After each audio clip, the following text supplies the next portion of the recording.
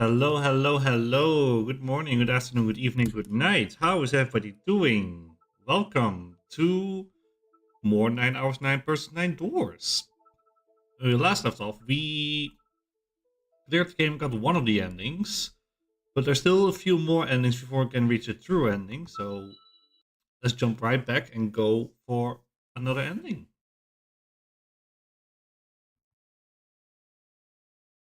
Thankfully, because we are replaying the game, we can quickly skip over all the parts that we've already done. So let's begin with memories.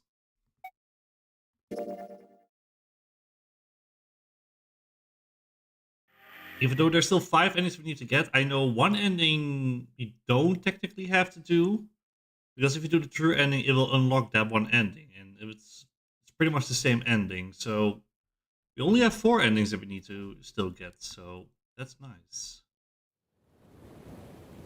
So if I hold the right button on the D-pad, we can skip through it all. Instant explosions. Oh yeah, we are really speeding up through all this. Oh, that's actually kind of nice. Speed running through life. Duh. What the hell, goddammit? Ah! Okay. We're back here. But we know what to do. Got the piece of paper. Go back.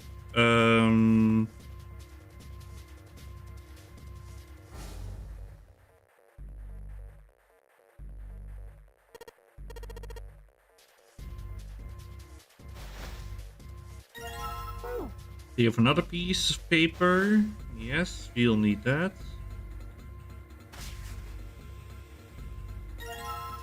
The red key. No time for reminiscing about what happened, Junpei. You are about to drown in here, sir. Good, Zero. Blah, blah, blah, blah, blah, blah, blah, blah, blah. Welcome to the Noli Games. Blah, blah, blah. Okay, back to where we were.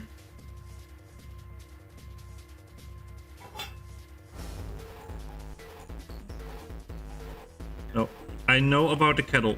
Get the key. Yes. Good job, Junpei.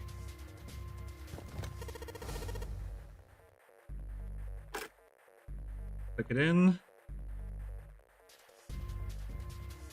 I don't know the code yet, so check our items.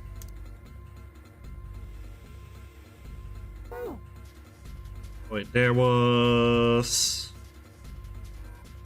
We need to decipher it. Yeah.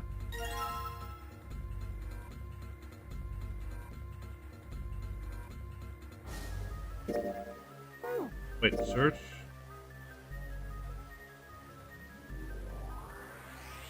There's screws in the back.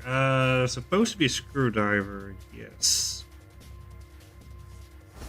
I remember that much.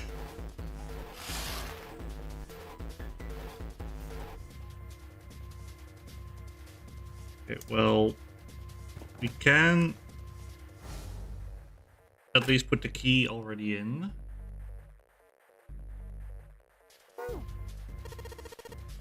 Opening, okay.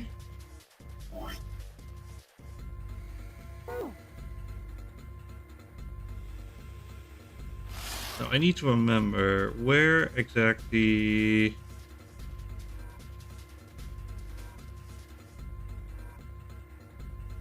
Where exactly was the screwdriver?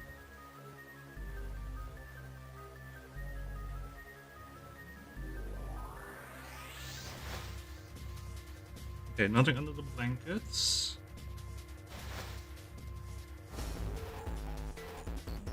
Wait, something in here? Aha. There we go. Combine. Now, you can see the back here. Awesome. Can I turn it properly, please, game? Yeah, there we go. Good enough. So, got, yeah, 0, 2, 0263 for the blue one.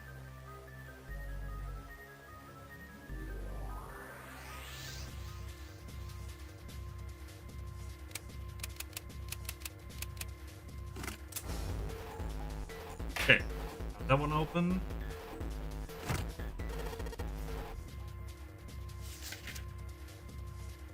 The whole concept of digital roots. Do you know about that? Now over here we have, for the red one, we need 7, 4.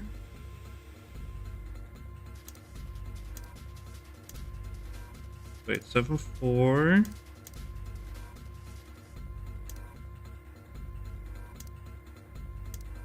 No, wait, I'm 7, 4, 8, 5. 7, 4, 8, 5. 7, 4, 8, 5.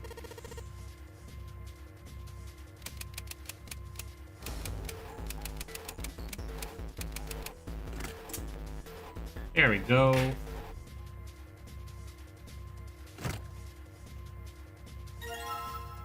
Deck of records. We're doing it in record time, baby.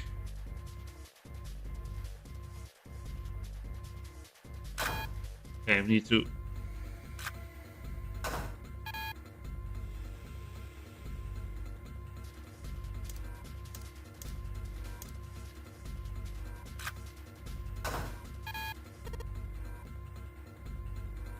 Digital root of 5.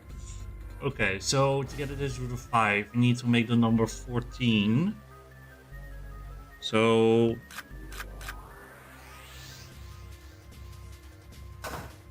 that should do it. Go and unlock. Open.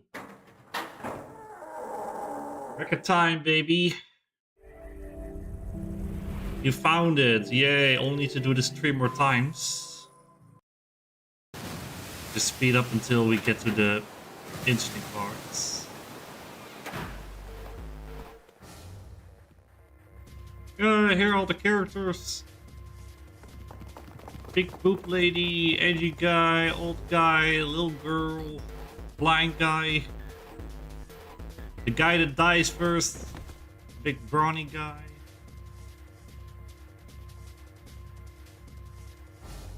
Going to read through all of that again. This is literally the same dialogue.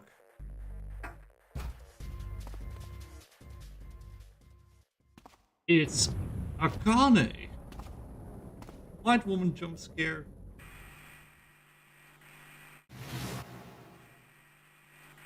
Here, welcome to the Nonary Games. Blah blah blah. Here are the rules. Seek a way out through the 9th door. You have 9 hours.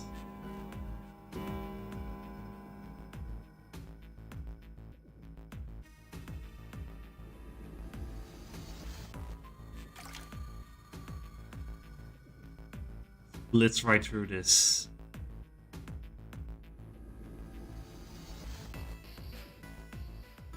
Got these doors with graves on it.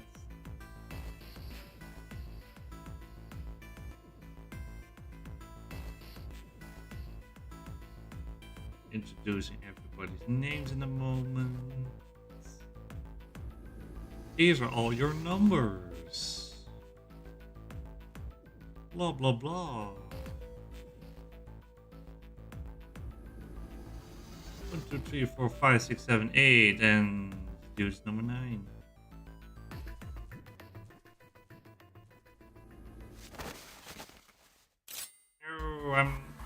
want to escape and threaten this little girl. Blah blah blah blah.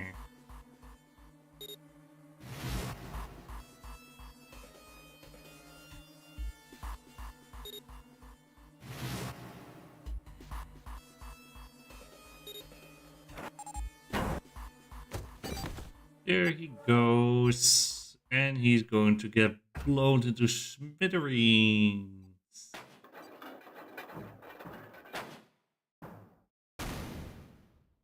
And he's dead. Oh.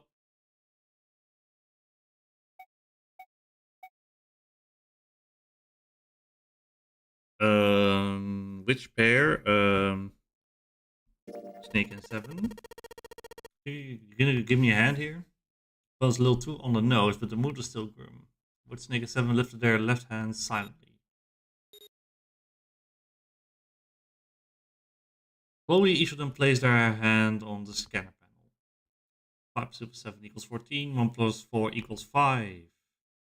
They fulfilled the conditions. If they were to pull the lever on the side... Are you guys ready? I'm gonna open it. Junpei grabbed the lever and looked back over his shoulder.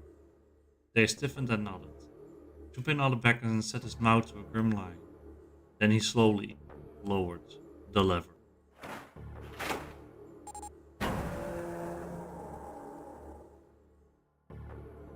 a metallic groan and the door slid open, a breath of air drifted out of it, carrying a stench that nearly made him gag. Junpei groaned and put a hand over his mouth. Oh my god. Good god. Oz and Ace shuddered. Seven grunted. Whoa, that's pretty bad. Even Santa's voice shook. He blew up. Pierce Santa was right. The hallway on the other side of the door was splattered with chunks of torn flesh and dark red blood. Eee! A shriek echoed across the room. It had come from June. Then her strength left her and she dropped. As Junpei turned to catch her, the door groaned shut.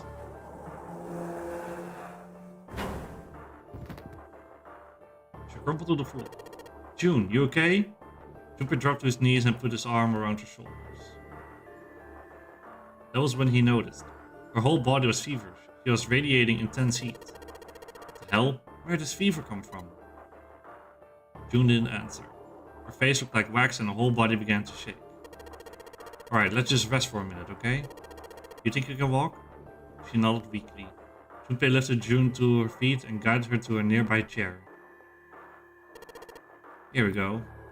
As gently as he could, he set her down. How are you feeling? Are you alright? She nodded, and as she did, a single huge tear rolled down the side of her face. Why? Why did this happen? Her voice cracked, broken by misery and grief, and choked by sobs. Why did this happen? Junpei spun around. Do any of you know what the fuck is going on here? Who's Zero? What's this nonary game? Come on, anybody? Anything?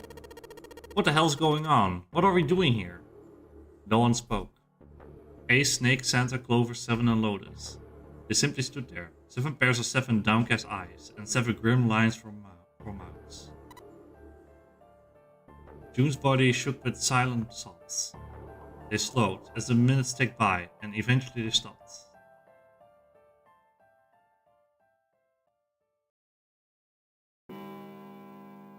Then suddenly, in a cold, heavy silence that had enveloped them like a thick fog, a bell began to ring.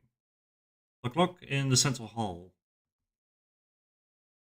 7, 8, 9, 10 times.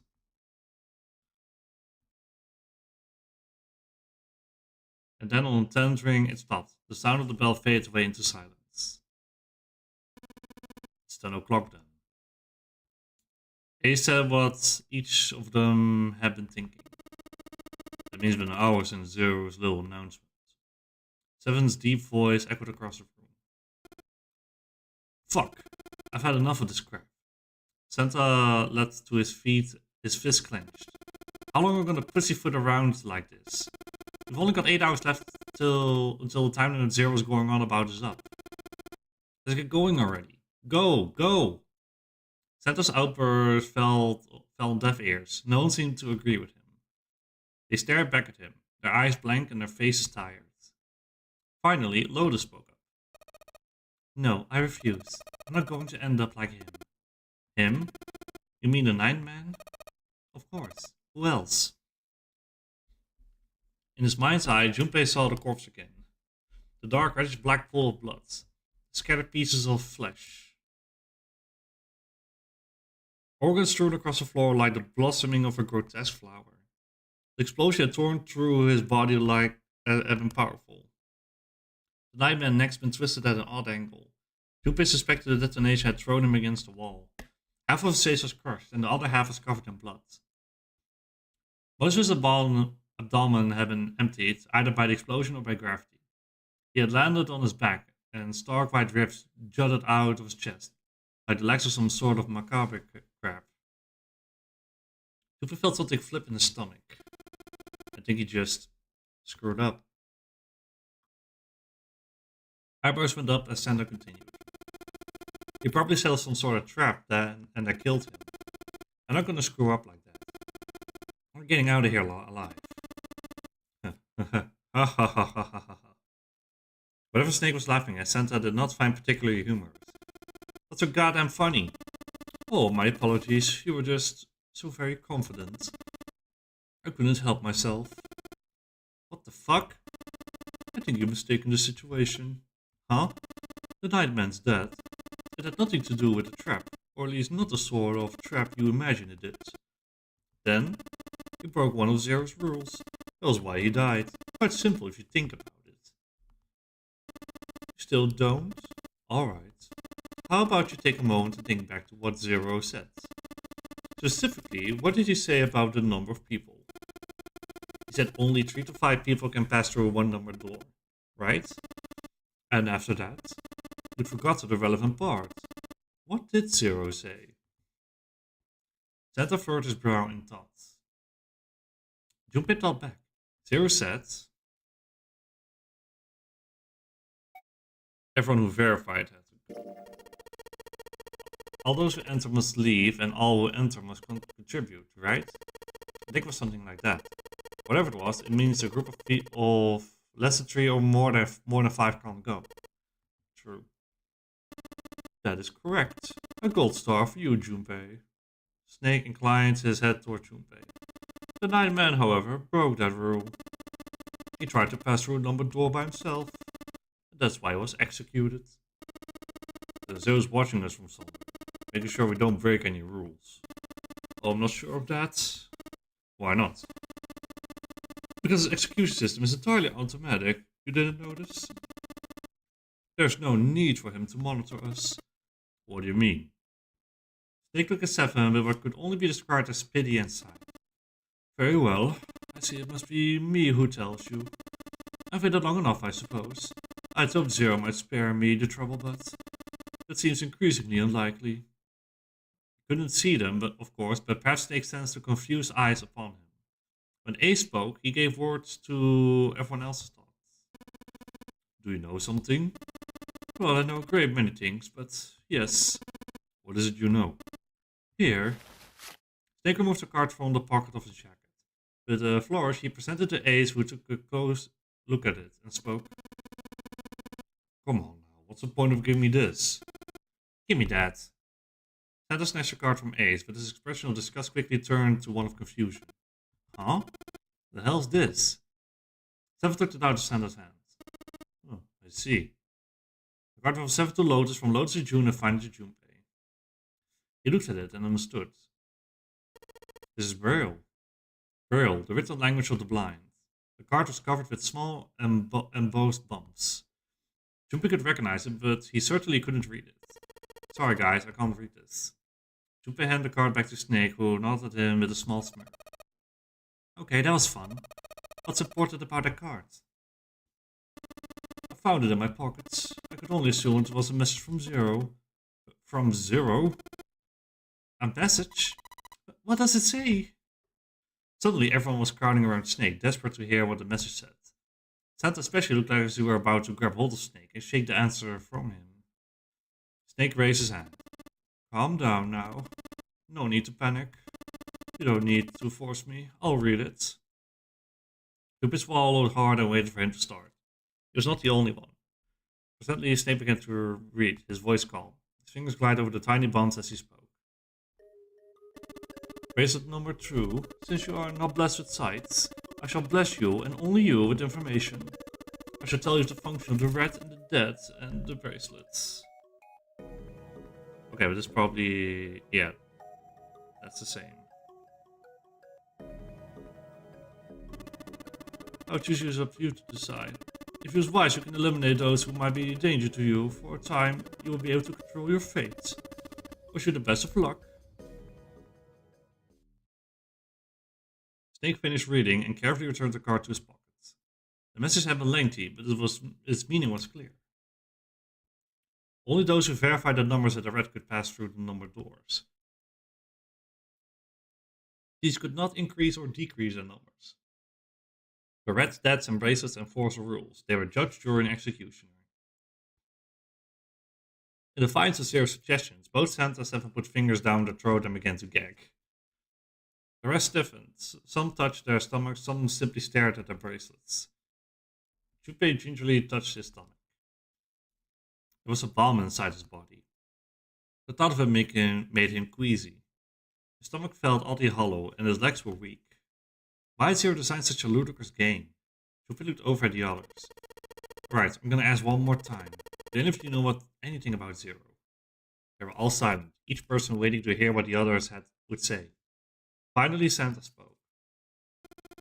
Actually, I saw him. I saw Zero when I got grabbed. I didn't see his face, though. Some of a bitch was wearing some kind of gas mask. What the hell? Come on, guys, give me something. You know, like surprise or something? Instead, it was Santa who looked surprised. There was a moment of silence, and then everyone spoke at once. Yeah, I saw him too. Me too. He was wearing a gas mask. As stories were sorted out, the truth became clear. All the stories were the same. They had been abducted at home at midnight. The person claimed to be Zero had worn a mask. There had been white smoke, and then each person had passed out. When they awoke, they had found themselves on the D deck in a room with a 3-level bunk beds. Only Stefan's story seemed to lack the details of the others. Oh, me? Yeah, well, mine was just like the rest of yours. That's all he had to say. It occurred to Junpei at the time that it sounded somewhat strange, but he didn't press the issue. He hadn't done so because there was something that struck him as even stranger. There was a mystery of the relationship between Snake and Clover.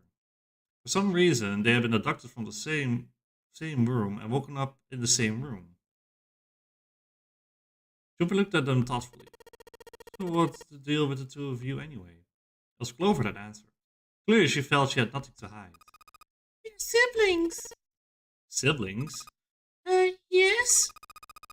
Snake is my older brother, obviously. That means I'm his little sister. I really so hard to understand. Junpei was taken aback. The others seemed just as surprised. She is correct, of course. He laid his hand on Clover's shoulder. Are you surprised? Oh yeah, but... why? There are other people here with connections to one another. Those two, for instance. Snake pointed at Junpei and June. Oh, you mean between Junpei and me? Ah, yes. You did say you were childhood friends, didn't you? You went to school together? Yeah. June glanced at Junpei, uncomfortable with the sudden attention. Junpei felt somewhat nervous as well, and tried to scratch his head as casually as possible. Hey, you think maybe we could figure out who Zero is this way? Yeah, you're right. You connect the dots between the victims and that leads you to the perp. Textbook stuff. Junpei, June, does any of this ring a bell? Ring a bell? Ring a bell. They looked at one another. And like a stage, they both tilted their neck at the same time. Well, perhaps you went to school with the son of a multimillionaire. A millionaire? Son. Well, someone bought this boat and set up all of this. Whoever Zero is must be incredibly rich. Well, we can't be sure of that. To me, this seems as though it's the work of an organization, not an individual. Zero is most likely a representative of a larger group. What sort of organization? It could be a number of things. An army, perhaps, or a research group. Perhaps it's all some sort of psychological experiment. If it is, then it's a pretty fucked up experiment. I mean, come on, a guy's dead. The word dead hung in the air, heavy and ominous. The room went quiet again. I don't know who the hell the Zero asshole is, but I know for sure he's gotta be pretty fucked up in the head to do all this. If this was all one guy, then he got some serious issues. Even with the specter of death hanging over them, their discussion continued for some time. In the end, however, they learned nothing. By the time they finished, 1.5 of their 9 hours were gone. All they had to show for it was impatience. Man, look, we only got 7.5 hours left, okay? You really sure you want to just sit around? No one's willing to argue this time. Very well then. There's only one way for us to proceed. Sure, it's gonna be fun running around knowing who's gonna... We gotta jump and Zero says jump. But stupid to sit around here doing nothing. Thanks to Snake's card, at least he has some idea of how this all works. Correct, and so long as we follow the rules, we should... You'll likely be alright. But what? Who's going to go which door? Unit doors are numbered doors. Oh yeah, that's right. You can't have any more than 5 people in one door. All 8 of us can't go in the same door. But it would seem we have to split up. But wait. Lotus looked terrified. I'm telling you now, there's no way in hell that I'm going into door 5. Come now, don't be selfish. Call me whatever the hell you want, I'm not going in there. If I'm going to have to walk through all that blood, then I'd rather stay here. Oh, we were doing so well. Ace shook his head sadly. Sorry, but I ain't going in there either. Someone else can go into door 5. Oh, Santo, not you too. Hey man, I just bought these shoes. If you think I'm getting some creepy dude's blood all over them, you got another thing coming. That was the last straw. What the hell, man? Aren't you the one who kept saying we should get going? Yeah, so? Does it mean I wanted to go into door 5? Oh, God. There was an awkward silence. Finally, 7 spoke. Fine. I'll go into door 5. Can't go in there alone. Anyone else willing to come with me? There was another long silence. This time Snake was the one to break it. I'll go. What? Don't worry, you'll be fine. You may part now, but I'm certain we'll meet again later. How do you know that? Because I do. That's not an answer. If you're going, I'm going too. I'm going into door 5. I'm going to do with you. There's nothing you have to do. Ace at 4. If I join you, then the problem is solved, correct? 7 is 7 and Snake is 2. And if you add Clover's 4 and my 1, the digital root will be 5. 7, 2, 4, and 1 is 14. 1 plus 4 equals 5. Oh, it works perfectly. The 4 of us can go into door 5. Wait, what about the other 4? What's their digital root gonna be? Jupiter did a quick mental calculation. Lotus, Santa, June, and Junpei remained. Their bracelet numbers were 8, 3, 6, and 5. What would the digital root be?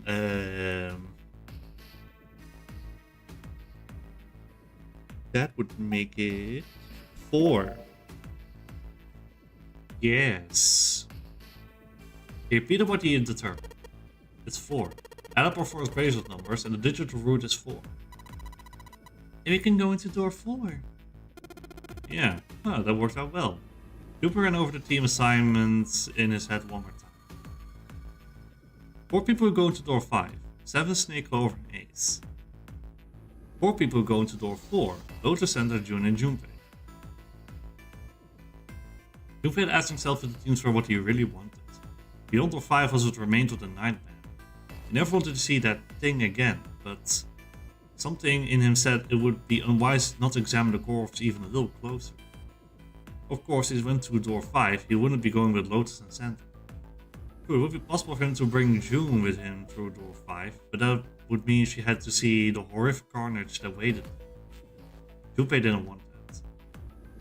Junpei was torn. Should he stay silent and go through door 4? Should he stop them all and insist on door 5? As he turned this option over and over in his mind, Ace spoke up. Alright then. It seems we have reached a conclusion. Shall we go? Begin to walk toward door 5. Both Snake follow with 7 short distance behind. Junpei decided it had to be door 5. We are going in different routes. Hey, wait! Junpei's cry echoed across the room. The 4 people walking toward the door stopped and turned back towards him. I want to go through door 5 too. The words were scarcely out of his mouth when June spoke. What? What are you saying, Junpei? What if you're going through the door, then I'm going with you. He turned around to look at him. No, you can't. I can't take you with me. Why? Well, we are well, you know what's in there, don't you? Are you sure you want to see that? June opened her mouth as to say something, but instead closed it again and looked at the floor. Junpei felt an ache in his chest at her clear distress, but the choice was not his to make. There was nothing else he could do now. Is that new 2DS XL? That's correct, Chocolate. Hello, welcome on in. Glad to have you as always. Junpei turned away from June, doing his best to silence his turbulent emotions. Please, let me go into door 5. Devin scratched his head and looked at the young man. Now we're right back where we started, you know that. Junpei's bracelet number is 5, right? If we go to add Junpei then, we must subtract 5 from the rest of us. Snake turned to Ace. Ace, please take good care of Clover. Oh, alright. That's fine. 1 plus 4 equals 5. Don't go away! You need to listen to me, Clover. Go to door 4 with the others. Don't be so selfish. Snake's tone was harsh. Tears welled up in Clover's eyes. She bit her lip and did her best to fight them off.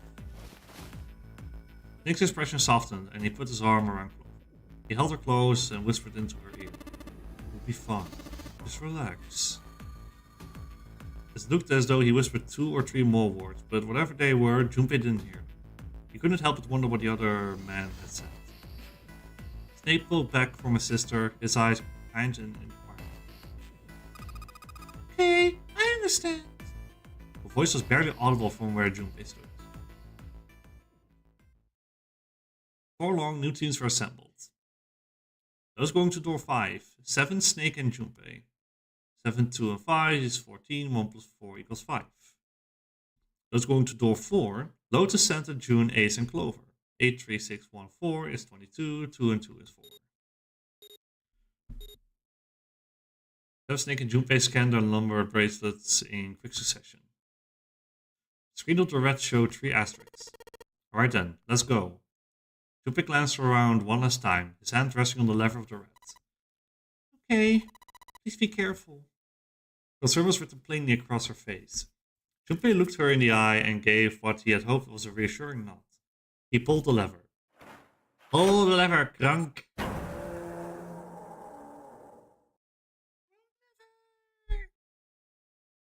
With a sharp clack of a lock releasing, the door swung open. Ahead of them, in the small hallway, were the pitiful remains of the Nightman. For a moment, Junpei froze. Try as he might, his eyes would not leave the corpse and his feet would not leave the floor. 7-2 seemed paralyzed. Snake, on the other hand, seemed unconcerned.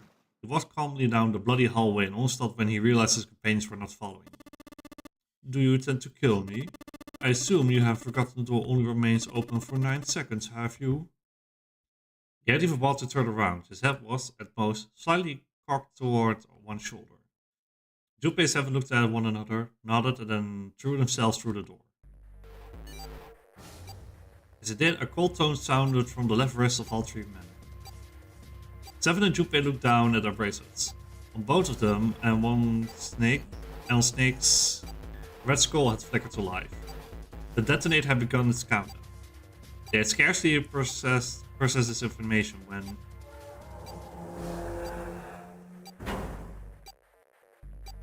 With a metallic slam, the numbered door behind them swung shut. Unless I could find a device that would deactivate the detonators on their wrists, they would not be leaving the hallway. Hey, where's the dead? The feared urgency in Seven's face reflected when all 3 of them felt. Junpei spun around, searching desperately for the dead.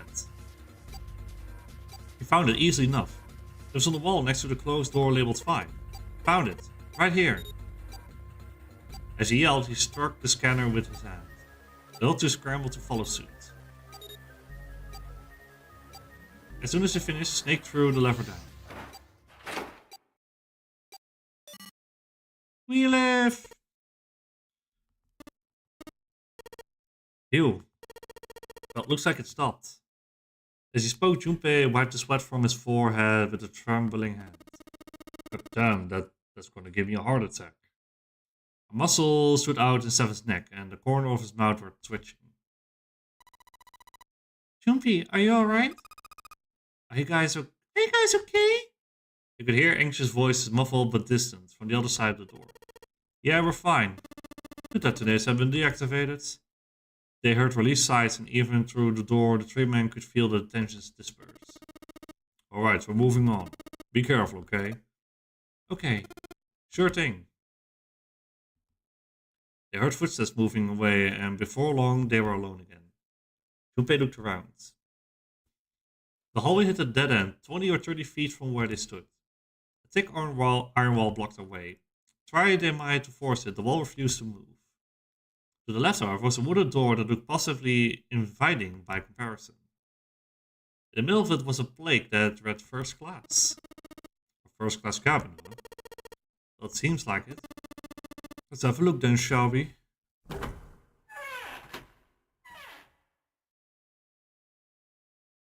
Without hesitation, Snake opened the door and stepped inside. Seven followed closely behind him. Junpei moved to follow them as well, but he stopped just short of the threshold to look back, not knowing why. Lying in the small hallway was a man's body, or at least what was left of it.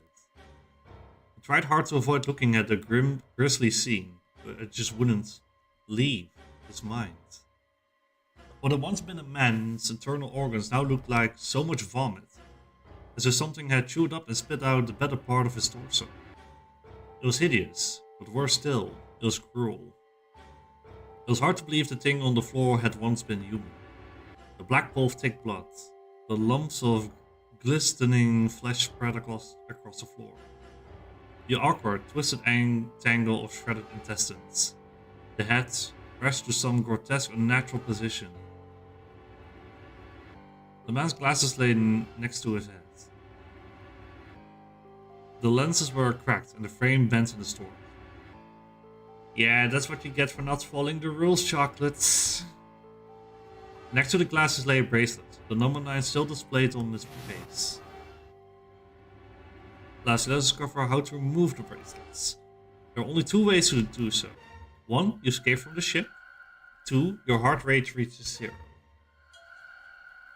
In other words, once the bracelet is taken outside the confines of the ship, or detects that where a heartbeat has fallen to 0, it'll shut down.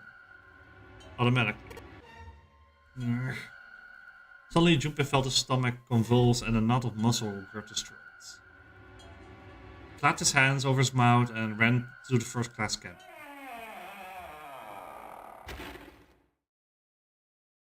The atmosphere changed immediately. The room was gorgeous, and despite the apparent age of the ship, none the worse for wear. He looked around. Seven and Snake were nowhere to be seen. There were 2 doors on the right side of the room. He opened the one on his right and went through. It's some sort of Saw situation? Kinda. It's basically 9 people stuck in a ship, and they need to escape it. In order to escape, you have these numbered doors where only people need to scan their bracelets, and if the numbers add up to the number of the door, then they can pass through. However, if not everybody goes through, then people die. In this case, the boy of the man in the hallway, he went in alone, despite the other people scanning the bracelets as well, and that ended up killing the guy. It is sort of a Saw situation, but not as deadly as it seems for now. It's basically just solve escape rooms to get out of the ship.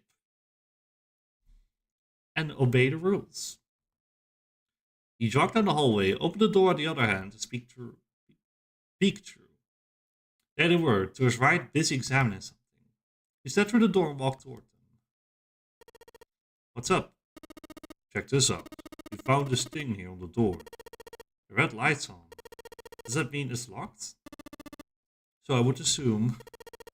Is there any other way out? We looked through a little. Other than this door, we didn't find anything. So you're telling me unless we can open this door... Yes, we won't be going anywhere. Jumpy stepped away from the door and looked around the room. The room they were in looked like a bedroom. He figured the room he'd originally entered was the living room, or whatever passed for one on a ship. Right, let's find a way to open this door. Come on, guys.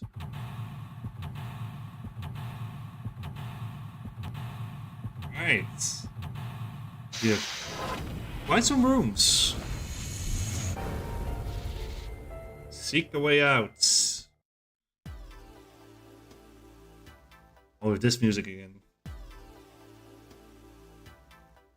Okay, let's check the beds. What do we have here? A music sheet.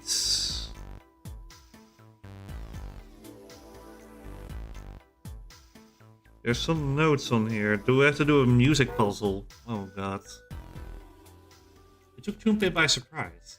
Snake, uses a common collector, suddenly began to move. He stared about the room almost frantically, clearly looking for something. No, Junpei thought not staring. After all, he's blind. Blind or not, Snake was clearly attempting to do something. At last, Junpei could no longer contain his curiosity. What are you doing? Snake waited a moment before answering. I heard something strange. Something strange? Oh well, never mind. It doesn't seem to be anything suspicious. I don't wish to toot my own horn, but my auditory senses are considerably more advanced than those of most humans. I notice even the slightest of noises.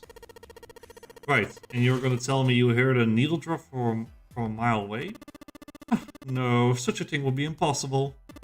However, by listening to the sound of footsteps and breathing, as well as the sound echoing of the environment, I can locate both objects.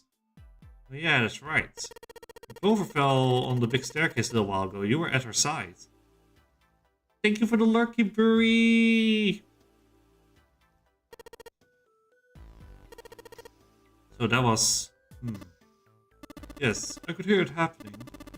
In fact, I can run quite fast. Certainly as fast as you. But should someone attempt to start a fight with me, I'm quite confident that I could defeat them.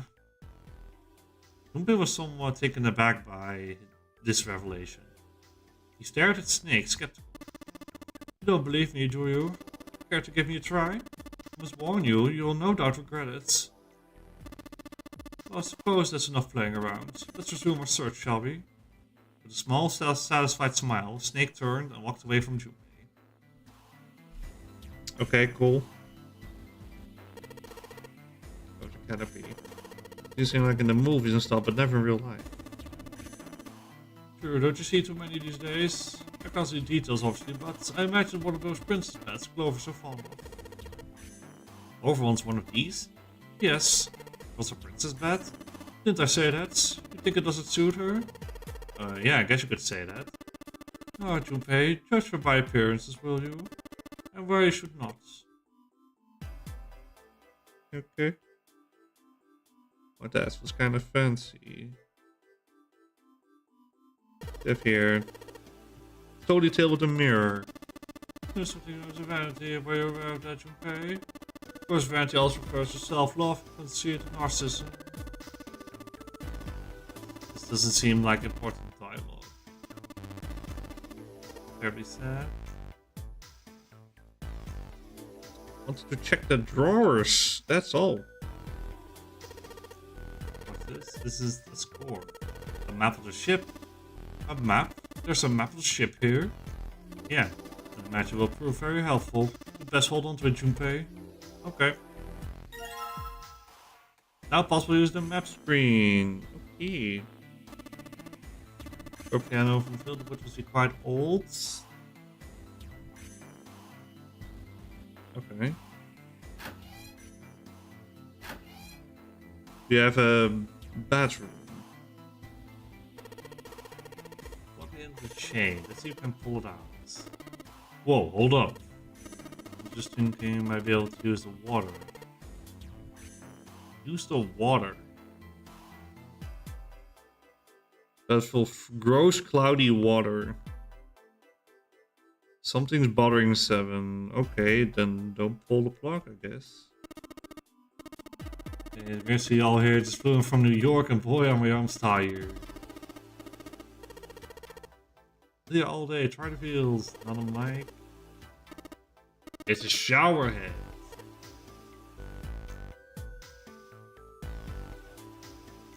Who put a microphone in the bathroom?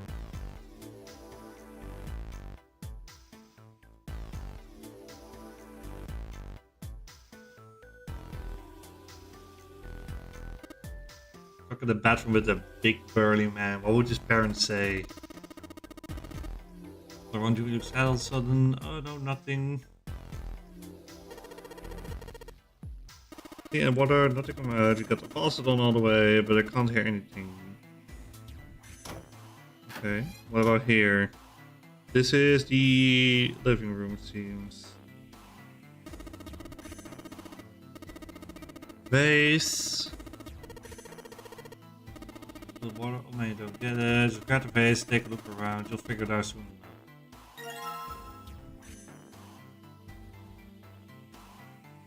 enough. Okay. Well, we could try filling it with water.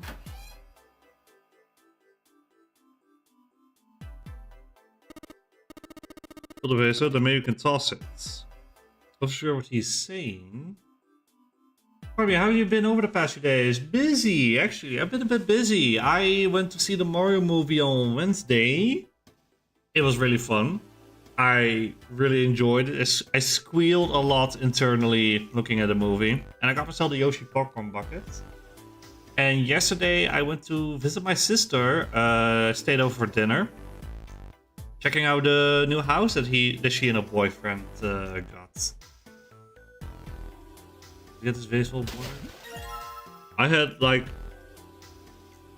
one of the most delicious spaghetti carbonara yesterday that I have tasted in my life. Her boyfriend is like a really good cook. Oh, we got the toilets. Toilet. There doesn't seem to be anything in the toilet or the tank. Nothing in the toilets. Yum, yeah. Spaghetti carbonara is great. Wait. Oh, got a small room here. Leather suitcase. Nothing inside. Held by the weight and it makes no noise when shaken.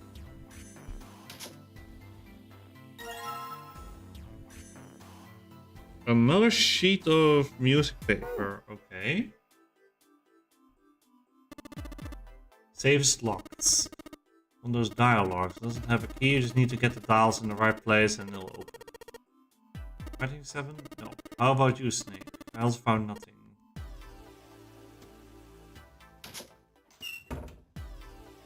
Okay. Can we combine these music sheets? No, we cannot. Don't be silly.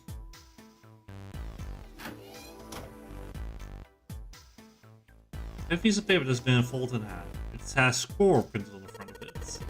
Score is going to be musical score. It is true that score which was found was probably in here. At least at some points.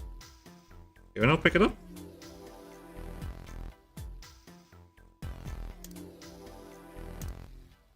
Oh wait, we have score plate C and A, so we need to have a B somewhere. Antique desk makes sense though. Guess it's all rooms full of antiques. You get a nice handful of cash for all the stuff in here.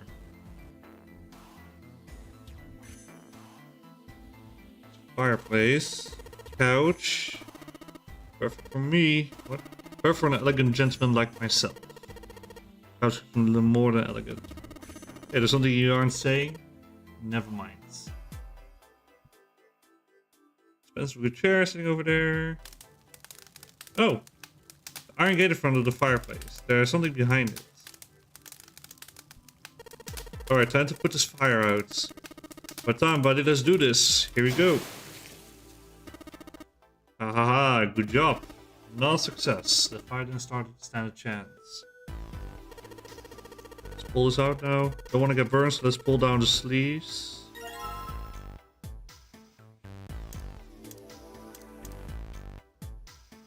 Can we combine? No. We can't combine it with any of these. Jupiter took the plate into his pocket. Seven cried out and stumbled, his balance lost. He threw out a hand and caught the wall in time to steady himself and avoid the floor. But his face was flushed and he looked startled. Hey, Seven, what the hell was that? Are you alright? Yeah, I'm fine. Just felt a little dizzy, that's all. Seven brought a couple of fingers across his brow and then shook his head as if to clear it. What the hell's wrong with me? First memory loss and now I'm getting dizzy for no reason? No. Loss? Cooper couldn't hide surprise in his voice. Seven, for his part, seemed unconcerned. Well, I guess I haven't told you, have I? I told the rest of them, but that must have been before you showed up. The long and short of it is that I don't remember Jack from before I woke up here. You didn't realize I told you.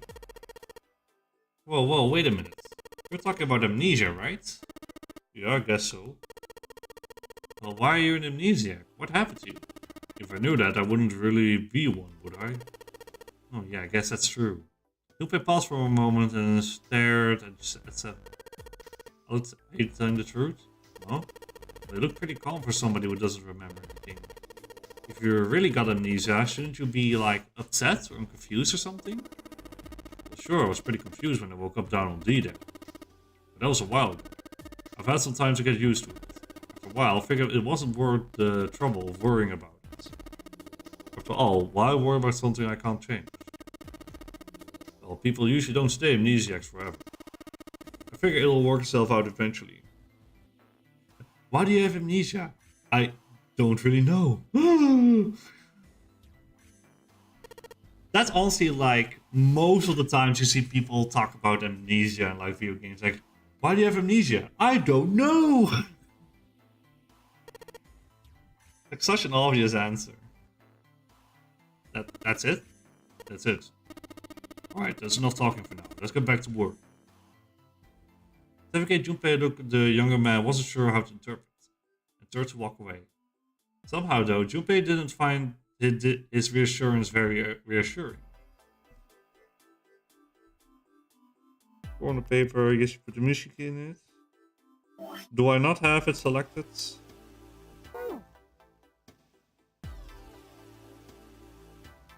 I guess we don't do anything with that for now.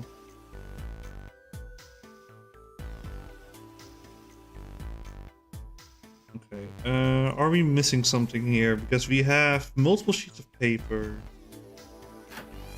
Or do we need to bring this to the piano?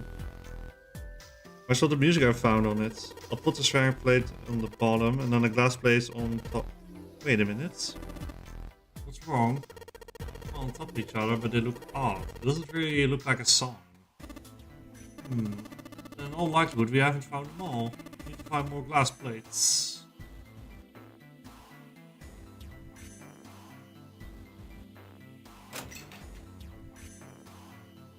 We'll be able to open it until we know the right numbers. Maybe we can...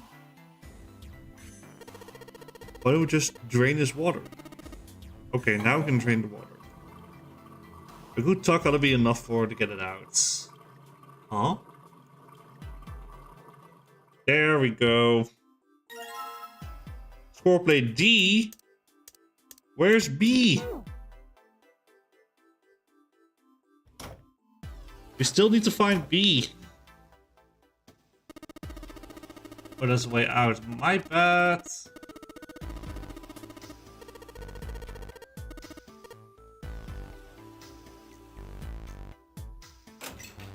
Oh yeah, we haven't checked in here yet. G? So if A, B, D, A, C, D, and G. Are we going to find like B, E, and F as well? There's nothing in the suitcases, okay.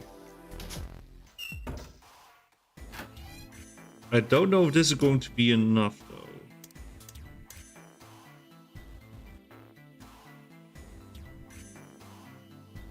So I place on the bottom and then stack the glass plates on top of it. Right, good. Sweet, now I can play the music.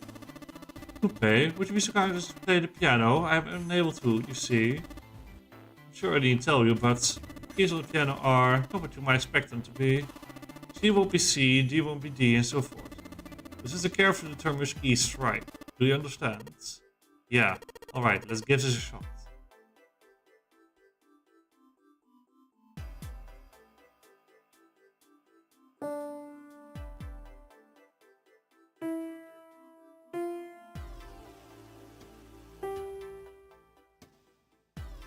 Okay, 3. Oh.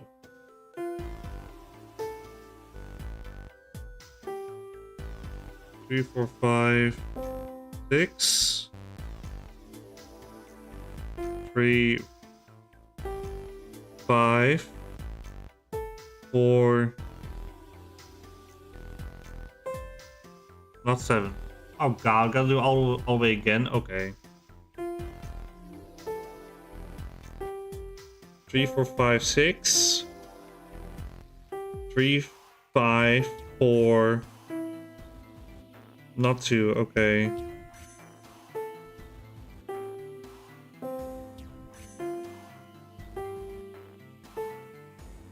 Is it 1? No. Okay, so... Here we go again. 3, 4, 5, 6. 3, 5, 4, 7. God damn it. It has to be the 8th key, right? 3, 5, 4, 8.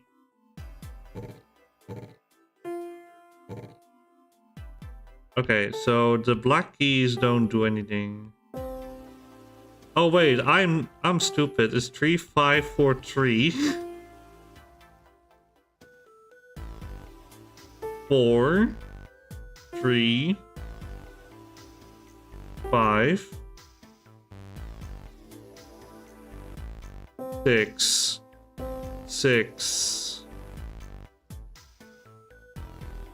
5, 4, 3.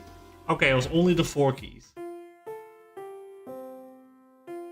I know Naso the Nose had trouble with tabs, so oh right, yeah, you play like guitar, but I also like familiar with like piano playing.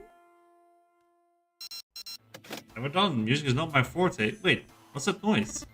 Junpei, we did it. Looks like it worked. I heard something unlock over by the exit. Let's go. Good plan. Stand. Wow. Be seated.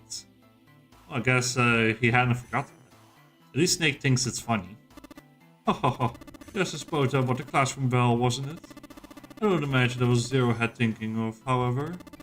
No, Zero certainly means to suggest Westminster, not middle school. Westminster? A class in London that plays host these days to the House of Parliament.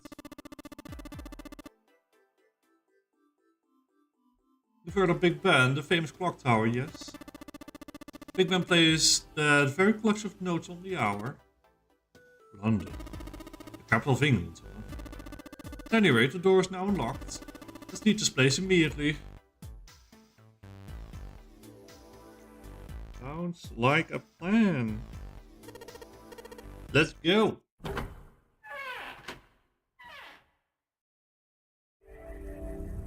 You found it. Running. Do you say sharp or flat when referring to the black keys? I know some prefer one or the other. I have no experience with music whatsoever, so I don't know what sharp and flat are supposed to be. I only had like music class for like 1 year in school, and then we didn't have it ever again. Came out the door and into a straight hallway. He paused for a moment and turned around to look behind him. Seven was bent over, apparently doing something to the door. What's he up to?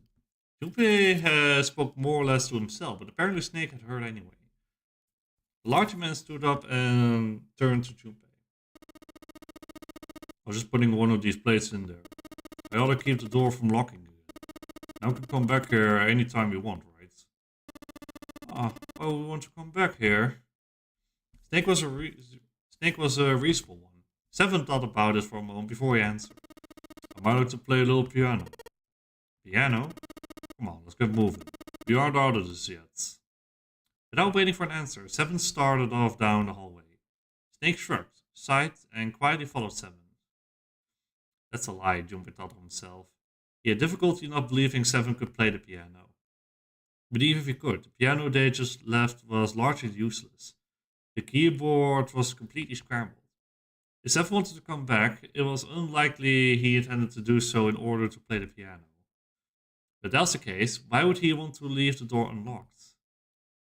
Junpei frowned, took one last look at the door, and then walked away toward his companions.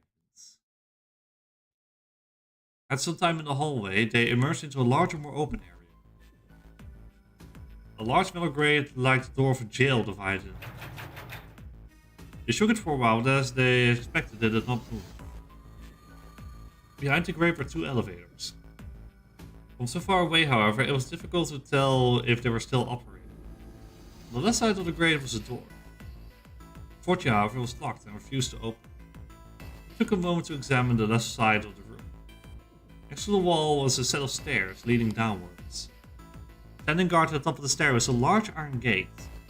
Foreboding as it was, the gate seemed to be the sort it could be opened, unlike the metal grate that bisected the room. With luck, Junpei hoped he might be able to get it open. The female symbol. I wasn't quite sure what to make of it. Snake Gnasher was somewhat more sure. Ah, the Venus symbol, I imagine. Do you recall the similar symbols near the large central stairway? Their reference may be of solar bodies. Sun, Saturn, Earth. So, as you can see, the one is likely not a woman symbol, but a Venus symbol. So I assume... While they had been discussing the symbols, Junpei now realized Seven had slipped away. His absence now felt... Snake and Junpei turned to look for their missing companion. There. Seven had left to head down the hallway, extending to the right of the stairs. Junpei grabbed Snake to lead him to the right direction, and they both headed off after Seven. Before long, the three of them stood in front of a door. It was a French door. Junpei possessed the door and realized that unlike so many others that they'd encountered, it was unlocked. Almost as though he was afraid it would suddenly lock itself, Junpei threw the door open. He stepped inside. Again, like I said it last time, but opening the doors has such an old school Resident Evil feeling to it. Like, I'm not expecting zombies in here, but, you know, something could pop off from the doors. It took only a moment for Junpei to take in his new surroundings. Is this some kind of casino? Sure looks like one. Before Junpei could comment further, a noise from behind made him turn around. Snake was shaking the door they had just come through. As Seven and Junpei watched, he threw up his hands in frustration and then kicked the door for good measure. It looked as though they were once again locked in. There was no reason to panic, however. Even if the door had been left open, there was nowhere for them to go back there. They would have to find another way out. Alright guys, let's split up and search this room. Come on, no dawdling, let's go. Quickly now. Spurred to action by Seven's words, Junpei and Snake began to examine the room. Here we go again.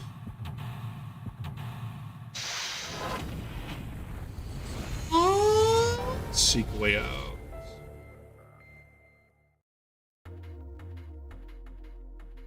Okay, the casino.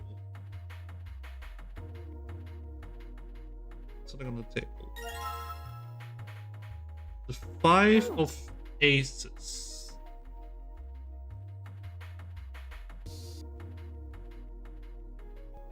For the spades, I don't know. Hey, the guy back there who had his fucking gas crotch will come back to life and turn into a zombie. I don't know, we never see if, of course, a game isn't so gruesome in showing the exact body. It will only show like blood spatters on the wall. But imagine if you have a bomb exploding your body and basically twisting and contorting your body and spilling everything over the floor like you drop a plate of spaghetti. I don't know if he would even then turn back into a zombie or not. Okay, let's get behind the bar. What do we have here? Playing cards. The 4 cards. Another playing card. The 7 card. Hey, look at that. Someone left a bottle of booze here. Don't mind if I do. Look. Ah, that hits the spot. Feels like my throat's burning. Damn, we really drank it. I don't even know how long it's been there. It was pretty well polished. Whole lot of glasses on the shelf. Doesn't look like there anything else back there though.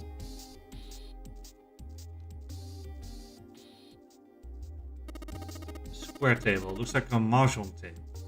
I think Nintendo would have refused to let the game on the system if they showed his guts. Probably. I would say back then, in like 2010. I believe it. Do you play Mahjong 7? Maybe. I don't remember exactly, but I do remember a couple hands. Some of the rules, so I figured I must have played it at some point. Als vacated vessels you play, game would you play? Who's tell me which tiles I'm eliminating? Yes, I believe I have at least enough skill to defeat an amateur. Most nice to remove the red tiles when you play.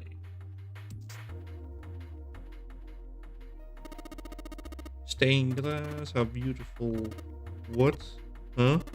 Stained glass is color piece of glass placed together in a frame. Said many times before, I only need touch to know. I can at least discern the basic structure.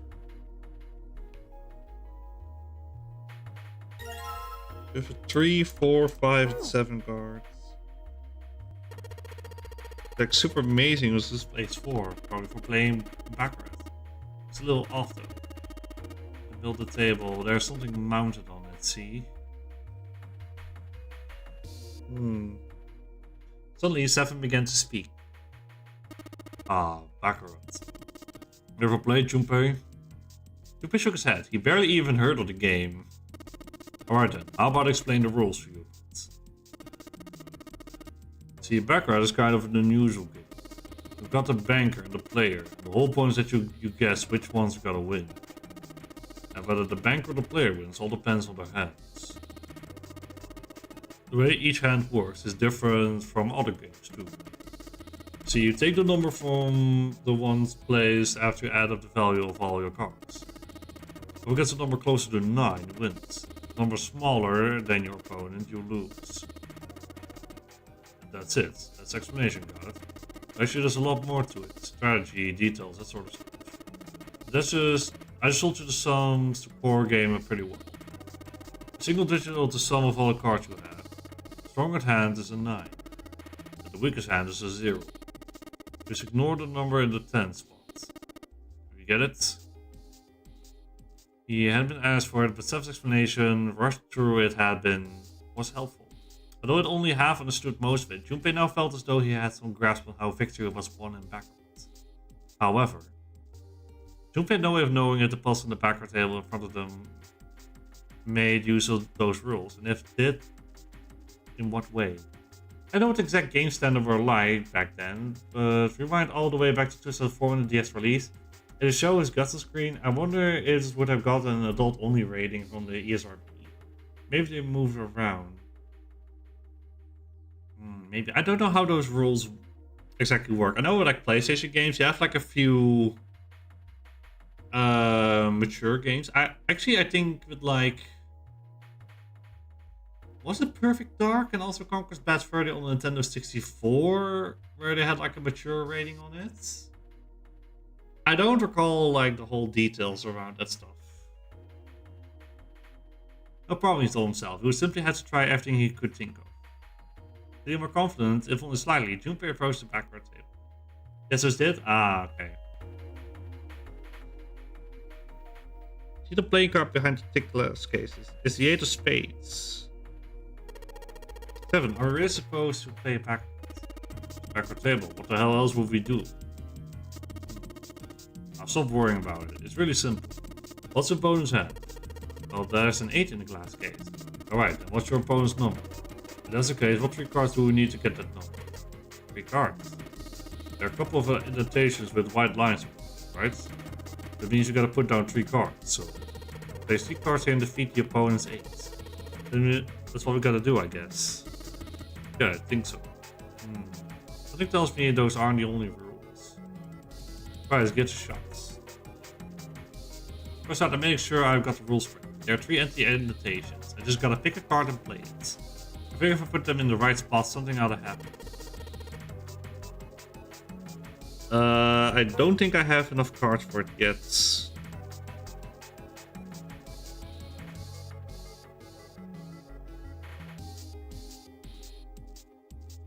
Okay, slot machines.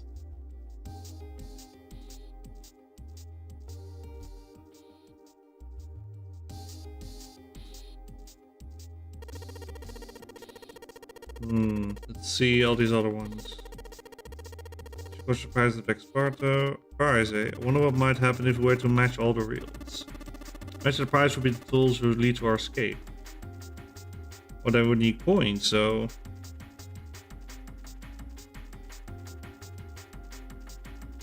Strong got a mature rating for strong language, mature sexual themes, and animated violence. Yeah, that checks out.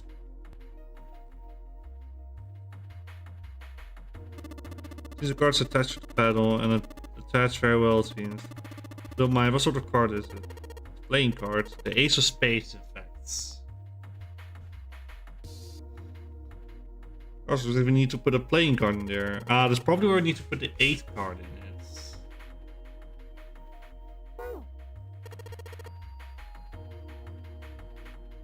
So with today's hand, it doesn't look that bad. Honestly, no. Well, the guessing at random was not yielded better results. Yeah.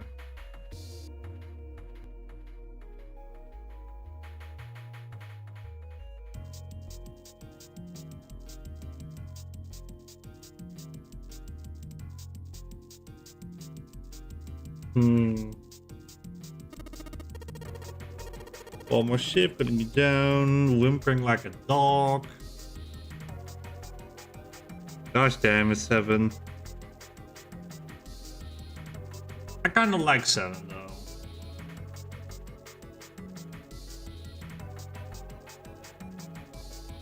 Stained glass.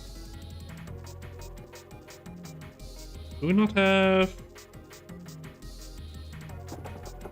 Okay. Damn it, this isn't exactly working out the way I expected. Stuck, isn't it? Is there a keyhole? This I can't find it. There's some way to unlock it. Around a bit more. Oh, fireplace.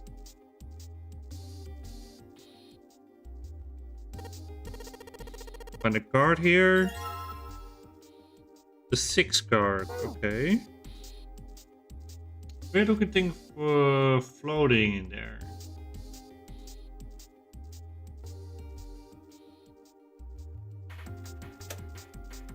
Oh. Wait, the 2 lights turned on, then it's on the bottom of the fireplace. Oh, what do we have here? A coin bag! Alright.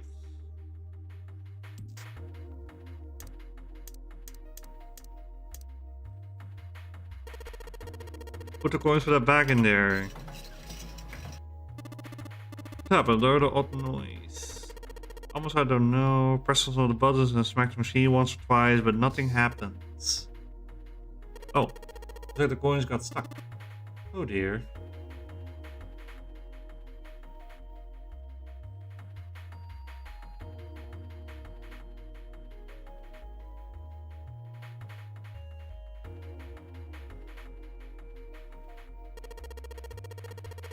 Going in the coin slot? Come on, you little bastards. Only one of you. Oh, there we go. Oh, wait. We probably need to align it with the numbers that were above the fireplace. Okay, yeah, I get it. I get it. Shut up, Snake.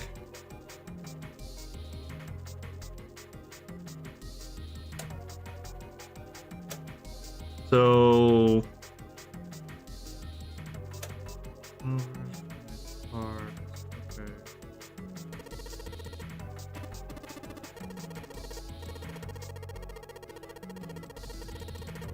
Come on, stop with the talking and let me do the puzzle! Shut up, Snake, I don't need to know your bullshits.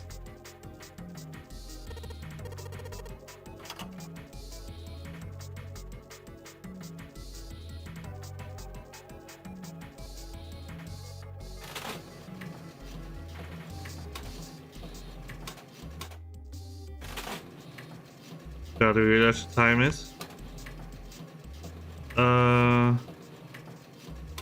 Fuck.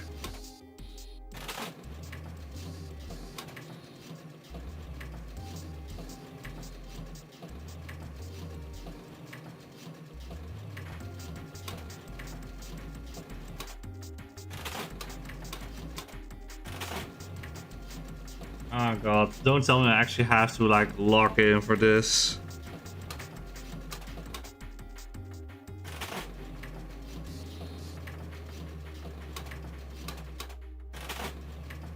Okay. If this really asks me to make the specific one, then it's going to be tough.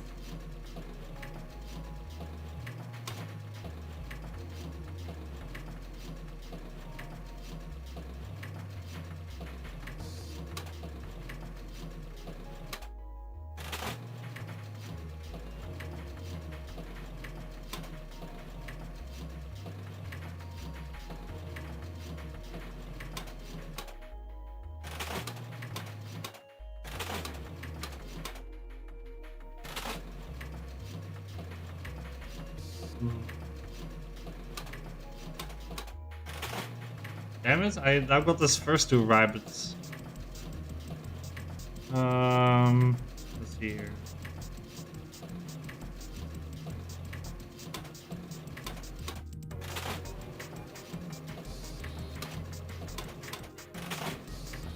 That's bullshit.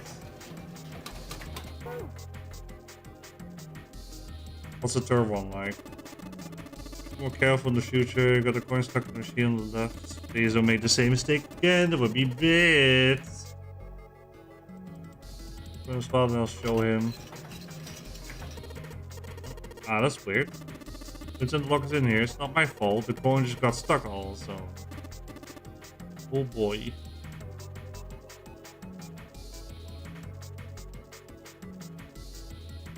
Oh, I really have to match it.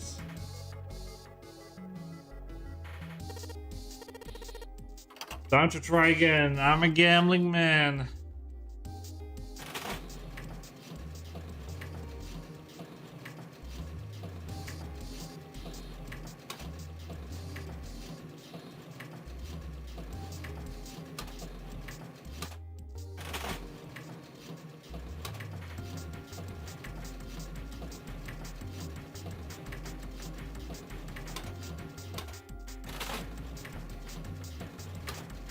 Oh.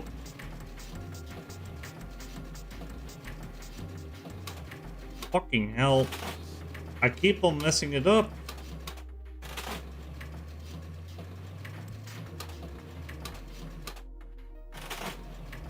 I'm going to be here a while, aren't I?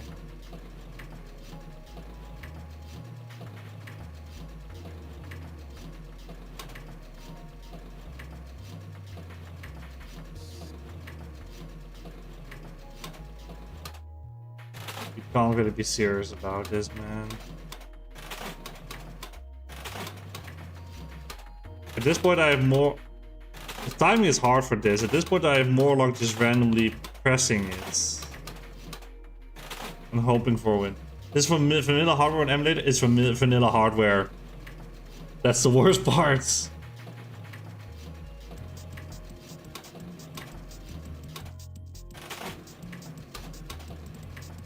Like, I know what the combination needs to be, so... The worst part is I need to actually make it that way.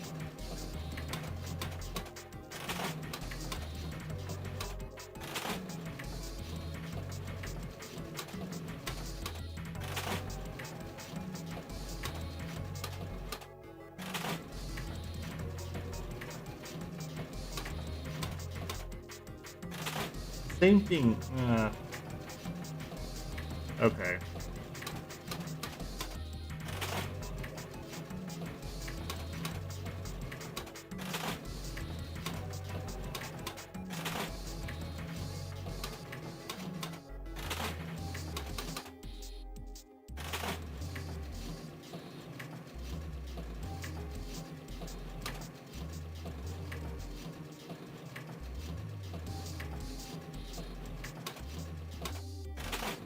At best I can get one of them right.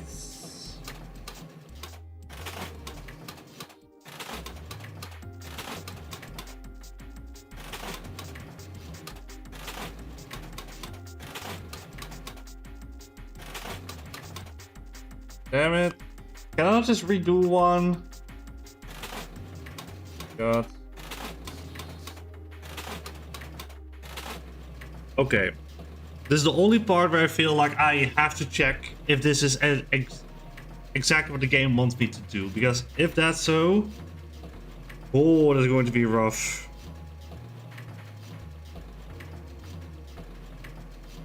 Go check.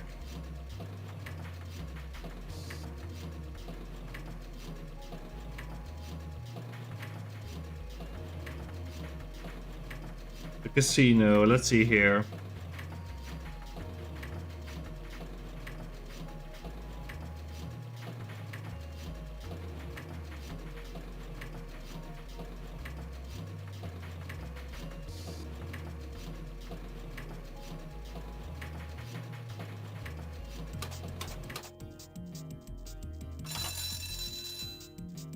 Oh, okay, so I just had to press it in a certain order and then it would work. Okay.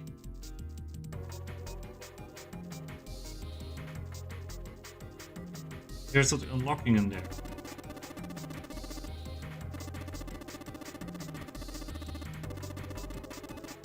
It wasn't just timing. No, I just had to press it in that order. I mean, I wouldn't be surprised if the game was actually going to make me time it. I was fully prepared for the game to do that, but I think we deserve that, freebie. Is there something in there? Yeah, playing cards. And this, a key with the Venus symbol. Excellent, Junpei. Now we'll be able to open the gates. Just we need to figure out how to get out of this room.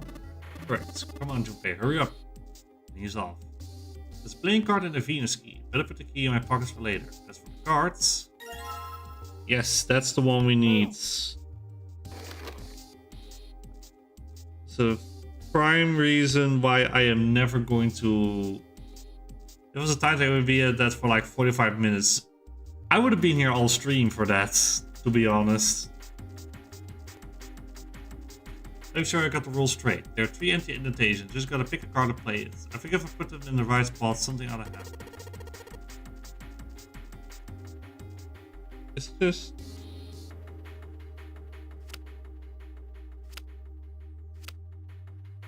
because that makes 9. Those 3 cards. Yes, open for me. Great, we did it, Junpei. I think it's still... Let's take us to 8 cards. Come on, let's grab it. Take the cards. And then over here, the door.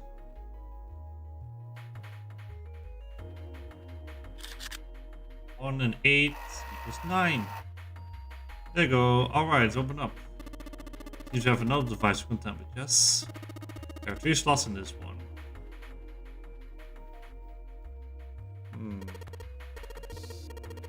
There's a 9 below them. That's probably mean we're gonna make 9 with 3 cards we put in the slot, right? Just like what we did over at the backward table. Get the shots.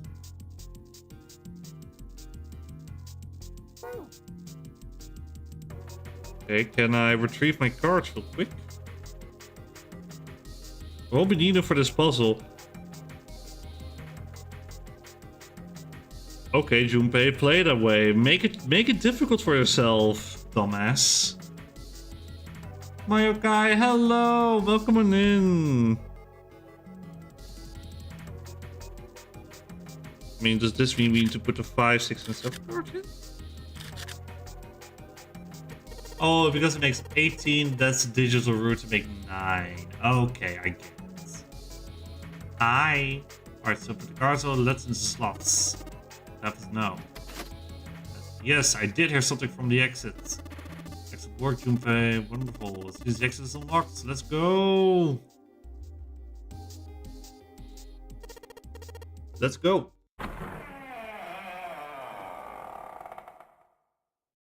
Get out of here. You found it. And by it, well, let's just say, the exit. Junpei's companions run out of the casino into a large open room. In fact, they had been once before. This little surprised them there. They already knew what the next step had to be. The iron gate still stood in place, locktight blocking the stairway. In the center of the gate was the keyhole engraved with the Venus symbol. This time, however, Junpei had the Venus key in his pocket. Wasting no time, he pulled it out and shoved it into the keyhole. He turned it. With the distinctive sound of metal on metal, he felt the lock click open. Alright, let's get this thing open. No problem. Let me help with this one. Junpei grabbed the handle on the left side and Seven took the handle on the right one. Junpei signaled, they both pushed and the gate creaked open.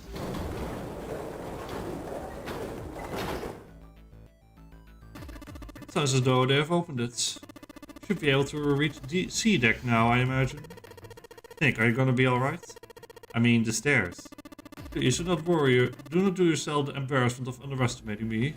I would be unlikely to trap even if I were running backwards.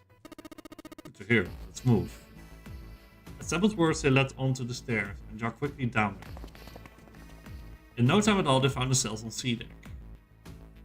Junpei ran down the stairs a little farther, and hoping for checking on the deck below. When he reached the water, he called back up to Snake and Seven. Just what I thought. The deck is completely underwater. Just like the bottom of the central staircase. The surface of the water below them was flat, like a mirror. That it had not changed too greatly since they had last seen it. It's a great relief. Junpei quickly retraced his steps and headed back to sea deck. In front of the stairs were a pair of elevators. They appeared to be identical to the ones from the upper floor. Between them, attached to the wall, was another card reader. And next to that was another strange symbol. Hey, check it out. It's a symbol for Lotus. What? See, it's got the woman symbol and then it got devil horns, right? Hahaha. Yeah, I see it. No two ways about it. That's a pretty good one, kid. Seven tousled Junpei's hair in what he likely thought to be a friendly manner. Junpei feared his neck might break even though it was clear Seven had kept his strength in check. Thankfully, Snake interrupted. After Junpei's observations, he had gone over to examine the card. This is a Mercury symbol. The marks we mistook for horns are a stylized version of the wings and staff for Hermes. Wings and a staff? So she beats you with a staff until you die and go to heaven? Sounds like Lotus, alright. Ha ha ha ha ha ha ha ha. Seven shook Junpei's head even more vigorously, and the younger man began to feel as though his brain was being jostled about inside of the scroll. He began to feel rather ill. Unless we can activate this device, I doubt the elevator will function. In other words, we've got to find a key card with a Mercury symbol. So I would assume. They decided to leave the elevators alone for the time being and headed back to the stairs. To the left was another hallway. There were a great many doors lining both sides of the hallway. They seemed to stretch on forever, and all three men suddenly felt very small. Oh shit, we're not gonna have enough time to check all these, are we? You can come back here later. Let's check out the other side. They turned around and went back the way they come. To the right of the stairs, another hallway stretched out, reaching deep into the bowels of the ship. After a few moments of moving briskly down the hallway, they emerged into an area roughly the same size and shape as the one on the top of the stairs. On the left side of the room were 4 French doors. Let's open them up. Junpei nodded and grabbed the one closest. He gave it a small tug and felt it move.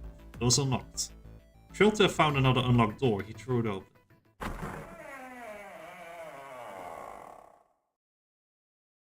What we got? Junpei didn't know what to make of what he saw. Ah, yes, the hospital. Here we need to make our next decision.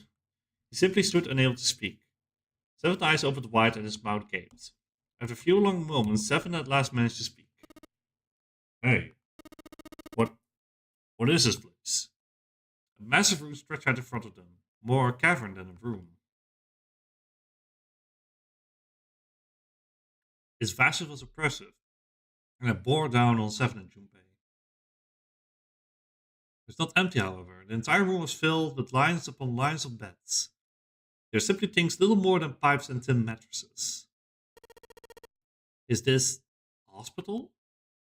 He had at least been able to put a name on the harsh scent that pervaded the room.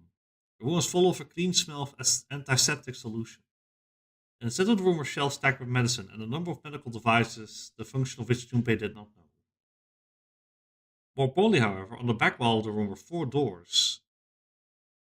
3 of them were emblazoned with large single-digit numbers, made with thick red paint. The door on the left was labeled 3.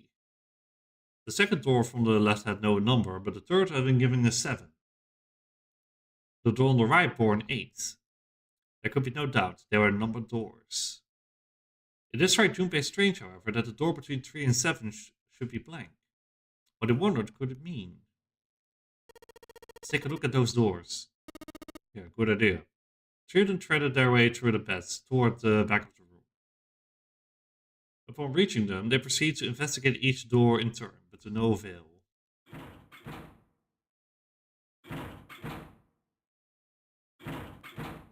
Nothing opens. Yep, locked as just like I thought. Naturally. After all, these are the rules of the Nonary game, and to allow these doors to open easily would violate those rules. As we can authenticate ourselves with the red, the numbered doors will... Whoa, check this out. Suddenly Seven spoke up, interrupting Snake. Look at the red. There's nothing on it. Huh? Don't you remember the red back of the main staircase? If there wasn't anyone in it, it said vacant on the little screen, remember? Oh yeah, you're right. But this one... There's nothing. Right? Think it's broken? Only one way to find out.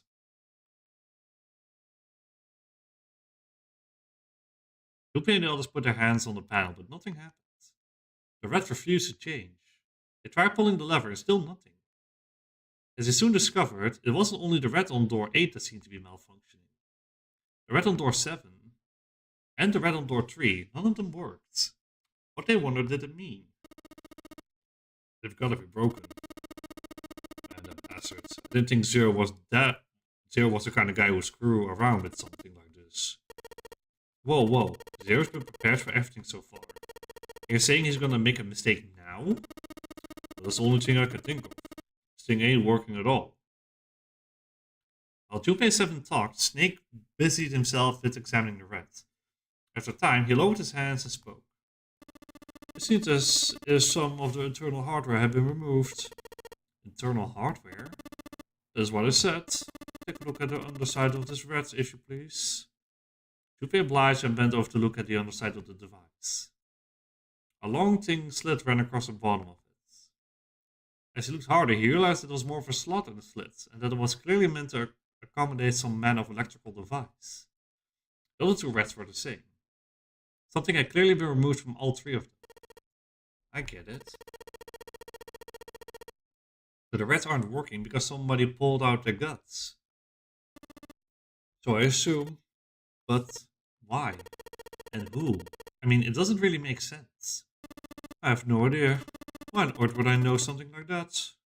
Just then, they heard the sound of a door opening. The 3 of them turned and saw Akane. Oh no, Junpei thought. It's June.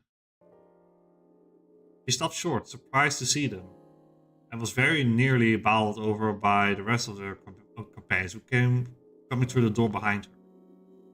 Ace, Santa, Clover, and Lotus all poured out the door, each of them as surprised as the last to see Junpei, Snake, and Seven. Junpei and Seven were for a moment at a loss for words. What are you guys doing? Why are you...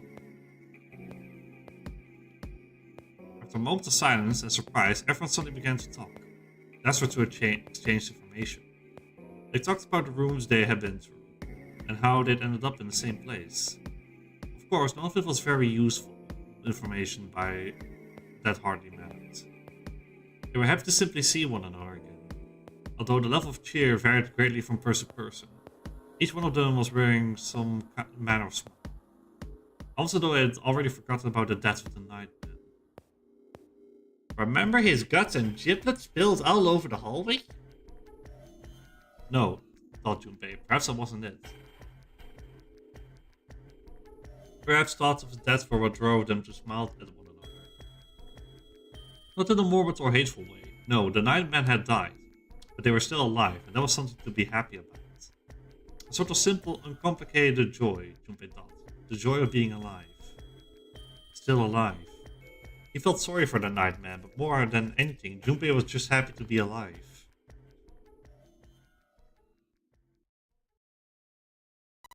This is bad, though. If the rat isn't working, we can't keep going. What about that big hallway? Maybe there's somewhere in there we might be able to go. No, there's nothing there. The five of us had a quick look. There are a great many rooms, although none of them appear to have held patients for quite some time. Patients? You mean all those doors are for hospital rooms? Yes. Apparently they have a number of individual rooms in addition to this large central room. There was a door down at the end of the hallway too, but it was locked. Yeah, one of those solar system mark things on it. It was Jupiter symbol. Jupiter. I wonder what it means. Confused it seems to be the consensus. That reminds me, what's the deal with this big room anyway?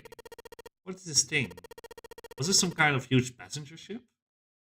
No one, not even Snake, appeared ready to offer an answer until Seven unexpectedly spoke up. I bet it's a hospital ship. In fact, it's probably the Gigantic. The Gigantic? Jupiter looked at Seven, shocked both by his knowledge and the apparent identity of their person. He was not the only one. It's Gigantic. Seven nodded to Lotus and began to speak.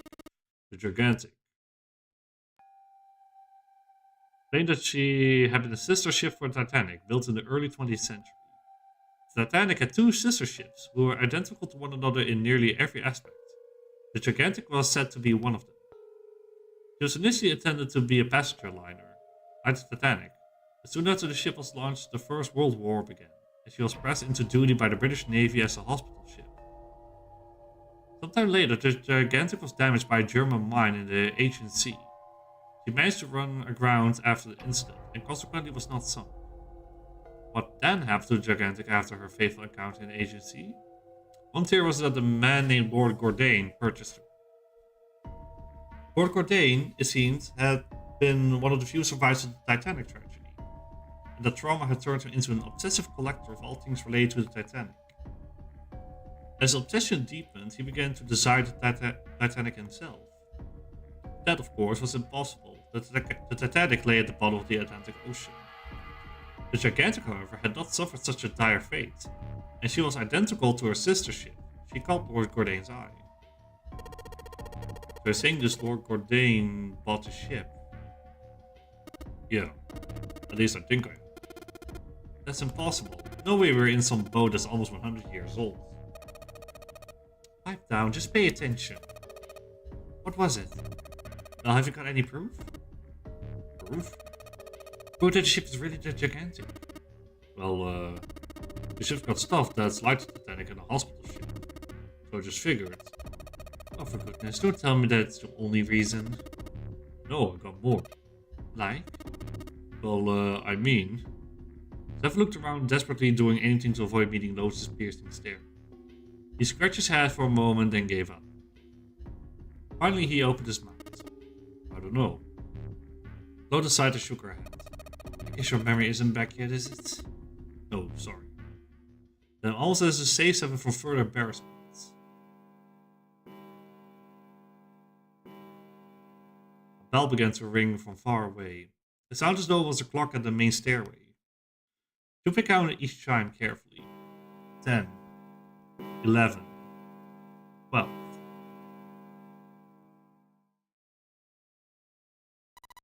It's midnight.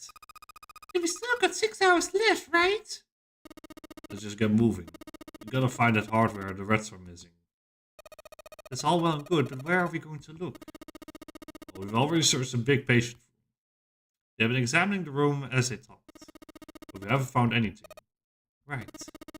Well, there's only one thing left to do. Just one? Well, not just one. Wait a minute. Are you telling me we have to search all of these rooms? Well, we already checked some of them before you came here, right? We checked a single room, so 5 rooms in total. Alright, that makes 5 rooms we don't have to search. If we split up, it won't be that bad. If each of us can do 6 rooms apiece, we'll have the other 48 rooms cleared in no time. Yeah, or 48 other rooms?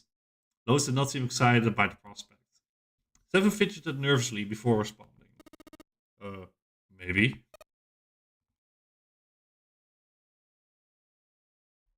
After some discussion, the 8 of them decided which rooms to begin with, and in what order they would go. Junpei was chosen to search the rooms on the starboard side, moving from forward to aft. They also determined when they would return to report their findings. The next time the clock sounded the time. When it did, they would meet back in the large central room full of beds. If during the search any one of them were to locate the missing components, they were to yell for the others. If the strategy failed, they would return to discuss their options later. The details decided, they left to begin searching. Out into the hallway they went, each of the rooms they had been assigned. However,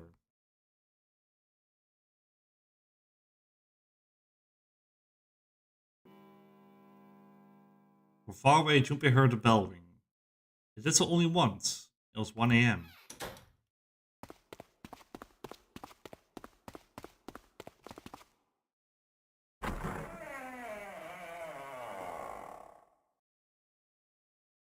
He jogged through the entrance of the large hospital room to find 6 of the others already there. Ace, Santa, Clover, June, Seven, and Lotus. They gathered in front of door number 8. Or perhaps to be accurate, they had gathered in front of the red next to door number 8. And one of them found the missing piece? What happened, guys? It was June who answered him. Junpei, look. Just pointing at a rat. He pushed through the others until he stood in front of it. Immediately he knew what she had meant. The display on the front of the rat reads vacant. Junpei sighed. Come on guys, who was it? I thought we were supposed to yell if we found it. Well, Junpei wondered why she was hesitating. The others looked as confused as June, but kept their mouth shut. What the hell? What's up with you guys? They all knew something he didn't, and Junpei wasn't about to leave things that way. Finally, Lotus frowned and spoke. Well, that's the thing. We don't know. You don't know? When I got back, it was already like this. There was no one else here. That means I was the first one back, but the missing parts were already back in the red. We looked at the bottom of the red again, just to make sure. The slot that had been opened at the bottom was now covered with metal. Clearly, whatever had been missing had been returned. What about the other 2? They are the same. Let me quickly examine the other 2 boxes. Satisfied that they were also repaired, but still very confused, he returned to the others. Alright, I just want to be sure here. Nobody has any idea what the hell happened here, right? Ace and June nodded silently. Seven raised his hands as to say, not me, and Santa just shrugged. Only Clover lowered her head and did nothing. Huh?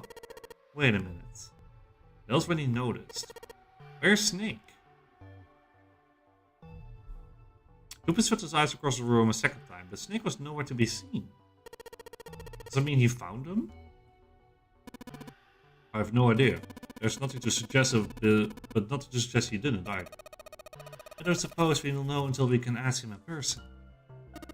Well, whatever he did or didn't do, he's pretty damn late. What the hell is he up to? maybe he's lost. Yeah, well, that seems likely. Dude can't see. I don't know how to get around in the first place. Clover raised her head. No, that's impossible! Suddenly she was shouting. Yeah, my brother's blind, but he's got really great hearing. He can get around as well as anyone can see. So he couldn't get lost. That's impossible. Clover had started to shake, and the knuckles of her hands had gone white. She spun around, but before she did, Junpei noticed tears welling up in her eyes. I'm gonna go look for him. The words were barely out of her mouth when she began to run. Hey, hold on, Clover, wait! Junpei cried out to her, but he was too slow. She kept going, and before anyone else could react, she was gone. Damn it. What should we do now? Well, the rat is working now. No, we're not leaving 2 people behind. We should go look for them. Oh man, this ain't good. Oh yes, what an excellent idea. We just waste a bunch of time looking for some piece of electronic junk. Now let's waste some more by looking for a cute couple of idiots. Then remain here if you feel you must, but there's no time. We've only 5 hours left. Junpei and the others nodded to one another and took off in a run. In front of the stairs that led to B deck, they decided to split up. They quickly assigned search areas and went their separate ways. Soon, only 2 of them were left. Those 2 were Junpei and June, who had been a few steps behind the others. Alright, we should go too. Yes, let's go. But where should we start? Let's see. I think this is the same as last time, I believe, so... Pick the casino.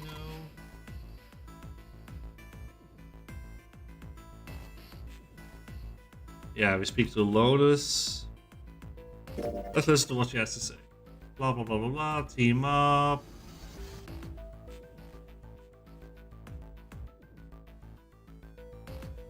Talking about what options we have for the numbered doors. We already know this from last time. Where to next? Hallway with all the rooms. Check out the hall with all the doors. Look off and run down the stairs.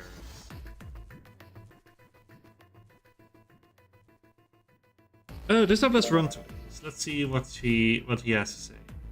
In the footsteps, he turned to greet them. Oh, hello there. Snake is, well, that's obvious, isn't it? I assume you haven't found him yet either. They nodded. I really wonder where he could have gone. Or wherever he has disappeared to, we must find him quickly as we can, for Clover's sake. Right. June's face looked kinda enraptured. By the way, do you know Clover and the Snake are really siblings? Oh, why would you say that? Why would you say that? The question seems somehow odd to you. No? Why? Well, it's obvious, isn't it? They don't look like it at all. Ace looked at him for a moment and spoke. Yes, you know, now that you mention it, they don't. Now that you mention it. Still, there are a great many siblings who do not look like one another. It certainly isn't rare. Junpei wasn't sure why, or even if he was seeing what he thought he was. But he could have sworn that Ace's face tightened as he spoke. But anyway, we must find the Snake as soon as possible. The clock is ticking. We really can't afford to waste any time. Very well, let's get back to the search, Harry, shall we? And leave this area to me. Alright. Let's go, Junpei. The Junes urging their left. As by a stair between Miles and Turmoil, there's so much to think about, but no, would have been to put aside for now. As Asa said, finding Snake was a top priority.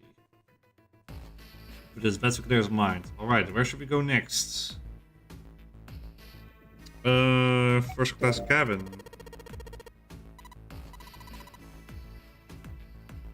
That's our B deck. There's Clover. Let's talk to her. Leave me alone. Blah, blah, blah, blah, blah. Then let's go back. What should Junpei do? Talk to him. What are you doing? Watching the bell, checking out the reds. I'm saying the same. Who do you think fixed this thing?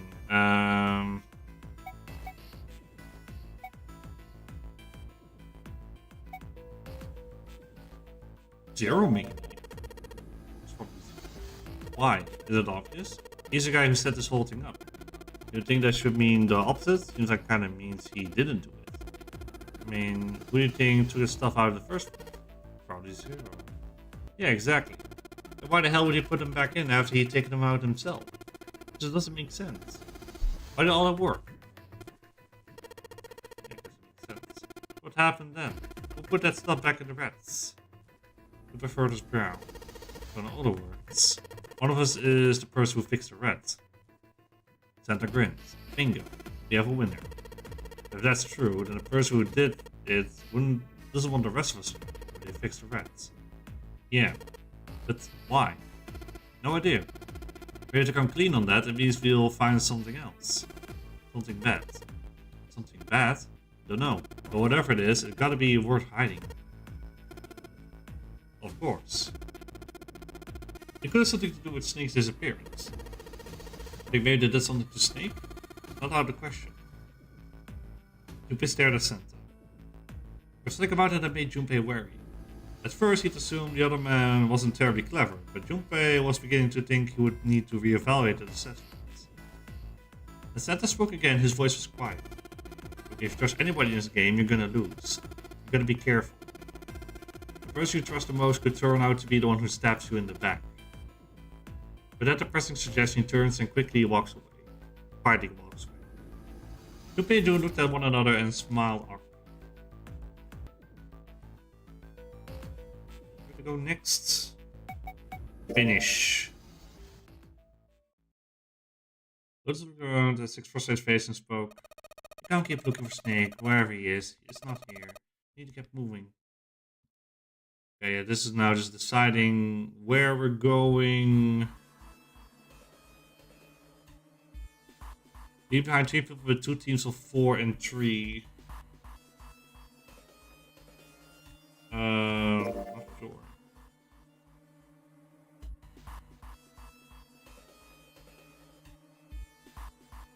It's too cruel leaving people behind. Blah blah blah blah blah blah blah. Just do it. Ah, it's so great that I can skip through the text for the second playthrough. Yeah, Ace is sitting this one out.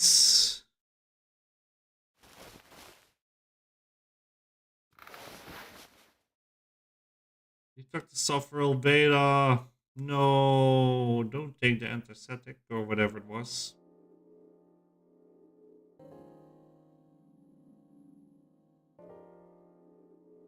Okay, this time we go through door 8. I think I'm gonna go with door 8. Okay, 8 it is. Yeah. Alright then, that means June's gonna go through 7. What? Why? What?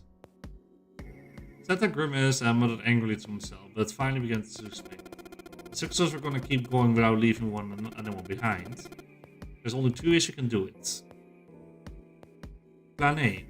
Go to 7 with 358 and go to 8 with 467. Plan B. Go to 7 with 457. Go to 8 with 368. Plan C. Go to 7 with 367. Go to 8 with 458, which is what we're going to do. And that's it. Those are our only options. In other words, 3 and 4, 7, 8 can never go through the same door. You get it now? As Santa finished, June looked over at Junpei, tears welling up at the corner of her eyes. Oh no. You're saying we aren't going to see each other again for a long time? Junpei felt such as June did. He wanted to be at her side through whatever trials he was preparing to face. But he knew they were going to survive, he had to swallow his feelings. In order to fix 6 of them to move forward, he and June had to be separated. He looked at June. He was scared to lose her, but he swallowed, steeling his resolve, and did his best to smile. Hey, come on, you make it sound like we're never going to see each other again. We're going to split up, but only for a while. It's just like when we went through the 4 and 5 doors, remember? We got split up then too, but we all met back up. I'll bet 7 and 8 are just like that. You mean they're connected somewhere? Yeah. Probably. Probably? Didn't sound very hopeful. It was Seven that interjected. Sure, they're gonna connect somewhere. Why? What makes you think so? If they don't connect, neither team can go through door 9. In other words, the game would end right here. He's been on top of his shit so far. I don't think he'll blow it now. I'm damn sure the son of a bitch wants to have his fun as long as possible. He's not gonna end this game until we get through the 9 door. June said nothing. The tears were gone, but the eyes were still sad as they looked at Junpei. He met them, and with the reassurance he could manage, laid his hand gently on her shoulder. Everything's gonna be fine. We're gonna see each other again. I promise. June bit her lip and gave him an almost imperceptible nod. Yes. Promise? Her voice was barely above a whisper. Santa's voice shattered a moment. Oh, you guys are done, right? He stretched and continued. Anyway, that's pretty much it. Clover and I will both go into separate groups. I figured I'll take 7 and Clover can take 8. Any problems with that, Clover? Clover looked away and was silent for a moment. Whatever. It was more of a dismissal than an agreement, but Santa didn't seem to care. Alright, ready to go then. Let's move. At Santa's command, the group split and headed for the respective doors. Santa, 7 and June walked toward door 7, while Clover, Lotus and Junpei headed for door 8. For a long moment, they stood in front of the door. Then Lotus laid her hand against her chest and turned to Junpei and Clover. Are you ready? Yeah. Yes. Then shall we go?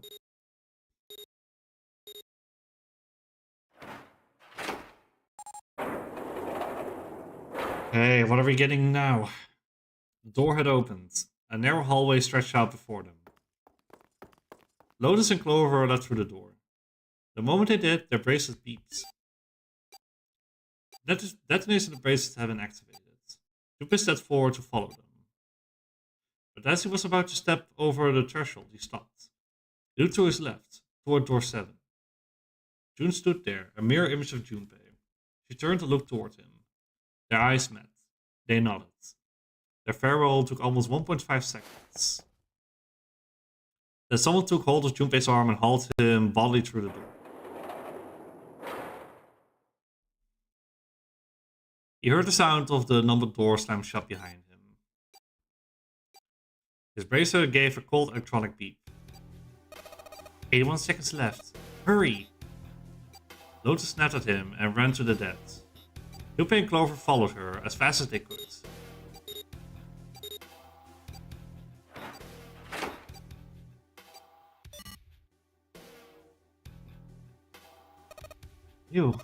It stopped. With a shaking hand, she wiped a few beads of sweat from her forehead. Clover, however, was calm, aloof perhaps. Pointless. She muttered to herself without emotion and began to walk down the hallway, leaving behind the confused Junpei and Lotus.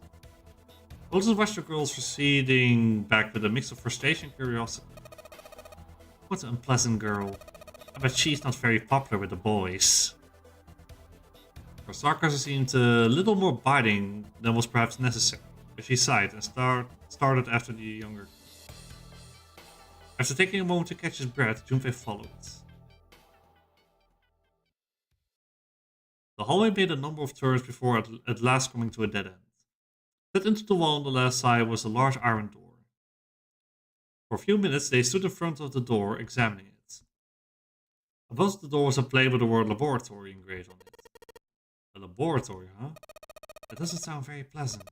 I don't like the look of this place. Me either, but there aren't any other doors. It's not like we have a lot of choices. Junpei.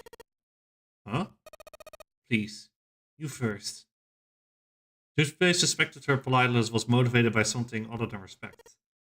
Ugh. Junpei muttered to himself and pushed open the iron door.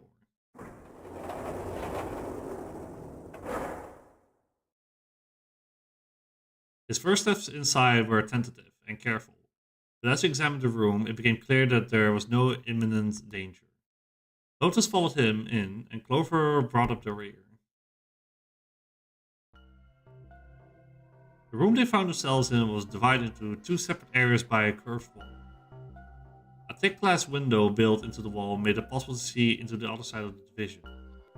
We walked to the window and looked through. What the hell? Wasn't sure what else to say. In the center of the room, shaped like a quarter circle, a mannequin laid on what looked like a medical exam table.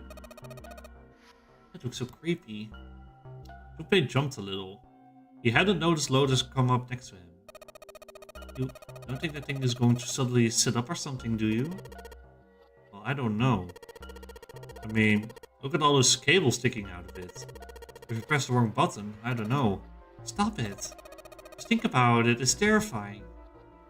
She was gripping her arms, the knuckles on her hands white. It was then that Junpei noticed Clover. She was still standing near the entrance of the room.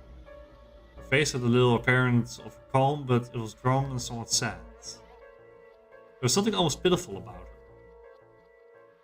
Junpei walked over to her and, as kindly as he could, spoke. Are you okay? Clover looked away. What are you talking about? What? I'm just worried about you.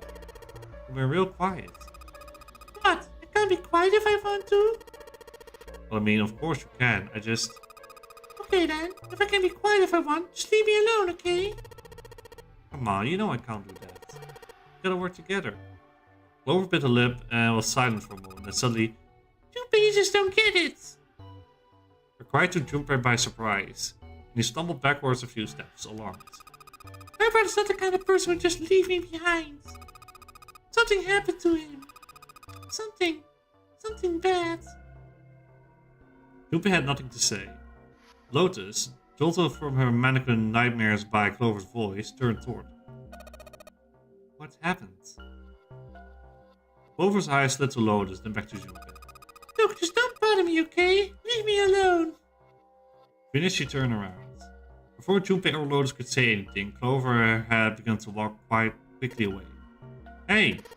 Wait, Clover! Hold on! Might as well have been talking to a wall for all the notice she took of his cries. Not even slowing down, she made for a doorway cut in the wall in front of her. Without even slowing down, she passed through the doorway. Ah, shit.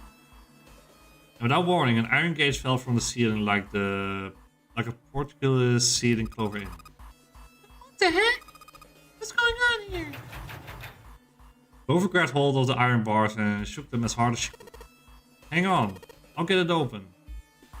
Junpei grabbed the bars and pulled. In a moment, Lotus joined in. The three of them pulled as hard as they could, but...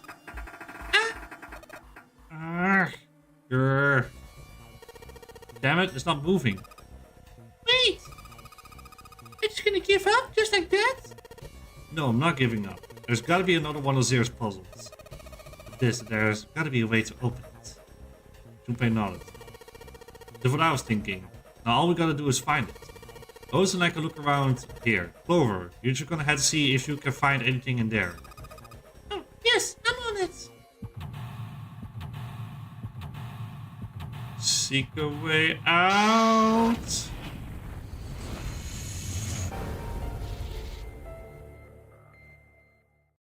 Okay, the lab.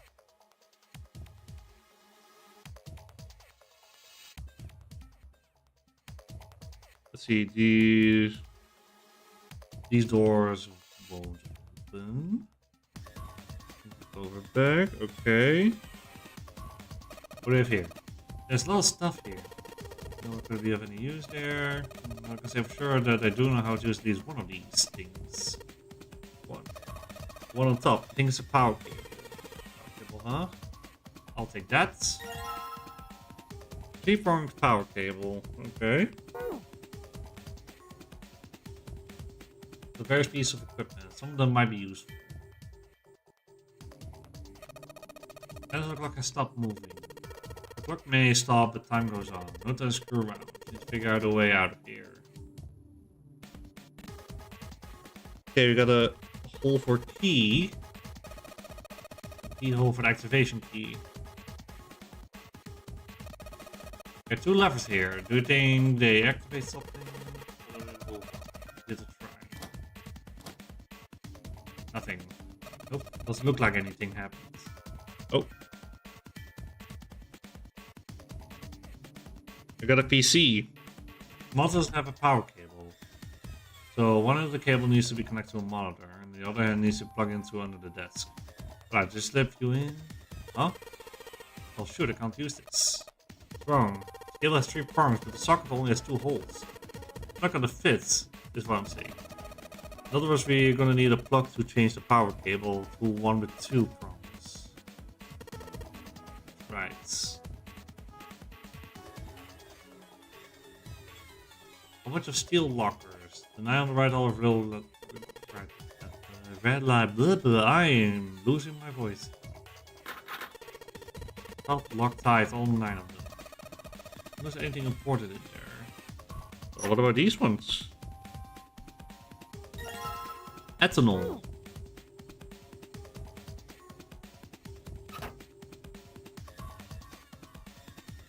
Well, that's all there is in those 9 lockers. Okay, Junpei.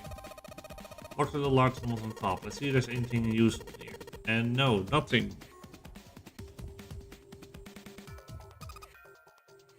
Junpei, there's something, please. Figure out how I'm gonna get out of here. Why don't you look for something, bitch? Don't make me do all the work. For God's sakes. It was connected to one such thing as a room with us outside. It's to a laboratory where cloak. There's a device in the laboratory.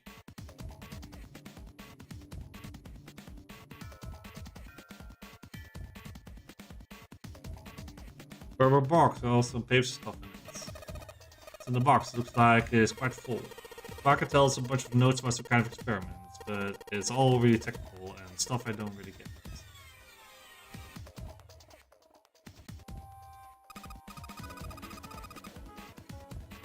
Okay, let's maybe look to the window. Okay, we can check in here. Can we instruct Clover to do shit? Okay, the part of it is all black. Pen line over there. I think someone probably used it to make the table black. Also, depending on the part of it, there's probably something underneath all that pen. Clover, do you think you can erase it? Yeah, sure. Oh, this permanent marker.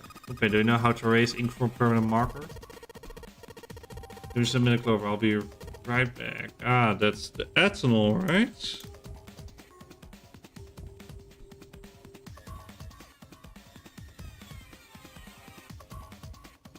Okay, so now we bring it over to the bars here. Clover uses ethanol. You should be able to wipe out that permanent ink with it.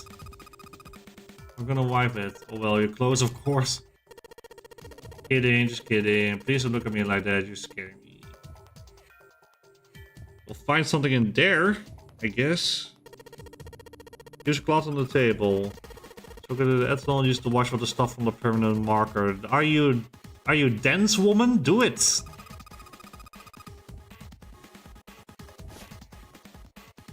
She's got a cloth. Seems to be having a little trouble with the ball of ethanol. Okay, I should ask her to get to work on the stuff on the table. Go to cloth ethanol and the base working. It's wiping the permanent ink off. Huh?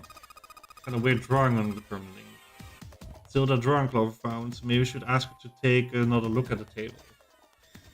Oh my god. There's a bunch of numbers and some kind of grids. Can't see it from here.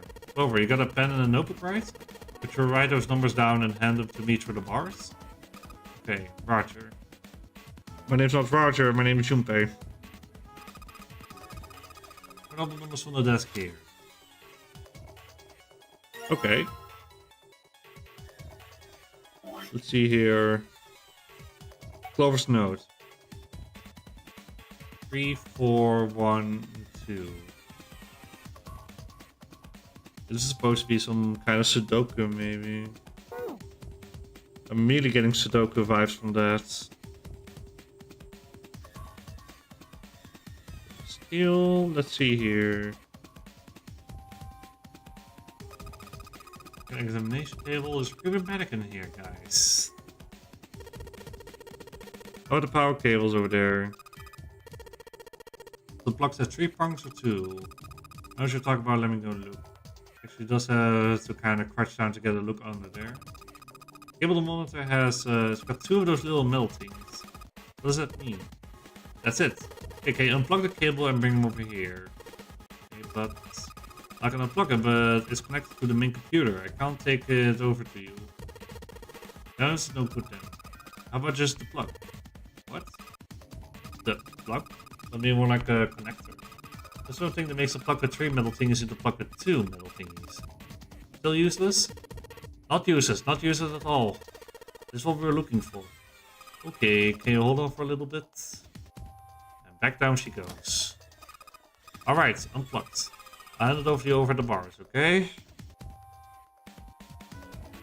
Give me that shit. Go to unplug, things. Combine it. True prong power cable. Now let's go boot up that PC, baby. True prong power cable in my hands. Pretty sure this will work. On the desk I go. Let's just plug this thing into the monitor. That's how to do it.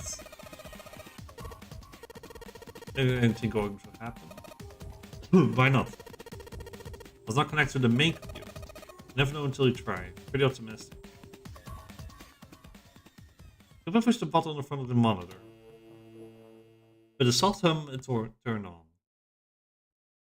Streams of letters that made no sense to Junpei began to scroll across the screen. He had hoped it would turn on, but he hadn't expected this. Huh? It's actually working? So it would seem. Isn't that kind of weird? What? Was not connected to the main computer, right? There's just his keyboard and monitor. The only cable connected to this thing is the power cable we just plugged in. So why is it working? Maybe it's a wireless display. Clearly there's a reasonable explanation to Lotus. Wireless display? Yes, it connects to your computer wirelessly. Hence the name. They've been living in a cave, Junpei? It was certainly had not, but is that normal? Yes, at least where I worked. As I spoke, the lines of letters suddenly stopped and disappeared. The only thing left on the screen was the word pass, followed by a colon. Looks like we need to enter our passwords. Again? There must be a hint around here somewhere. Could you go take a look? Yeah, I'm on it. What are you going to do? Let's see if I can do something about this on my own. On your own? Yep, on my own. Lotus pulled over the nearest chair and dropped herself down onto it, in front of the keyboard. For a second, she stared at the screen. She kneaded her hands, knuckles popping and twisting her back left and right. Alright, let's kick some ass. Okay, that screenshot goes kinda hard, actually. I need to save that later. Me logging onto my computer. Lotus smiled to herself and rubbed her hands together in anticipation. Then before Junpei had time to blink, she was typing at incredible speed. The click-clack of the keys running together like machine gun fire. What? Junpei was, for once, at a loss for words. Didn't expect that, did you? Of course I didn't. What kind of job do you have? What are you? I'm unemployed at the moment. I used to work for a cybersecurity firm, but I quit. Why? Lotus blinked. Huh? Oh, it was just something. She stopped typing for a moment and her face fell. There was not an avenue of questioning to be pursued, Junpei realized, and quickly shut his mouth. Lotus' fingers began to move again, and in a few seconds she was back at speed. As she typed, more letters and symbols that meant nothing to Junpei began to pour across the screen. What are you doing now? We're going to try and brute force it. Brute what? A brute force attack is... Well, the short version is that I just attacked the thing head on. The long version... Without looking up or slowing down, she began to explain. A brute force attack is one of the simplest ways to break a cipher, she told him. It checks every possible combination until it finds the right one. For a complex cipher, it can take a very long time. The thought of doing something like that made Junpei feel tired, but Lotus began explaining that she was writing a program that would run such an attack on its own. It's not the most elegant solution, certainly, but given the circumstances, there isn't much else I can do. Even as she talked, her fingers never slowed or missed a key. Junpei couldn't help but feel a little odd. Oh, but back to what we were talking about earlier. What we were talking about? The wires display. It's kind of strange if you think about it, isn't it?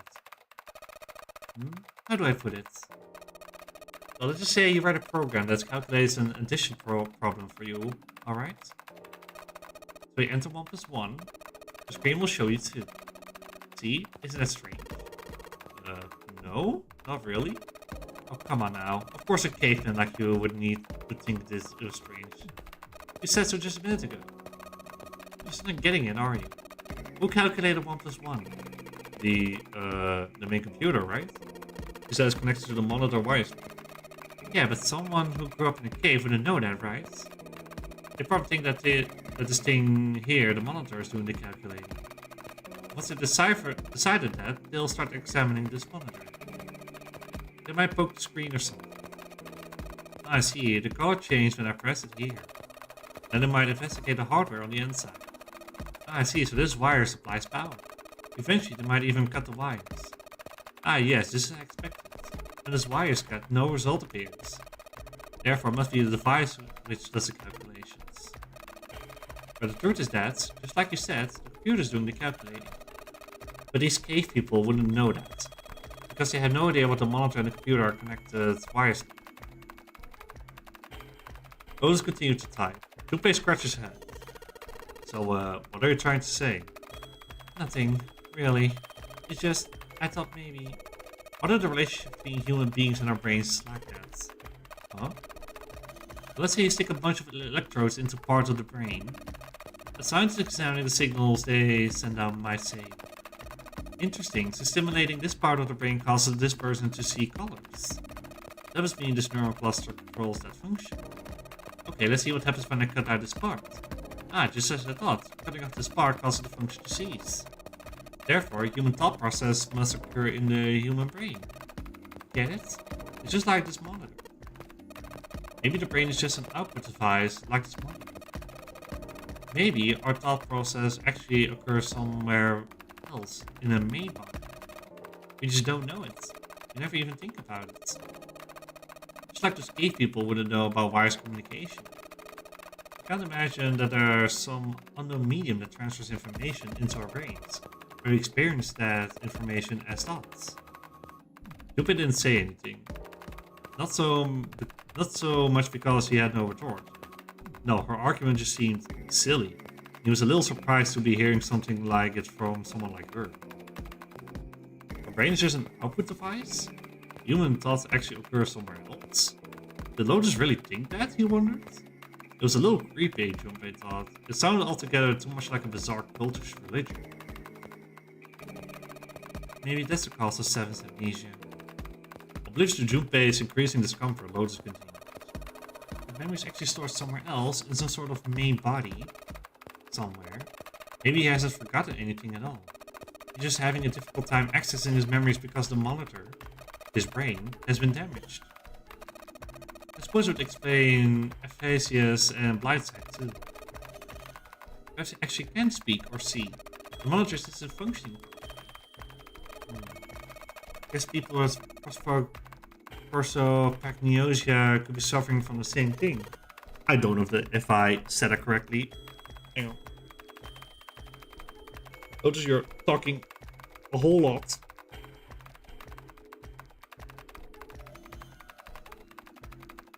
A lot of technical jargon. Ugh.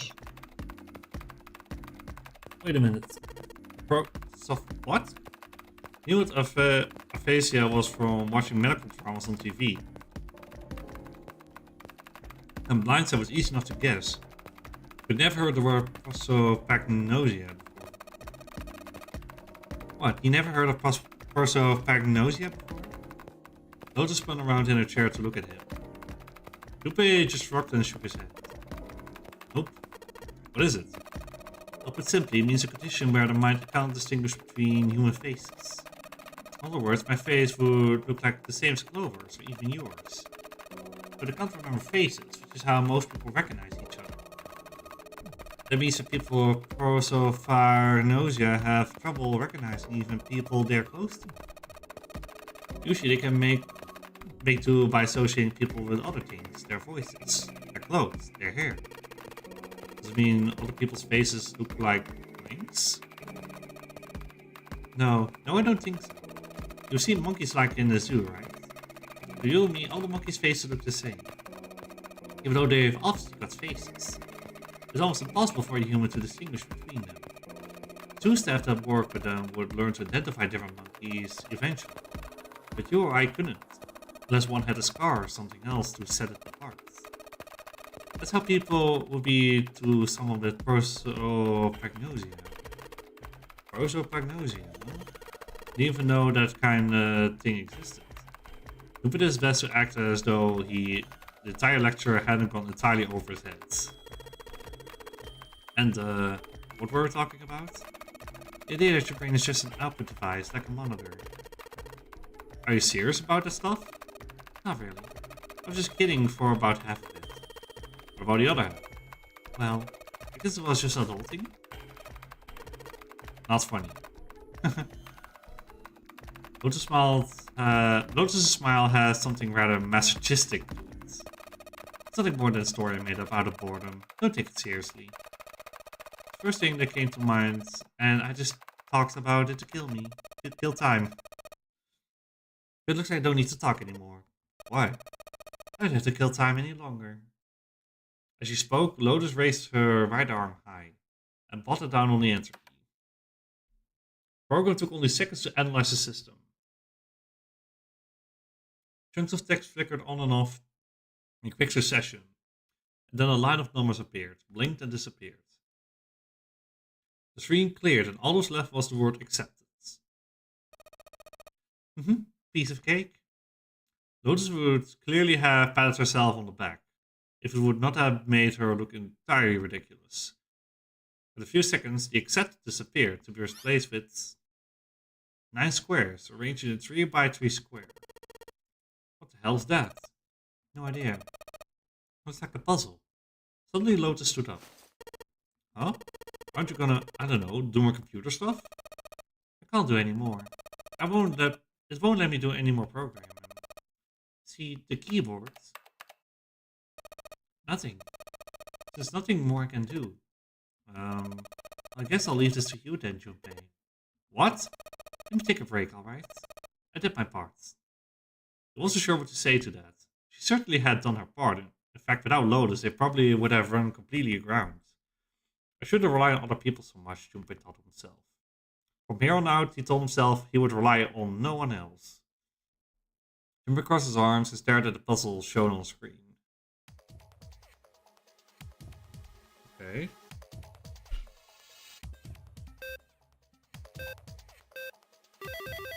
Oh, there we go. This is literally the solution what Clover gave us. Alright, solved it. Did you hear noises now? Yeah, I did. It sounded like something unlocking. Where did it come from? Maybe the lockers? Look, Junpei. The lights on the lockers are green. They must have unlocked it with the computer puzzle. There's more than one key in here. This one is small. Looks like it goes in some sort of machine. This one has an Earth symbol on it. I think the Earth symbol matches a key on the door on the A deck. If that's the case, we probably don't need the Earth key right now. Alright then, Earth key. I'll just tuck you away deep in my pocket. Now as for the other key. The activation key. It was just at that moment that he heard a voice behind him. It was Clover. Hey, Junpei, do you have a minute? Put the puzzle aside for a moment and walked over to Clover. What's up? I wanted to ask you something. Junpei, you went into door 5 with my brother, right? Did you say, like, anything weird? Why she asked me this? Junpei wondered. The more he thought about it, however, the more it made sense. Snake had been gone for a long time. Clover was quite attached to her brother. Of course she would have been worried about him. He thought back to when he had gone through door 5, hoping he might remember something, even a small something that would help him. However, sorry, Clover. I can't really think of anything. I mean, he did mention his hearing exceeded that of regular person, or something like that, but that's about it. Okay. Those words were barely audible. She nodded vaguely to Junpei and turned to walk away. Hey, wait a minute. Hmm? Look, I don't know if I should ask you things, but if you don't mind, I was hoping if you could tell me if, is Snake, was he born? You talking about his eyes? Yeah. No, he wasn't born blind. When he was a kid, he got in an accident. A really bad car accident. He couldn't see after that. And his arm. His arm? Yeah. My brother's left arm is, it's not like a normal person's arm. It's fake. It's not a real arm. The accident hurt him really bad. To save him, they had to cut off his arm. Is that all you wanted to ask me? Talking about her brother had clearly taken a great deal out of Clover. Junpei nodded. Look, I'm sorry for making you talk about all the painful stuff. DM me a meme? Oh god. Let me check. Chocolate, that's amazing. If you want, feel free to put it in the server. If you don't mind, I would love to show that later as well. That's amazing. Wait, maybe I can do it right now. Let's see, let me download this first.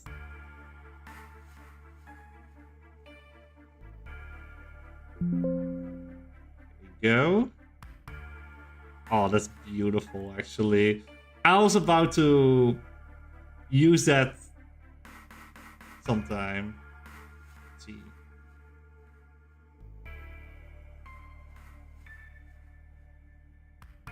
Okay. Why is the opacity so fucked up in this? Hang on.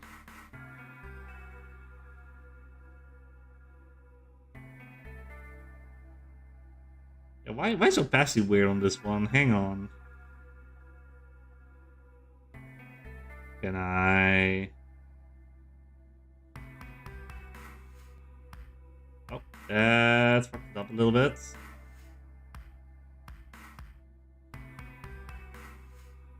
Okay, for some reason that's not working. Let me just close this for a second. It's a bit dark, but yeah, I should do it. My mom asked for your computer and you're constantly peering over her shoulder to make sure she doesn't get anywhere near your search history.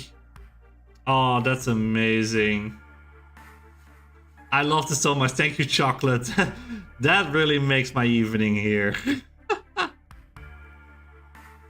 Yeah, I'm gonna make a variant of that someday as well. After I'm done. Let me get...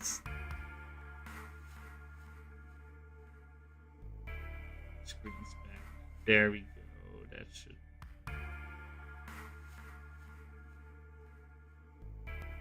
That should be good now.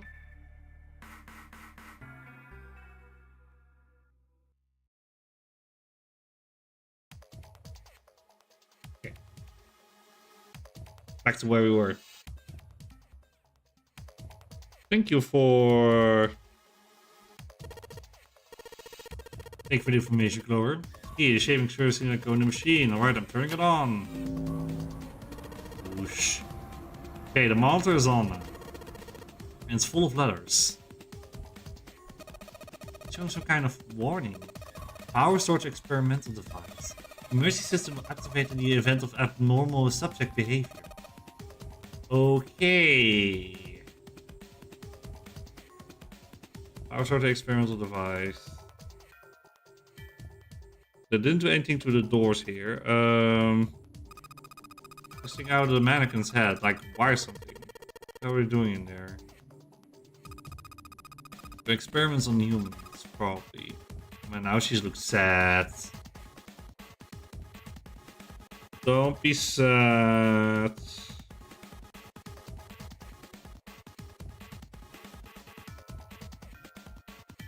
Okay, we can't do anything with the levers. Got it.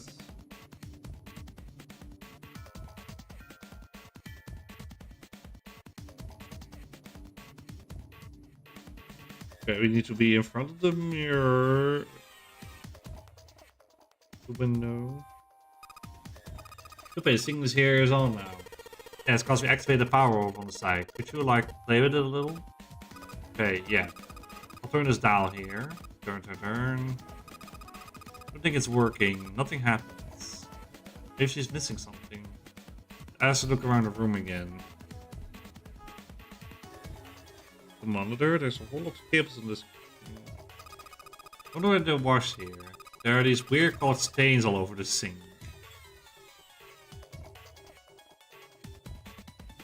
Turning from the table already. Man can lying on the center table. I can't really see very well from here, but it looks like there's a bunch of electrodes sticking out his head.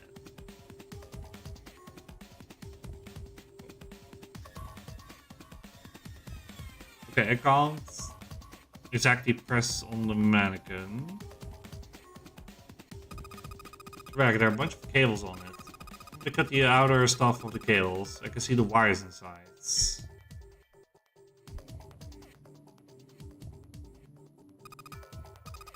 Stupid, thanks so much for everything.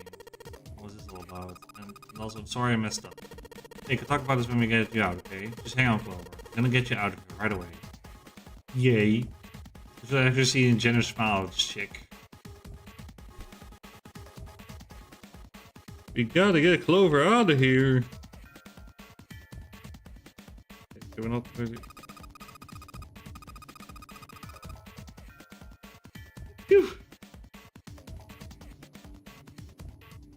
Ugh. Oh man, that was a heavy one. We increase the voltage. Go to all the way to max voltage. Max voltage? Hey, wait, Clover. Oh shit. Well, what? I think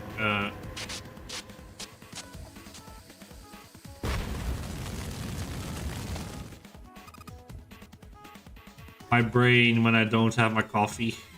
Oh my god, the mannequin's head. Oh man, this sounds like a fire alarm. God, what in the hell? Fire detected, fire detected. The emergency system will be activated. Evacuate the room immediately.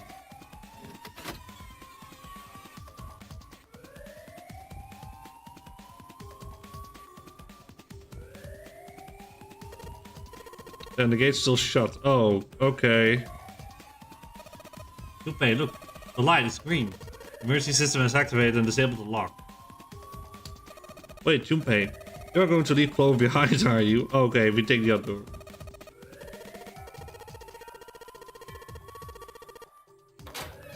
Okay, we take this. Oh, wait, that's the other door. Junpei. Come on, kid, jump. You're safe. Man, smoke is a serious business. Time to close the door again, I think. Clover, are you okay? Are you hurt? Damn, she's coughing so hard she can't even talk. Of course I'm not alright. What the hell took you so long, you big jerk? I was almost dead.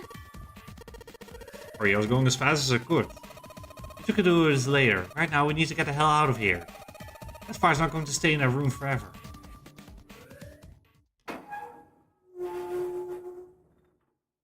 I guess we escape? Alright then.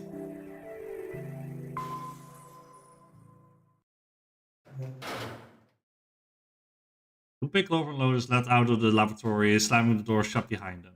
All three collapsed against the wall, breathing heavily. Junpei's heart was pounding in his chest and his whole body felt weak. He inhaled gulps of clean air, and with each one he could feel his body begin to calm down. Alright, let's go. They nodded to each other and started off down the hallway. Before long they found a few new doors, but all of them were locked. Soon they had tried all of the doors but one. The final door sat in the corner of the hallway. Junpei grabbed the door handle and was about to pull it open when a voice cried out behind him. It was neither Clover nor Lotus, but he recognized it. There was no doubt the voice belonged to Junpei. He spun around. There, at the other end of the hallway, Junpei saw human figures running toward him. 3 of them. June, Santa, and Seven. They stopped short in front of Junpei and his companions, gasping for air. Hey, what are you guys doing here? What? But we didn't... Before we could finish, Clover spoke. Guys, could you come over here? We're standing near the end of a small hallway that branched off to the right. The rest of them ran over to her, curious as to what she's found. There was something on the wall at the end of the hallway. Map of the ship's interior. It said sea deck on the upper left corner. Most likely they assumed it was the map for the floor they were on. Door 7 and door 8. The map confirmed what they already knew. Both doors eventually led to the hallway where they found themselves. In fact, yeah, isn't that what like I said? Till we find that 9 door, Zero ain't gonna split us up. We might get separated for a little while, but we'll see each other again. Otherwise, we can't open door 9. That's how the Notary game works. Junpei looked at the map of the ship's interior again. As he looked more closely, his surprise and excitement gave way to wariness. One by one, the others saw what he had seen. As one, they all moved back toward the door Junpei had only a moment ago been ready to open. He pulled the map from the ship's interior off the wall, but put it in the pocket and followed the others. The 6 of them stood in front of the door, arrayed in a semicircle. Santa stepped forward. He took hold of the door and spoke, without looking back at the other 5. Ready? I'm gonna open it. They nodded their silent assent. With a deep breath, Santa threw open the door.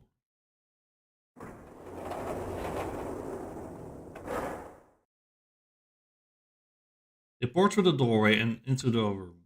Everyone without looking around, each one of them knew where they were. They were just where the map had said they would be. The same room they had been in not so very long ago.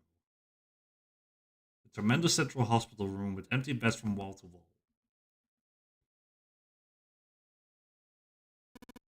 I see. I believe I understand what you're saying.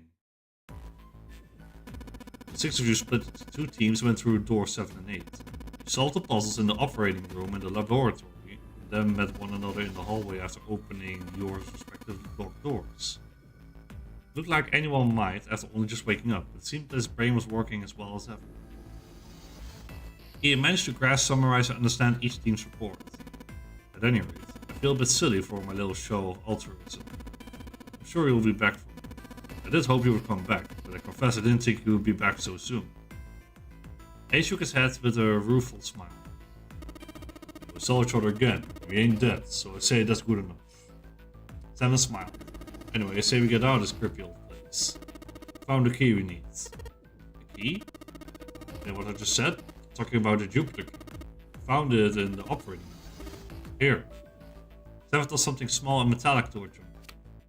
He caught it and found that the object was a key. On it, someone had engraved a symbol very similar to a 4. He looked over at June, who nodded back. It had to be the Jupiter symbol. Gonna let you hold on to that, alright? Yeah, got it. Well, I've got something for you too, then. Here. It's a Saturn keycard. We found it in the kitchen. I might lose it. It's probably better if you hold on to it. That way it won't be my fault if it gets lost. And with that, she pressed it into Junpei's hand. He felt slightly less than honored. As a group, they now had 3 keys that had not been used. The Earth key, which had been found in the laboratory. The Jupiter key, which Seven had just handed to Junpei. The Saturn keycard, which Lotus had just handed to Junpei. Junpei took the new keys into his pocket. June spoke up. The Jupiter key is supposed to be for the door at the end of the long, straight hallway, right? Yeah. The map's right and it connects to the central staircase. That's next to the stairs. Wait! They were the first words anyone had heard out of Clover in quite some time. Her face suggested they weren't going to be very happy with it. Door 3. Look, you saw the map, right? It's the same as 7 and 8. It just leads back to the big hospital. There's no point in seeing what's on the other side of that door.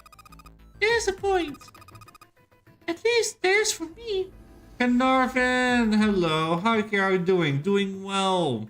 We are blazing through our new route. We have gone through different doors so far, doing different puzzles. We've gone through the first class cabin, and we've also been through the laboratory. There were tears in her eyes, but she glared at Seven as hard as she could, just the same. She looked very much like a frightened puppy. There wasn't a man inside who could have resisted those eyes. Sev looked everywhere in the room, except at Clover, and muttered and coughed apologies under his breath. Yeah, you're right. I'm sorry. Take by me on the other side of door 3. Clover nodded once. The next person to speak was Ace. Very well. I'll be coming with you then. I've had a nice long rest. I think it's time I was up and about it. So 7, you'll help me, won't you? Huh? Me? Cupid did the calculations quickly in his hands. 4, 1 and 7 makes 12, 1 and 2 makes 12. Looks like 7 was doing the 2. At last he gave up. Damn, well, I guess that's how it's gotta be. So I'm going with you, huh? Yes, you are. Alright, let's get moving. As over decided, Clover, Ace and 7 would discover what lay beyond door.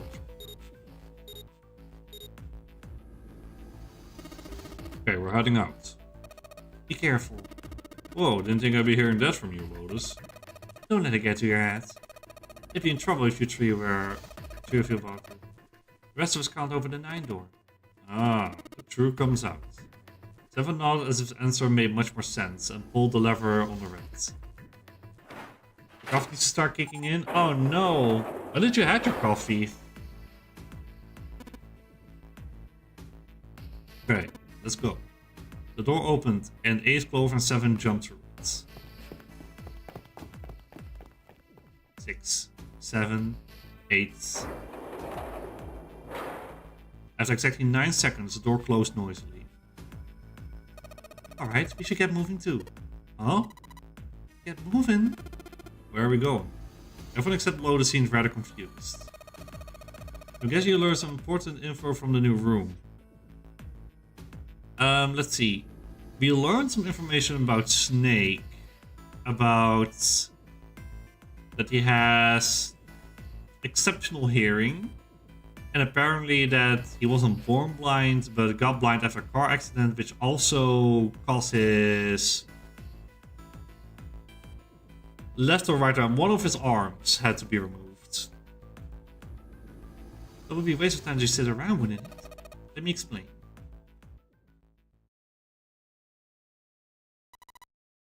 I get it. We're going to see if we can get anywhere interesting with the Jupiter key. Yes. If we are lucky, we might find Snake. They were at the end of the hallway, lined by individual hospital rooms. The Jupiter symbol was engraved on the keyhole. Alright, Junpei, open it if you please. Yeah, on it. Junpei pulled the Jupiter key out of his pocket and slid it into the keyhole. He twisted. With a nice sharp click, he felt the door unlock. Alright, ready guys? Jupiter's companions nodded. He nodded back, then slowly and quietly opened the door.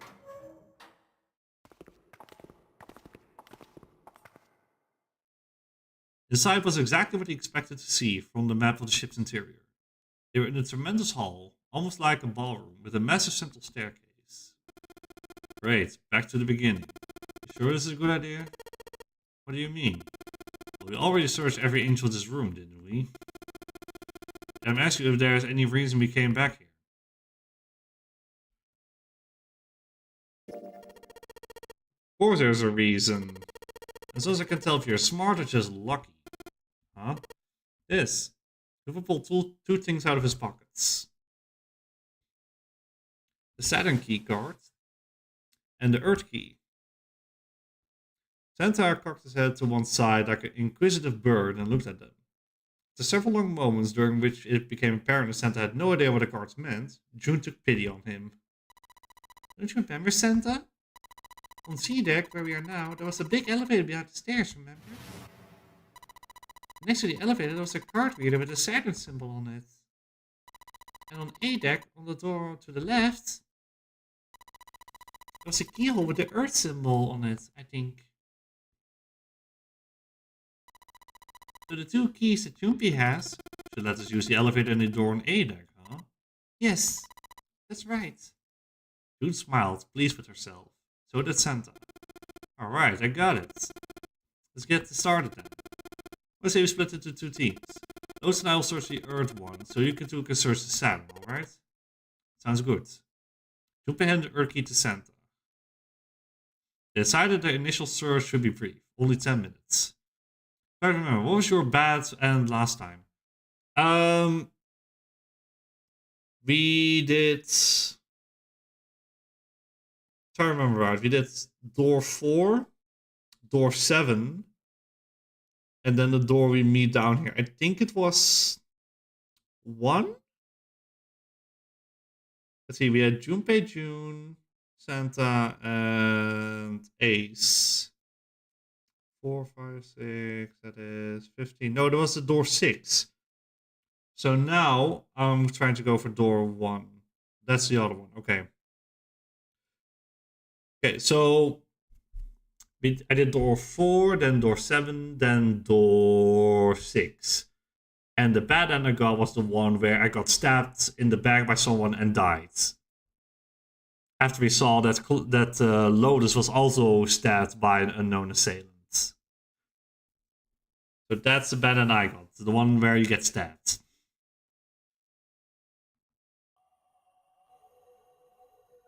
Got it. Okay, but this is the same as before, so we can skip on this part. Elevator works. Junpei's probably afraid of being locked up alone with the boy. This is thought Junpei decided she had been nervous about being locked up in such a small space alone with the boy. The way was kind of cute. Very demure, you could say, he thought. Still, even though it wasn't exactly roomy in the elevator, they weren't going to be pressed up against each other. One another. At least they didn't have to be. Still was making her nervous. Junpei couldn't help but think how innocent she was. Come on, let's go. Again, he stepped toward the elevator. And again, he felt himself restrained. I said, wait a minute. Why? Aren't you afraid, Junpei? Afraid of what? I've never, you know... She's never been in an elevator with a man alone before? Even so, she still seemed awfully alarmed. I might get wet. That's also a phrase you can take out of context.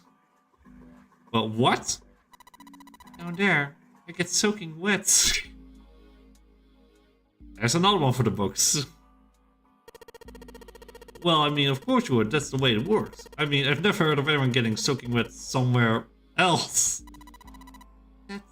That's true. You don't mind? My what? Getting wet? Well, I don't know. I think I'd probably, like it. Gosh, Junpei, you're so brave. Really? I mean, I kind of think any guy would do the same thing, What happens, happens, right? If you get a chance, you gotta go for it. That's what a man's supposed to do, I guess. You're so cool, Junpei. I really admire you. That doesn't really seem like the sort of thing you ought to admire someone for. I'm really scared. Yeah, I mean, like you said, you've never done it before. Yes. But then you'll be able to last very long, and then it'll be over. Over? Yes. I'll go to heaven. Heaven? It's kind of like you're floating in space, and your mind gets all fuzzy, like you pass out. It's never heard from people who have experienced it. Ah, yes, I've heard that too. Although I don't think the same thing happened to guys. What? Huh? But it would happen to men too, wouldn't it? It would happen to anyone. Once it gets into your body, the same thing happens to everyone. Well, I mean, usually it doesn't go inside the man. I mean, generally. Yes, it does. Eventually it will. It's not like you rarely have a choice. Your body will force you to swallow some of it eventually. What is this conversation going into? What the fuck? What are you trying to do to me? Nothing. I'm not going to do anything to you. I'm saying that that's what happens. It's a psychological reaction to what you're experiencing. Is that really how it happens? It occurred to Junpei that perhaps that was outward. Has he been mistaking all these years?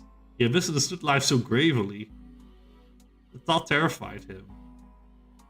Jun seemed to be entirely oblivious to Junpei's mounting confusion and terror. I know most men probably have larger lungs, but... even then, I don't think you could hold your breath for 20 or even 10 minutes. Eventually you have to breathe and then the water will get into your lungs. Once it happens, your body won't be able to get oxygen anymore, and you'll start to feel that floaty feeling as you pass out.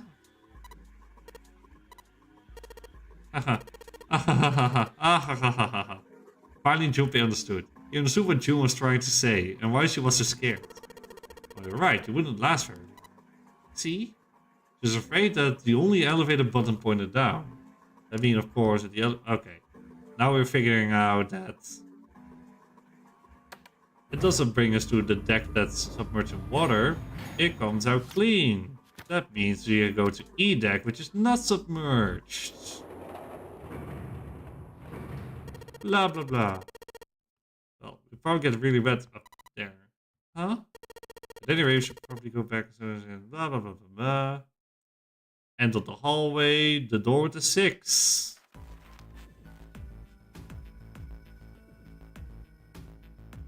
Go back. Go back here. Snake is... Snake. Snake. Snake.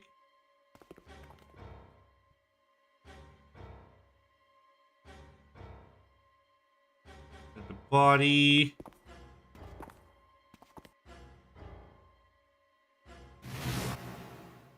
Someone's got to breathe, and there we see a corpse.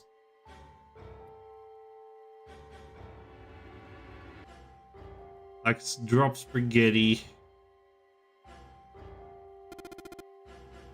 So he said just like the Nightman.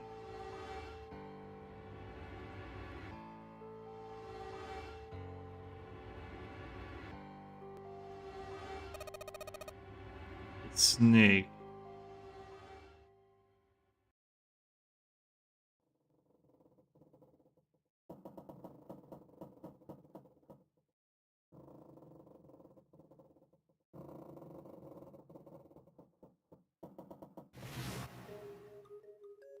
So they think then some people forced Snake into it and then made them die.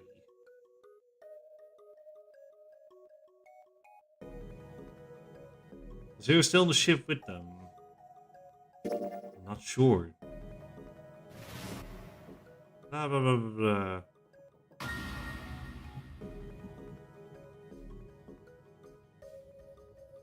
blah. Wait. I maybe should have skipped this far ahead. What is this option about? Possible? Who says who might be one of us? Oh, okay. One of us. 0. Maybe, I don't know.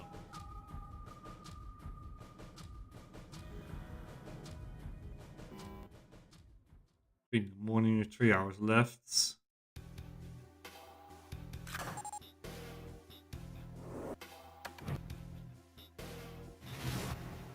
Okay, the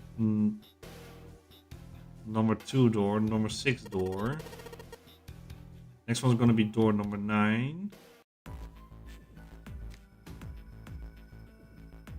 So now we choose which one we go for. 7 and Lotus fight like a bickering old couple. I want to go through door 1. My choice is door 1.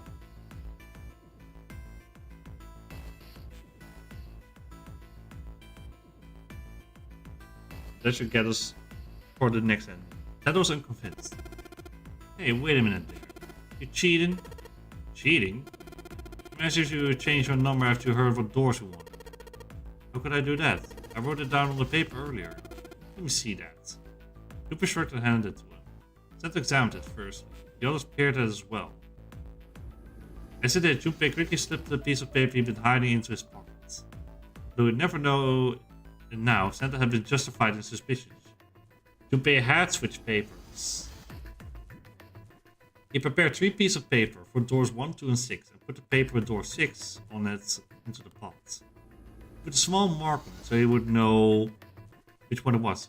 Nappy, hello! Playing the DS version. There's a Steam version of the game, Carrie. Yeah, I know, but I own the DS version, so it seemed nice to play it. I know the Steam version has voice acting in it, so that's maybe nice for people who like that. He put the paper that door 1 into his left hand and the paper that read door 2 in his right. When the drawing began, he saw it started that he drew last. The rest was easy. If he wanted to go into door 1, he'd use his left hand and his right hand if he wanted door 2. Of course, if he wanted door 6, that would be simple. All he needed to do was switch nothing and say 6 was what he wanted all along. Just confused and do love the series? Oh, nice! Glad to hear that. I'm loving the series as well. I'm playing the series a lot recently, especially with like a friend of mine. Well, what does it say? You fought the urge to smirk. You got lucky. Santa snorted and tossed the paper aside, frustrated. Very well. We decided we will go to door 1. It'll be Clover, Junpei, and myself. 1, 4, 5 equals 10, 1, 0 equals 1. The only problem is the 2 remaining teams. June and I want door 6. Lotus and I want door 2. That's not good. Idea Zero Dilemma, was that on the S? I don't recall. I know Virtue's Last Rewards is on the 3DS and on Steam. I don't know about Zero Time Dilemma though. That's not good. You can't open either of these doors with only 2 people. Fine. 7, we'll go to door 6. 3, 6, 7, 8 makes 24. 2 and 4 make 6. Sure thing. I didn't really want to go to door 2 anymore. Besides, if we got a younger girl with us, it'll lower the average age. Remember the last part series? Yeah. Right, June? Huh? Well, June was at a loss for words. Lotus was not. Pig. You just wait and see. Her eyes were the eyes of a woman prepared to kill. A shiver ran down Junpei's spine. Even as they separated at the staircase, Lotus was still muttering angrily to herself. Circumstances dictated that Junpei and June would have to part ways again. This time it didn't sting quite so much. After all, he knew he would see her again. So we find that 9 door, Zero ain't gonna split us up. We might get separated for a little while, but we'll see each other again. Otherwise you can't open door 9. That's how the notary game works. Junpei, Ace, and Clover headed toward A deck. They took out the Urk key and opened the door to the left. It opened and they walked through. It was just as Santa and Lotus had said. At the end of the hallway sat a door with a large red 1 above it. A numbered door. To the left of it, bolted to the wall, was the red. Ace went first and waved his wrist over the scanner pad. Junpei was next. Finally, listlessly, Clover lifted her arm. She leaned towards the scanner pad. The third ashtray clicked to life, shining brightly. Ace took hold of the lever. He took a deep breath and turned to Junpei and Clover. Are you ready? Shall I put it? Yeah, anytime. Clover said nothing. She nodded, little more than a lethargic twitch of the head. Very well then, let's go. 3, 2, 1. Oh, you're stuck at Clover again. Yay. The door opened. They stumbled into the room. Frantically, Junpei scanned the room. His eyes stopped on the device that would determine whether they lived or died. There it is, over there. Next to the door they come through was the dead. As long as they ran to it, they put their hands over it as they were fighting for it. You're black. You're back. Okay, chocolate.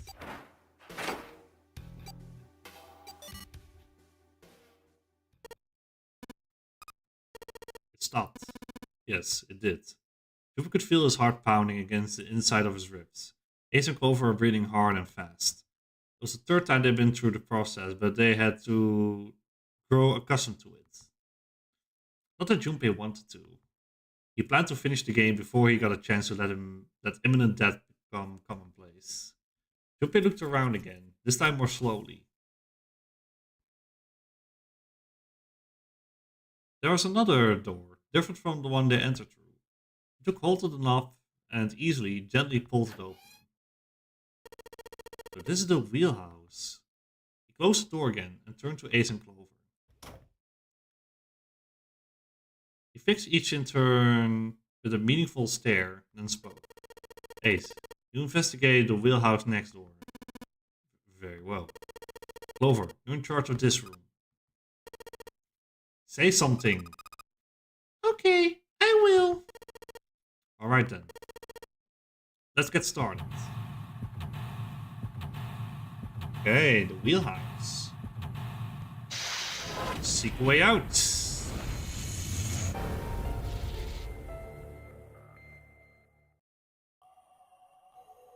Okay, what do we have here? Drawers. Stack of nautical charts. Okay. Left in the drawer.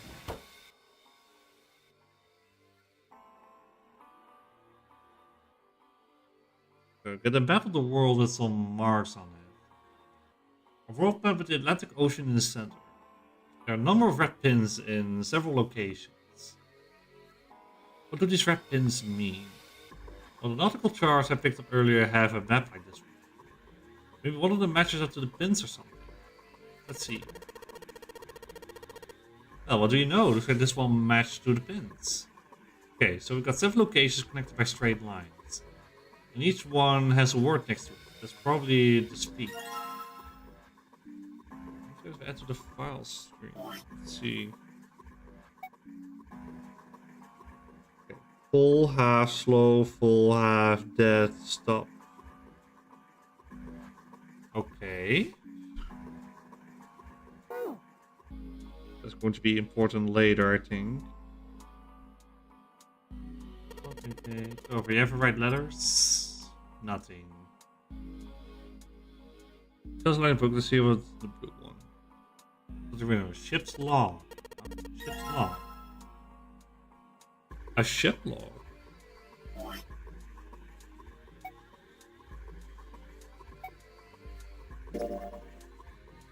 This log found in the charter room. The following is written in the last page. Release soon for a new journey across the sea. Leaving port we head south and west. We turn southwest, steer around the continent and proceed northwest. We make port, then change our heading to east for a time. And now headed due north. Soon we'll dock in the United Kingdom, the homeland of this vessel. Okay, yeah, that matches with what's written here. So from Japan to the UK, it seems. It's quite a journey.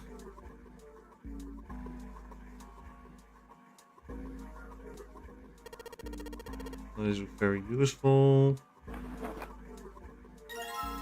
A pocket watch. Oh.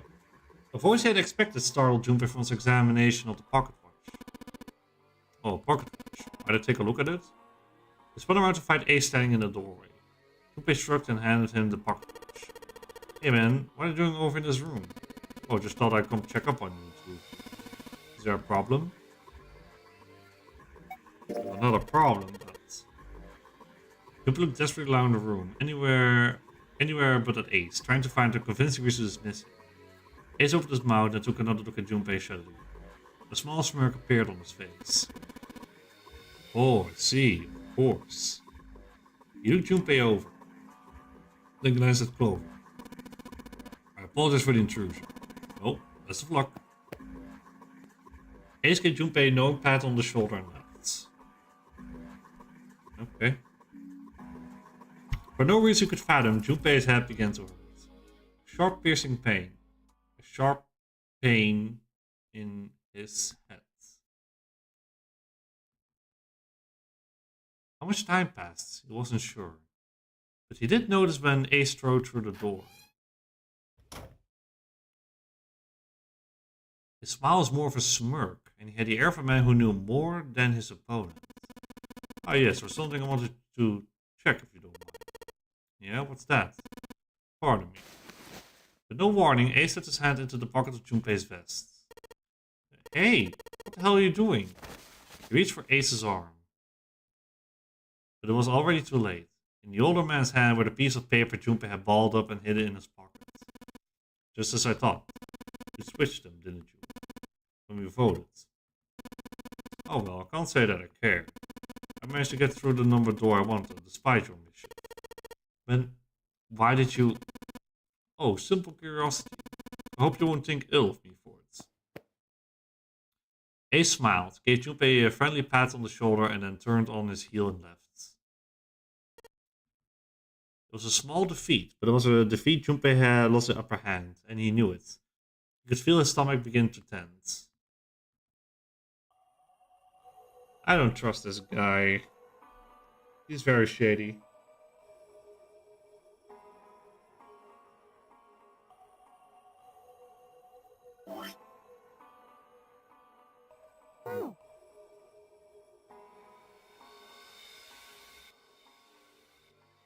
See, these drawers, nothing. Okay.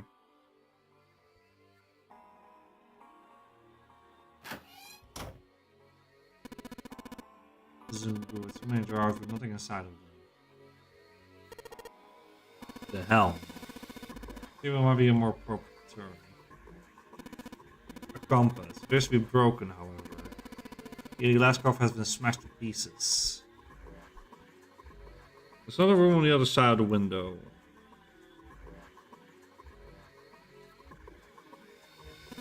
Looks like this is the only exit.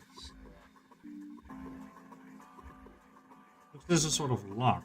It's got this weird shaped indentation. Huh? The shape? Maybe. This looks like a pocket watch would fit here. Nothing. Imagine the pocket watch is intended to go here. Or maybe to do something with the watch first.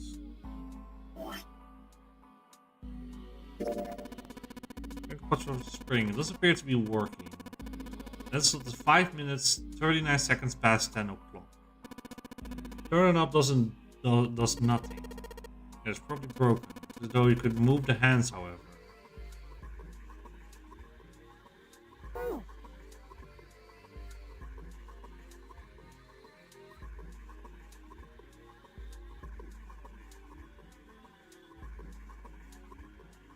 Compass behind the helm. Okay. But this doesn't point us to. I really hope you don't think that sounded cool. Oh. Needle is pointing north.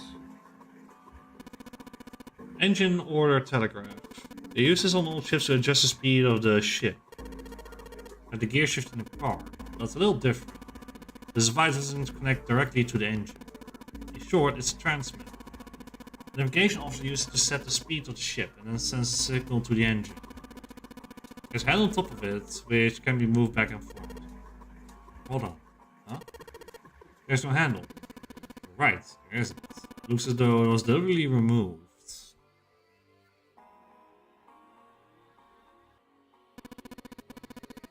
Officer uses subdue a large man like 7. What? That was a joke. Thank you, Captain Obvious. Ace, you really kind of suck at making jokes. That was rather cruel. Damn, didn't have to attack the poor guy. Steering wheel, see if it's... Whoa! Looks like the steering wheel moves. But we'll see. There's something else as well. What's that? When you move the wheel, the compass also moves. What do you mean? The ship. It's moving. Ah, tricked you, didn't I? The wheel and the compass must be connected to one another somehow. I think that's important. Let's try turning it again. Ah, wait.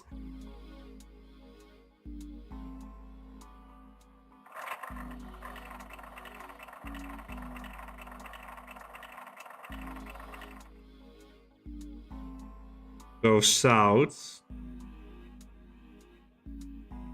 Then we go west. Then it was southwest. Then northwest. Then east. Then north. What the? The handle came off. Huh. Stupid slow are you, Zero? A handle? Depends on who you ask. It can be something else than a handle. Haha.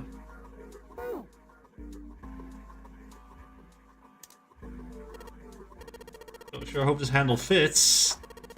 Yes, it fits. Excellent. This should allow us to operate the engine or the telegraph. Get a shot. Oh god, we need to... I need to remember the... Yeah, I know. I need to check my files. Okay, so... I think I might want to write this one down somewhere. Let me... Should have like a notepad somewhere here. Or a piece of paper at least. And a pen as well. Let's see here.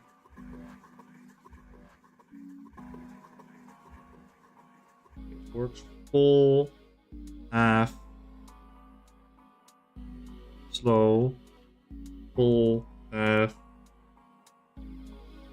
that, stop. Okay.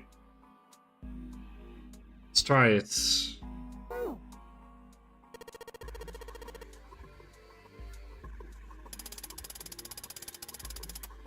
Full, half, slow. Fuck, I messed up.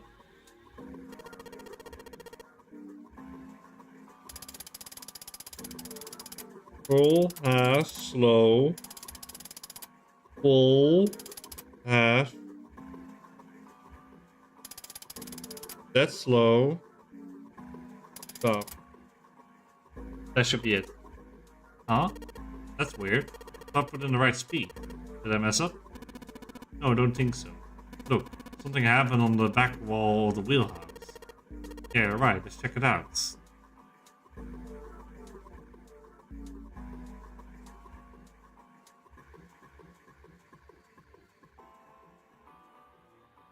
Oh, what's this here? I don't think I even checked this yet. Something on the wall that looks kind of like an arrival book. There are a whole bunch of words on the left side of the display. What the hell is this? They're names of ports across the world.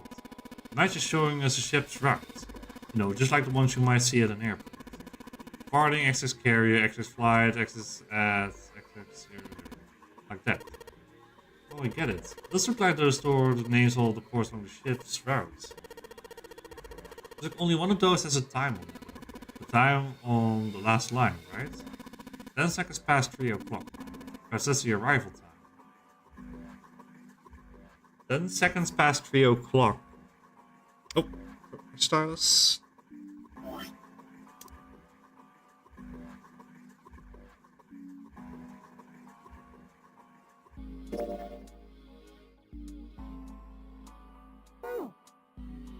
Let's have you something. I'm gonna go now. Sorry. Hope you have a nice rest of the stream. Thank you for stopping by, Chocolates. And thank you so much for the meme. I really liked it.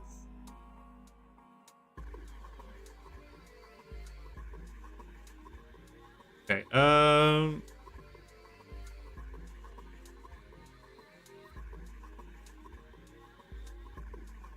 Can I not change the sound? Guess not.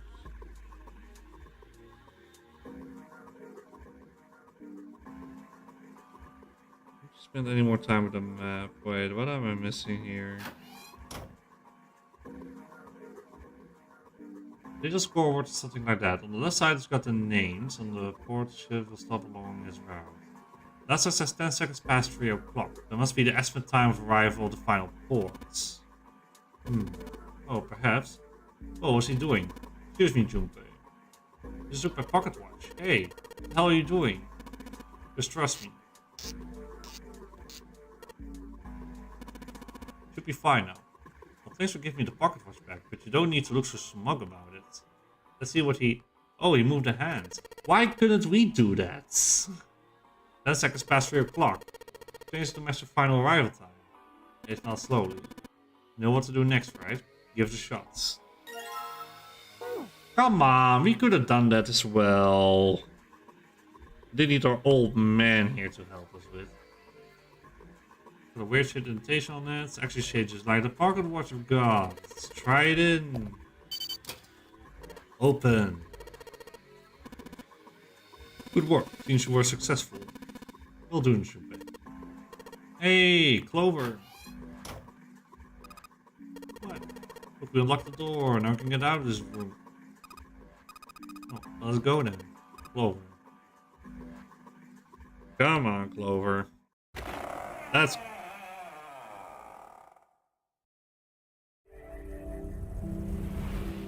You found it.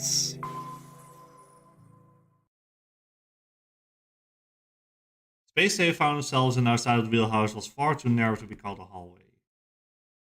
On the left was a wooden door. Junpei pushed it open and stepped into the room beyond. It was full of all manner of turn-of-the-century electronic equipment. Most of them were things they had never seen before. They had no idea what they might have been for, let alone how to operate them. One smaller machine had a metal bar that ended in a circular handle. They seemed to recognize it. Yes, a telegraph key. They were used to transmit Morse code a long time ago. He turned and slowly took in the room. It was the communication office. Across the room from the door they had entered through was another door. A metal plate was nailed to it. It read, Captain's Quarters. The Captain's Quarters. That's what it says. Then, do you think? I am Zero, the captain of the ship. He swallowed. Junpei could feel his hands begin to sweat. Only Clover seemed unaffected. Well, you won't know if you don't open it. She walked up to the door and put her hand on the knob. It opened easily, and without so much as a pause, she walked in. Junpei and Ace followed. First thing they saw... Oh shit! Was a man on the floor, covered in blood. Junpei felt his body seize up. His mouth went dry and he felt very, very cold. The blood in his veins slowed to a crawl and his heart tightened like a fist. It was the third time he'd seen the horror of death laid out before him. He didn't think it was something he could stand to see much more of. Till he began to accept that whatever it was that he saw, whatever happened to him was beyond his control. Whatever force controlled him was driven by a determination he could not hope to match. A sense of helplessness, of desperation washed over him. It left behind a feeling of utter emptiness that wormed its way through his body like acid. Then he realized they had yet to check the man's pulse. Perhaps he was still alive. Fueled by that spark of hope, Junpei ran to the man's body, and his heart fell. His fingers on the man's neck felt no pulse. His pupils had dilated and he wasn't breathing. He lifted the man's already stiff body. There was a deep red wound on his chest. Junpei did not have to wonder at what that would have made such a wound. For lying next to the corpse was an axe. The entire blade of it was drenched in bright red blood. From the shape of the man's wound, there could be no doubt it was been made by the axe. Junpei looked at the body again. A lake of blood stretched out around it. It was wearing the clothes of a ship's captain, although they were stained with blood. Captain, does that mean that this man was Zero? On his left hand was a bracelet. The number on the bracelet was 0. It was only then that Junpei noticed the stench of blood that filled the room. Couldn't help but laugh. There was nothing else for him to say. It was too simple, too obvious, too straightforward. If there hadn't been a dead man on the floor, Junpei might have thought it a joke. Oh shit, we need to escape.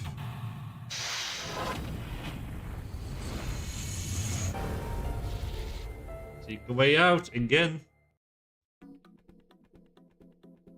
Okay, captain's quarters. Why is there a camera here?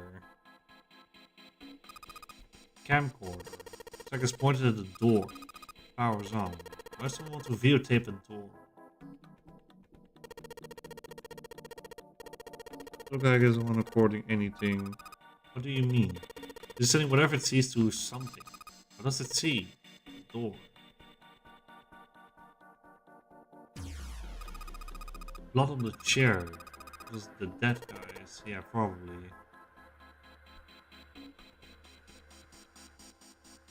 Creeping me out. A music box. Okay. The lamp. This does turn on. Don't think there's anything special about it. The bed. Nothing in it. There's a big hospital room. Random hallway on it. Stopping at the central staircase on B deck. Central staircase on C deck. Small room where I don't recognize. Normal screen looks really fancy. Don't recognize the room on this one. What's the deal with this? It's some kind of code? Oh wait, we got this music again, the club banger. The first numbers and they'll start with 0 and end with 8. F, N, or V respectively. It has something to do with the number bases.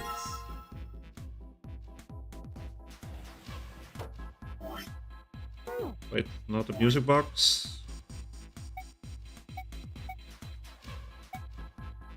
Okay, so 1, 2, 3, 4, 5, 6, 7, 8. Now with A, B, C, D, F, G, H, V. Okay. Very interesting.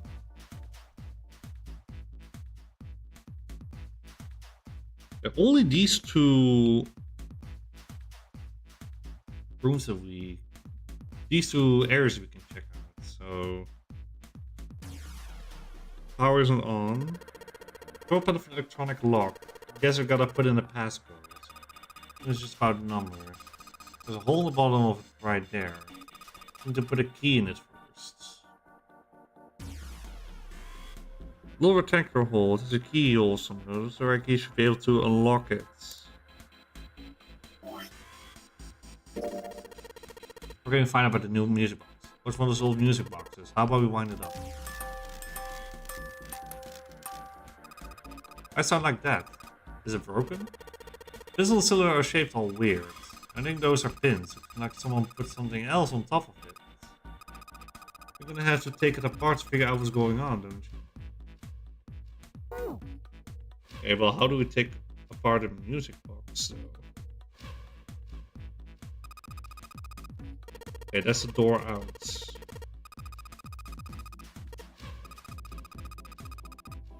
A little longer. Blah blah blah blah blah blah blah. I'm going through as long as it has metal plate. Without the metal plate, the desk is in the way.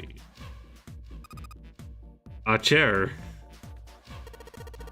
There's a weird button here. They probably switch when you see the screen. Do you know how to work this thing? I just press one of these like this one. I guess it does change it. What the hell is this?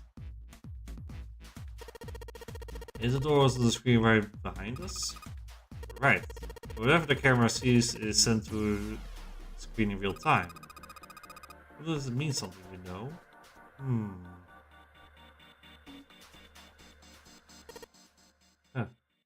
Junpei snored with the grim humor from the second time he had come into the room. The 4 screens along the bottom had a single letter each, spelling out 0. Junpei felt as though he was being mocked. The real villain was somewhere, laughing at him. What do you think? He turned to Clover, who was standing next to him. Her voice was almost too low to hear. Nothing. You see that she cared about Little. Of course, Junpei could hardly blame her. Given the strain she was surely under, Junpei was somewhat surprised she had responded at all. Still, he had to ask. He gestured toward the corpse. What about him? You think that's really 0? Clover shook her head weakly. There's no way that's him. Didn't I tell you already? 0 is one of us. Yeah, right. I know it's important to figure out who this guy is, but don't you think we should figure out how to get out of here first? But Please. I don't want to waste any more time. Clover looked miserable, as if she could start crying at any moment.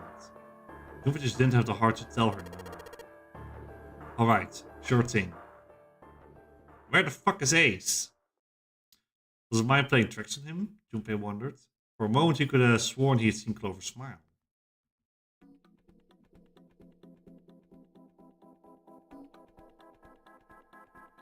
All those things that switches was on the screen. Let's see what happens if I flip one of these switches. Nothing. It doesn't work anymore.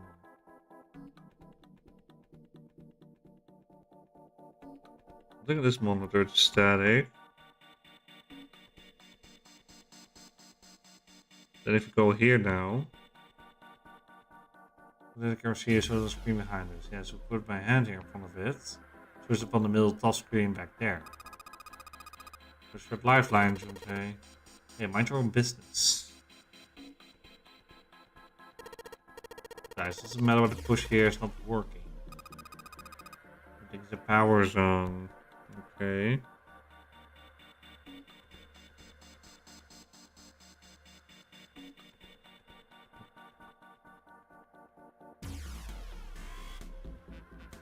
We'll check all the screens.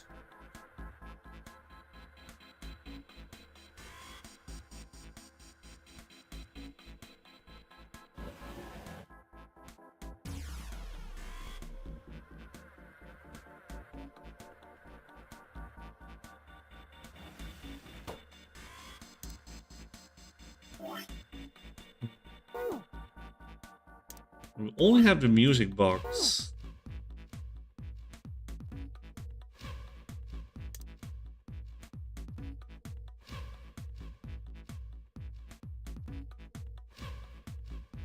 Lamp, small table.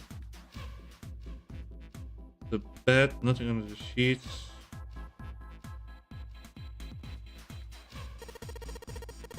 Just really had to try this door to notice it's locked. Knew it.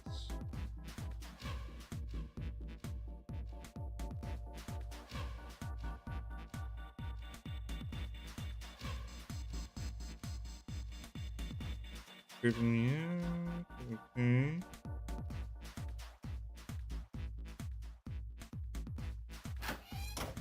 Okay, we can finally leave this room now. Okay. Small screwdriver. Can I do this to open this up? Cylinder. Could be a cylinder for a music box. There are a number of pins and some piece of metal. Look rather like fans attached to it. Okay. What's this? Ink. Interesting. Old telegraph machine. Nothing suspicious here. Oh, didn't want to check the drawer. The other comes out, this thing is connected to the desk. What does this mean? A pair of headphones. Can't hear anything. It's whatever they are connected to doesn't work anymore. It's a telegraph key, a machine for transmitting Morse code. Tried sending an SOS earlier, but I doubt it did anything. Because they would never make it that easy. So you think this broke it? how it works. Just not sure if that can transmit anything outside of the ship.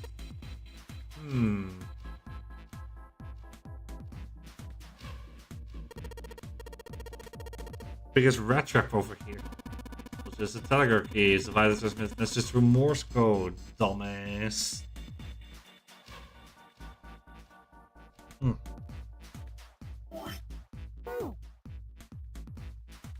Okay.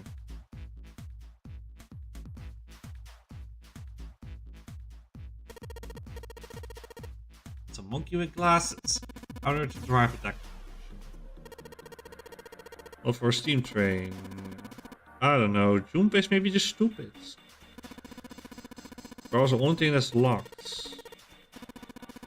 Electronic lock. Take a look at the left side. Okay, there's some cables over there. Must mean. Oh. This blank. There's nothing written on it. Oh, wait. I see what we need to do here. Combine with the ink. Guess I'll put the ink on the cylinder. Combine it with the paper. Roll the cylinder across a piece of paper. And if I'm right, ink should make a Morse code chart. Hell yeah!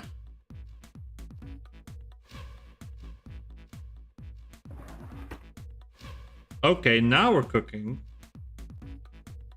Right, I've got the Morse code I'm supposed to enter. If I do this right, something will happen. I hope. Right, so give us a shot.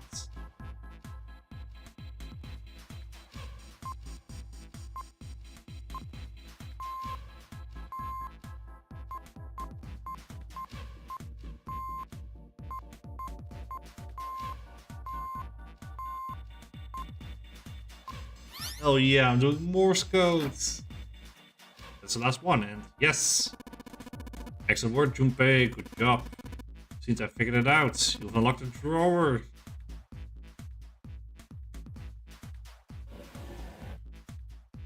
What do we have here? The red file lay in the drawer. Junpei reached down and picked it up. The cover read Alice. But it was supposed to say all eyes? What's the space between the L and the I?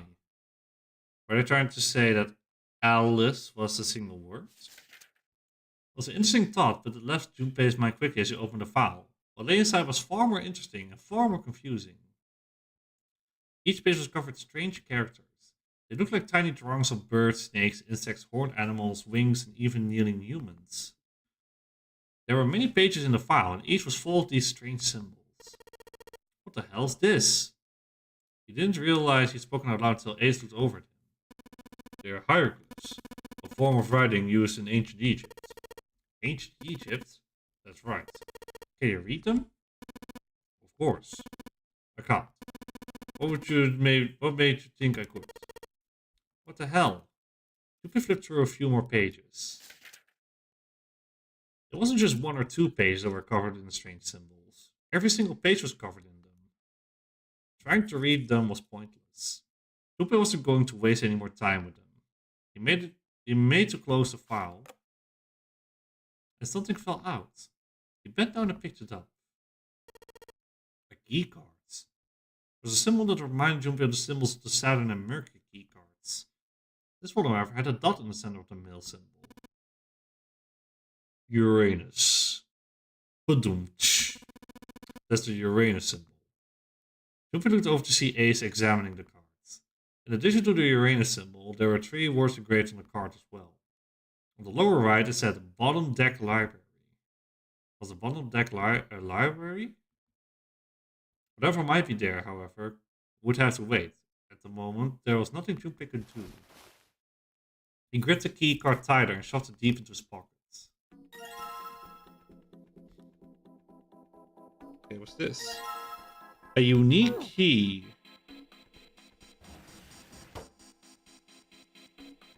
Okay, isn't that the one that we need over here? Full panel of electronic lock. Looks like I got a keyhole on the bottom right. Maybe I got earlier. Sweet, just had to put the key in, and now it's on. Junpei, look! There's a minus sign on the screen. There are 8 of them. Probably means we got to put in 8 digits. You can figure it out? Very good question.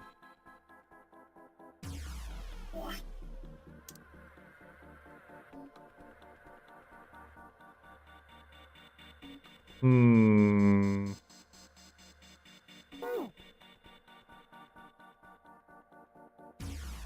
haven't really got the faintest clue what to do with this.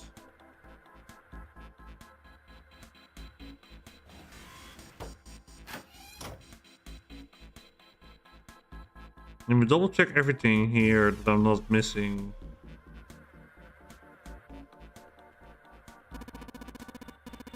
What are you doing, Junpei? Don't leave the room.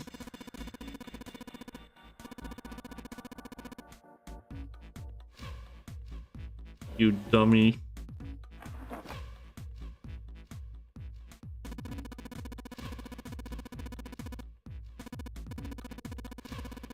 Okay, yeah, thank you for the information, Ace.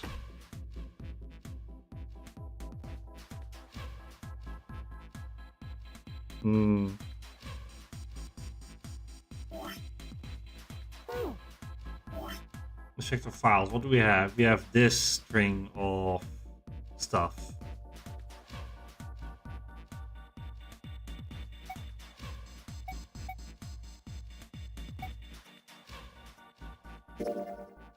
File found in the communication says Al lessons fine. All the pages are built hackers from ancient Egypt. Numerical system charts. Okay, close notes from a different paper.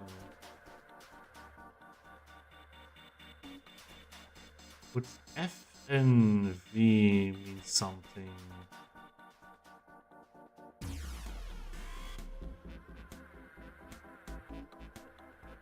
Okay, what if we were to...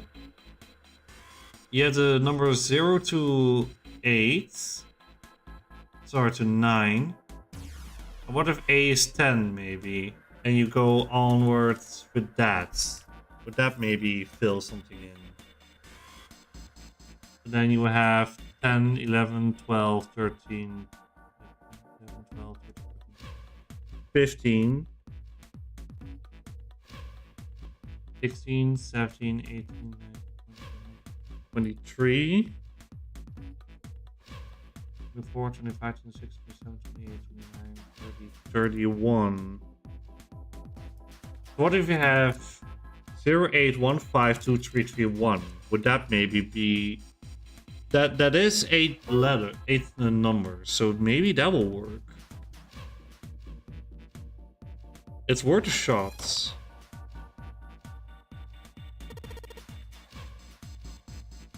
Press E to enter it. It's mess up, guess just press C.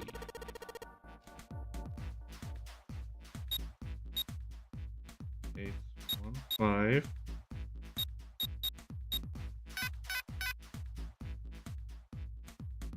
Okay, that was incorrect. Damn. Oh, wait. Or do we maybe need to spell out 0? Is that maybe it?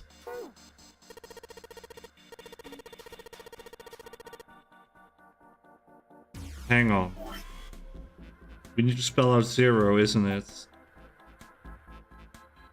What if I try following the same logic that I did before?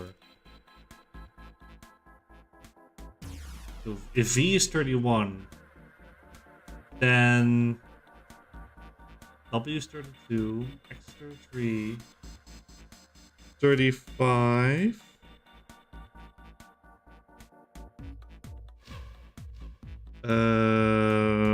14,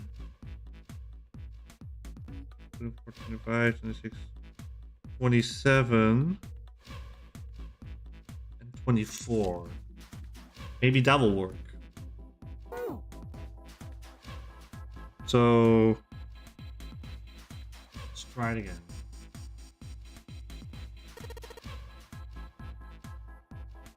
$35, 14, 27, 24. Oh my god, it worked! Yes, it worked! Good job, Junpei. Excellent, you seem to have unlocked it. Good work, Junpei. Alright, let's go.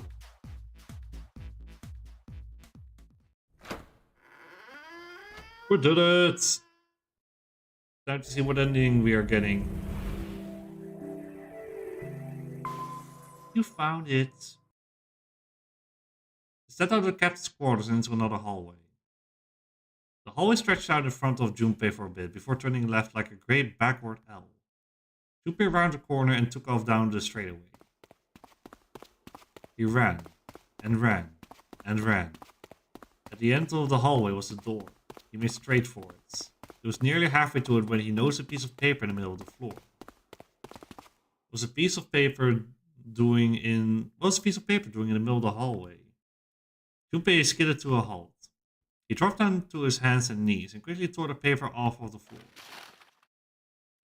Until he had a chance to examine it more closely, it was clear there was a map. More specifically, a map of the ship's interior for the A deck. What's wrong? A slightly slower by virtue of his advanced age, has finally caught up to Junpei. Junpei said nothing, simply showed A what he had found. He looked at it long enough to determine what it was and nodded. I see. With that, he began running again, past Junpei. Junpei shoved the map into his pocket and got up to follow Ace. Something stopped him. Hey, where's Clover? He turned around. Clover was nowhere to be seen. Damn it, what the hell is she up to? Junpei muttered angrily under his breath and took off back the way he'd come. As he stomped around the corner, he saw her. She was standing in front of the door to the captain's quarters, her hand on the doorknob. As Junpei watched, she closed it, gently and quietly. What the hell are you doing? Nothing. What do you mean, nothing? Clover had cautiously put her hands over the pockets of her jacket, just trying to hide something. What the hell is that? What? You got something in your pockets. What is it? Oh, this? This is... I wonder. What the hell? Come on, we gotta hurry. With that, Clover ran straight past somewhat confused Junpei. As she did, he caught a glimpse of her back. Sticking up from her collar was something that looked like a big wooden stick. Hey Clover, what the hell's the thing on your back? She didn't respond. Instead, she quickly turned the corner and disappeared. Don't tell me Clover just took the axe. Is a little girl going to go batshit insane? Junpei did his best to convince herself that it would make sense later and ran off after Clover. Junpei pushed through the door and found himself in a large room with a large set of stairs. It was just what he had expected to see after reading the map. His I see after reading the map himself meant that Ace had probably realized the same thing. Junpei looked around, but Ace was nowhere to be seen. He put his hand on the handrail and leaned over to look. There he was. And not just Ace. Santa, June, Seven, and Lotus as well. Junpei and Clover glanced at each other and hurried down the stairs. They reached B deck at the same time. Junpei, Clover. June's face was excited. Something had happened. That much Junpei could tell by simply looking at her. What's up? Given the situation, he was not inclined to be excited about sudden developments. June, however, couldn't contain herself. He found it. Found what? He found it. What did you find? The last door. We found door 9. What? Come on, just follow us. We'll explain on the way. Okay, let's go. Seven turned and jogged off down the stairs. The rest followed. We finally made it. The relief and excitement in her voice echoed what each one of them felt. Yeah, it's finally time. He wasn't quite ready to believe they had really done it. At least not just yet. Still, if everyone said it was door 9, then it probably was. He could feel his heart racing.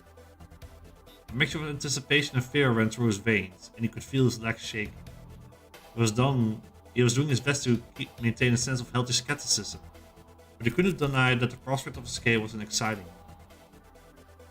But there was one thing he couldn't get off his mind. The number door could only accommodate between 3 and 5 people. There were several of them on their way to door 9. That meant, even in the best case scenario, there would be two of them who would have to stay behind. Two people. He didn't have any solutions to that problem yet, but he was definitely hoping one would present itself. Junpei looked over at the clock. The hands indicated it was 4:30. We still had 90 minutes before the time was up. Hey, Junpei, June, what the hell are you two doing? Hurry it up. Santa's voice jolted Junpei out of his reverie. Let's go, Junpei. June took off down the stairs, jogging as quickly as she could. Junpei followed. They were quiet for a while until... They had just reached C deck when Clover spoke. Hey, what about door 2? Everyone else stopped. They all turned to look at Clover. Seven spoke. What about door 2? Door 2's the only one we didn't. We haven't gone through it, I mean. Yes, that's true. Are you guys okay with that? Not investigating it, I mean. So what? So what? We found door 9. We don't need any of the other doors. What's the point? What's the point of going to door 9? Can't all go through it, can we? We should do what we have to do before we go any further. It's like a jigsaw puzzle. The best way to finish it quickly is to do the border pieces first, you know? Or what? You think all 7 of us should go to door 9? And then we argue over who stays behind and who gets to go? Do we really want to do that again? Who knows? If we check out door 2, maybe we'll find something. Maybe you can find a way to get all of us out. I don't know what might be in there. We might not find anything. But don't you think it'd be better to at least have had a look? I mean, am I wrong? Does that sound wrong to you guys? She does make a point. Yeah, I do have a point. The others nodded in agreement. Last time I checked the clock, it was 4:30. Not like we've got a lot of time, but if we're quick about it, we might have time to take a look. You're right. Let's go take a look at door 2. They were back in front of the elevator. Nearby was a large hospital. The elevator could take them down to door 2. After a few minutes of discussion, they decided that Clover, Santa, June, and 7 would. 4, 3, 6, 7 makes 20, 2 and 0 makes 2. Alright, let's get going. I'll see you later. Okay, be careful.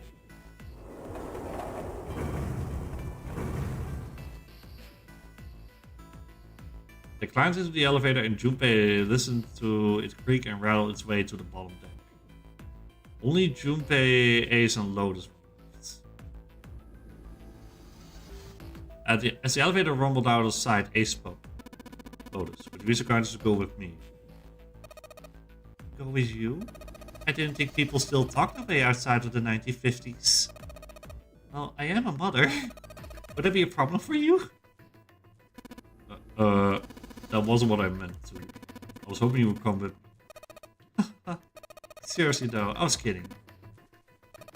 So where was it you wanted to take me? There's something I wanted to show. Hey man, what the hell? I'm not important enough? Well, it's not like that. I wasn't showing Lotus, I'll show you. Really? Of course. Ace's smile was friendly. Fine, do whatever you want. Thank you. Are you coming, Lotus? Fine. It doesn't look like they're going to be back anytime soon. Might as well go see whatever it is you think is so important. Thank you. Well then, shall we go? Ace turned and began to walk. Lotus followed. They disappeared into the hallway on the left.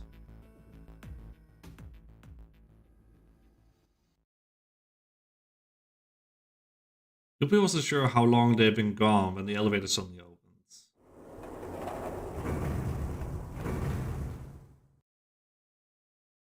A single person stood there. Clover. She looked at Junpei and slowly and purposely stepped out of the elevator. The door closed behind her. Where's everybody else? What happened? She didn't answer. Instead, her eyes swept the room and then settled on Junpei. Where is Lotus? Junpei explained what had happened. Oh, and it went over there? Her voice was small and timid. Yeah, I think so. He repeated his earlier question.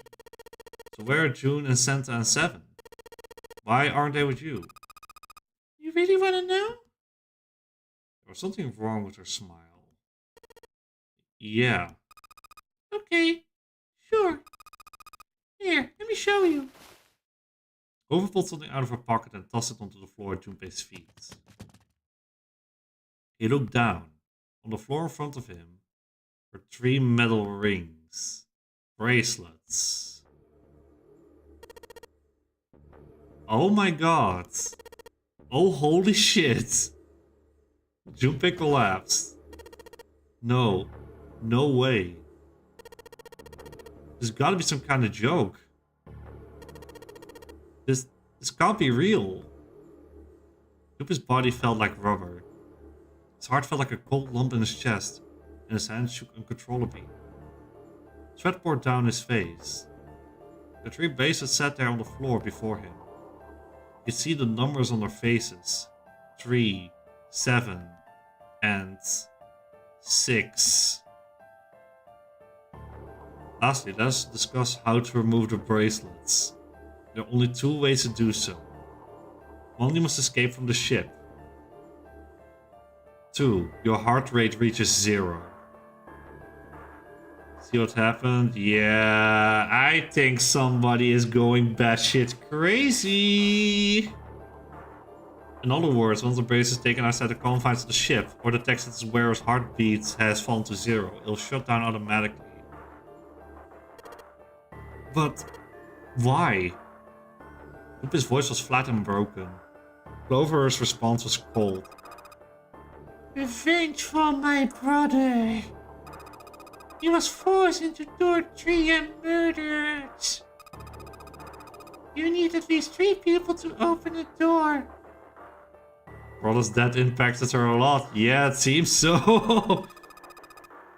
Who were the 2 that opened the door with him? It could only have been Santa and Seven. That's why I killed them. 2 plus 3 plus 7 equals 12. 1 plus 2 equals 3. But why? Why did you kill June? Because she tried to protect them. She was in my way. She had to die too. No. No. Junpei shook his head, trying desperately to wake himself from what had to be a dream. It couldn't be real. It just couldn't. Hey, Junpei. He felt Clover's hand on his shoulder. Oh, I do not like that smile. No, no, no, no, no. Her smile was wrong. Horribly wrong. Her face looked like a mask made from stretched human skin.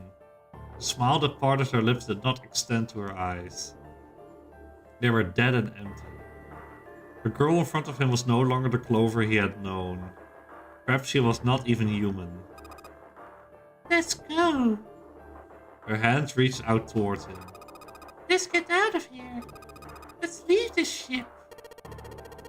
What the hell are you talking about? To open a number door. Yes, I know.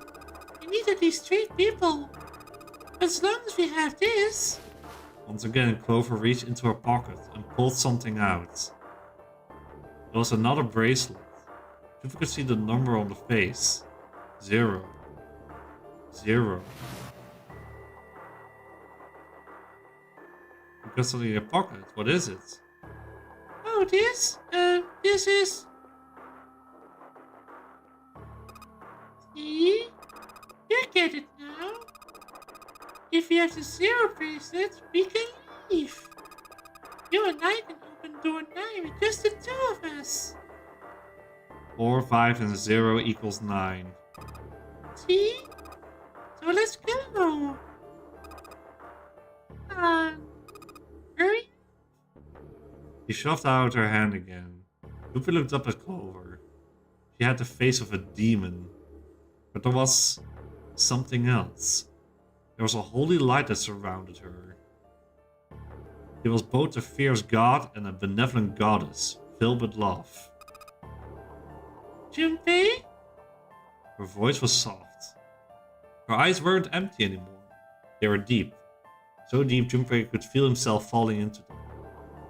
He felt dizzy. There was something oddly bewitching about her. His mind was beginning to crack and his heart began to melt. Junpei? The hand she was offering him looked like so soft, so inviting. Junpei reached out with his own trembling hand and closed it over hers. Oh god. Yeah. Yeah.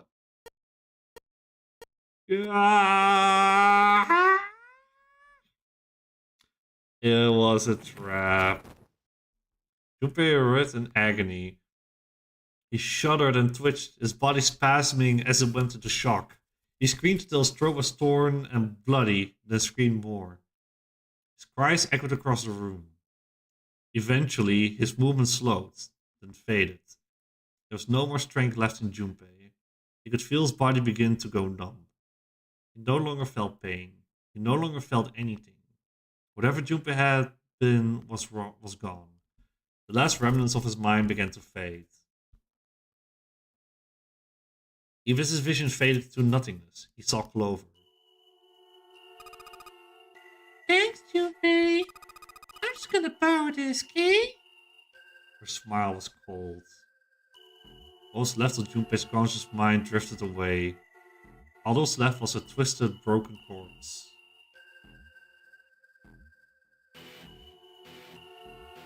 Ah, not a bad end. We got axed.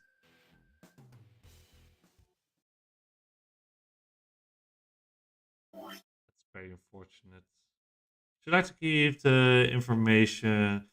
Ace and Lois are going to be trouble. I don't know if it's implied that Clover is going after them as well, or if she's just leaving and leave those two behind.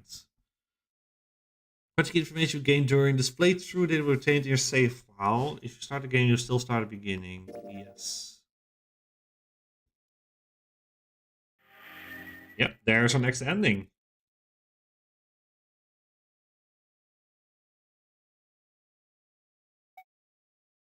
So if we begin with memories, we can do another one. Let me quickly check, actually.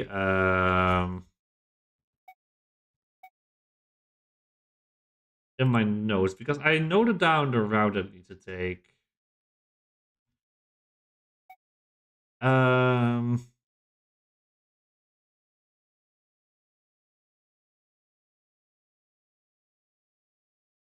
the next route is one that I need to go through different doors, so it's not really a short one, actually. Oh. No, don't play the intro again. I don't know. I could go fully book it and maybe go for another ending, actually. But then again, or I could at least set it up in for a new ending, maybe, because then maybe next time we can do maybe two endings. Because there are 3 routes left. So obviously the finale one. The next one requires me to go through door 4, 5, then door 3, and door 2. So that would mean that the first half of the game is then completely the same, and we can pretty much skip right through it. And then the other 2 doors, we need to work it out. So maybe I'll at least get to that point at least. So then we do that one first next time. And then for the next ending, we pretty much have escape rooms we already did before. So we can breeze through that in maybe, I would say easily in 2 hours. So maybe that's the plan.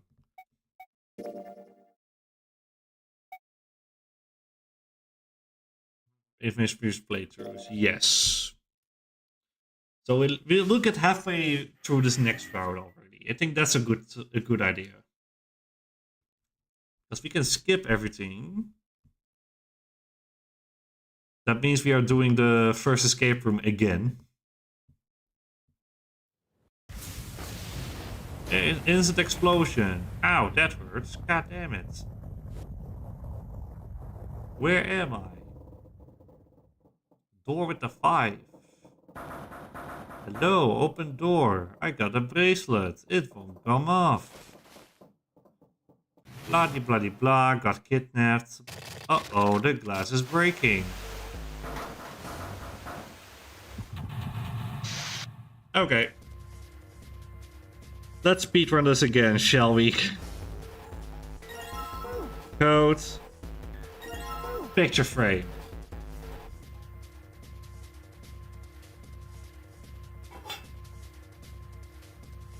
Okay, we get the blue key. I have to skip this via the menu? No. Unfortunately, the DS version does not have that.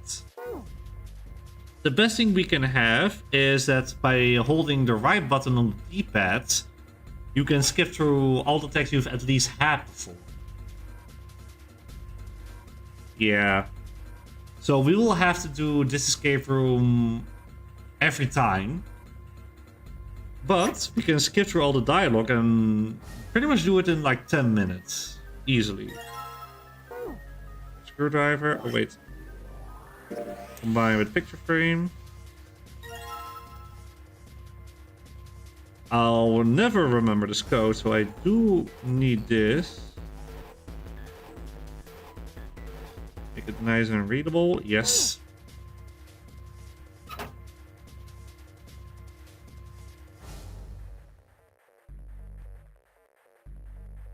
Okay, what's the bottom one? That's the second piece of the code. Now we open here. There's a key.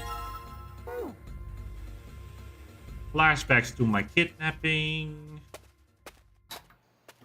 Oh my, the window's open. Who left it open? You're gonna play a game. Oh no, I've been robbed. I've been kidnapped. Whatever. Okay, so now we have the suitcases. Put the key in. Hang on. I didn't check the code yet.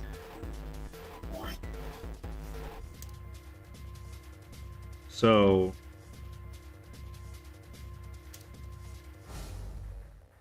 yeah, come on.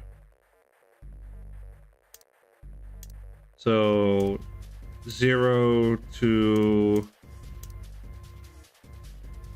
0263, that was the code, yeah.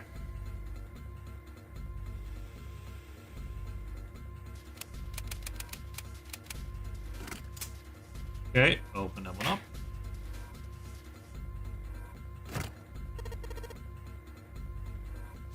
File. Explanation about digital roots. Got the cards.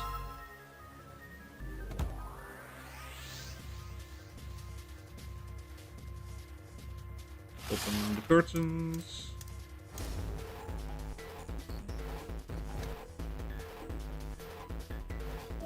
Okay, this time I'm going to be smart and check the code first. So there was 7485, that was the code. Yeah, got it.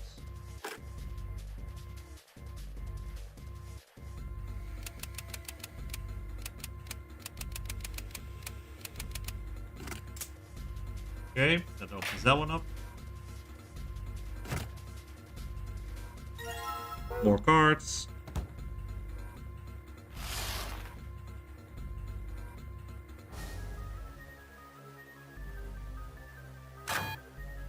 Isn't working.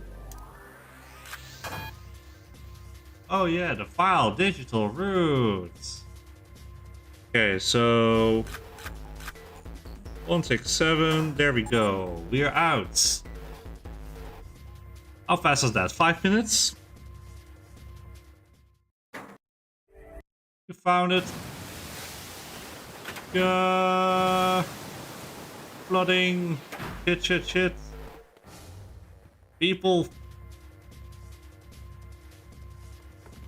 Big poopy lady. Little murder psycho girl. I'm never trusting you again.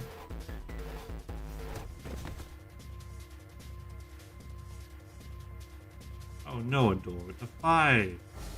And a 4.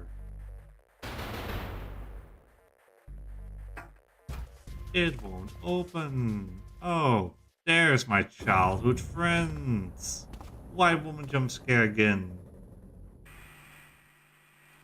Welcome to my game. Blah blah blah blah blah. The rules.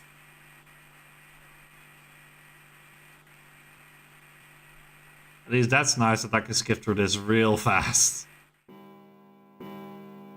Ding dong, ding dong. You bozos, it's 9 p.m.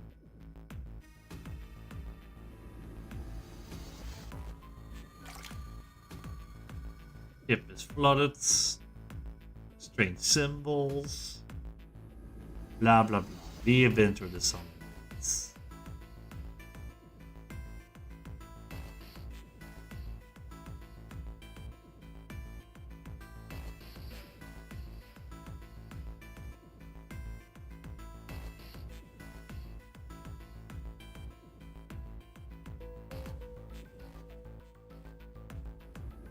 Yes, every code names get established.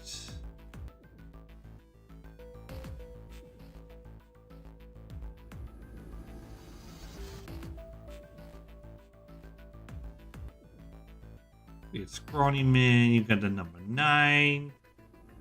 Gonna threaten Clover.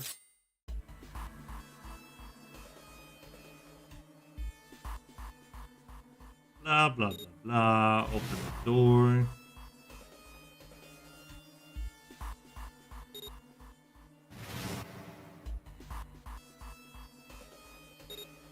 Or 1 and 9 makes 14. He can go through, and he's going to die, and his giblets are going to spill everywhere. Oh no! Kaboom!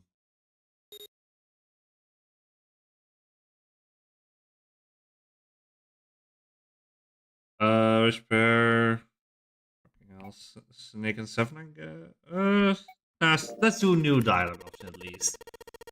Oh no! Anyway, yeah, who cares? Nobody knew the guy. He was only relevant for 30 minutes when they first played this. Santa and June, you can give me a hand here. Both little on the nose and was still grim. Both Santa and June lifted their hand.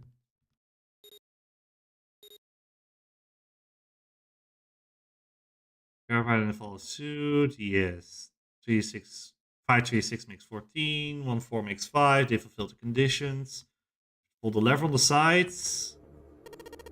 Are you guys ready? I'm gonna open it. You grab the lever and look back over his shoulder. They stiffened and nodded. Jupiter nodded back and set his mouth in a grim line. Then he slowly lowered the lever. Wrong lever! The metallic groaned and the door slid open. A breath of air drifted out of it, carrying a stench that nearly made him gag. Is it the S version? Yes, it is. Jupiter grins and put a hand over his mouth. Oh my god. Good god. Loads and Ace shuddered. 7 grunted. Whoa, that's pretty bad. Even Santa's voice shook. Is it the same dialogue? Yes, we can skip over this. Oh no! Blood jump scare. Poor June, traumatized for life. It's 10 p.m. by the way, suckers. Question is, which door are we going to? It doesn't really matter. I think. Everyone will verify can go, yes. We paid attention. Those were the rules.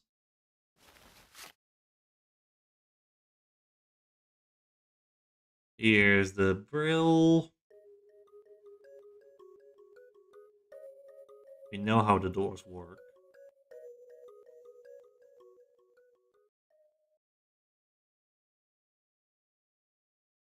How did everybody get kidnapped? Yes. You two know each other. The question is now, I think for this playthrough... Okay, it doesn't matter if I go to door 4 or 5, it seems, for this playthrough. So I have free choice.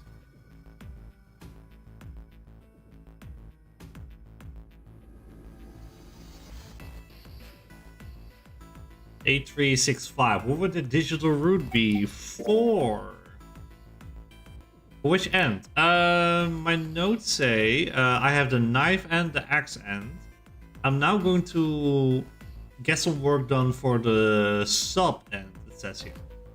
Bear in mind, I'm playing this sort of blind. I only know the names of the endings. I don't know what's happening in the endings. So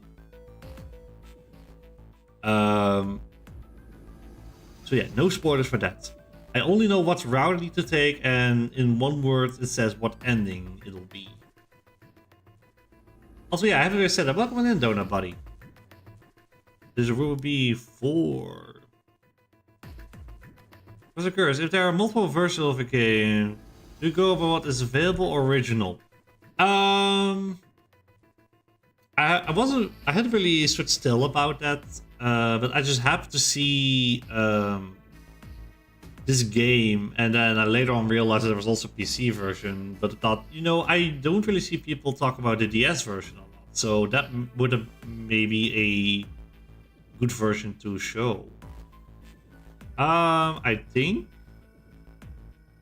let's go with door 4.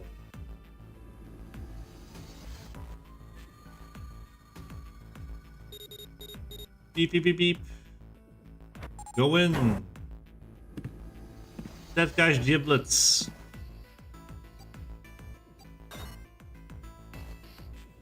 They are safe. We are going in. Yes, it's more genuine with Steam, as project contributor points and also voice acting. Yeah, those are some very big quality of life changes that I've noticed. A friend of mine did show me like a few minutes of playthrough gameplay of the Steam version, just to show the difference. Like he wasn't aware that there was no voice acting in the DS version.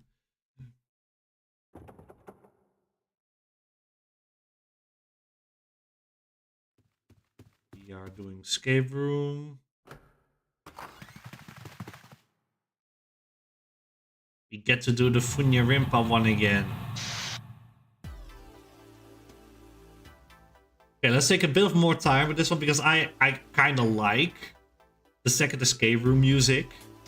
So we can kind of bob with this a little bit.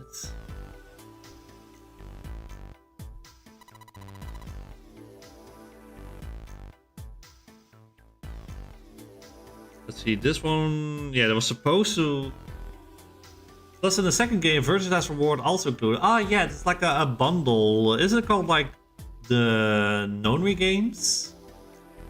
I know is the 2 games bundled together, but it goes in a different name for it, for the quote-unquote collection. I don't recall what the name was. Okay, I also need to...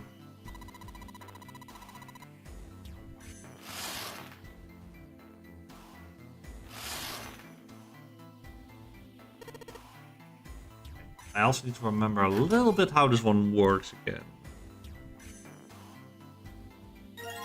Yeah, we have the matches. What is holding, and then I'm in June. How's your fever? Doing better. Yeah, I'm fine. That's good. Are you worried about me? Let's say yeah, we are. Yeah, I guess I am. June blushed and giggled.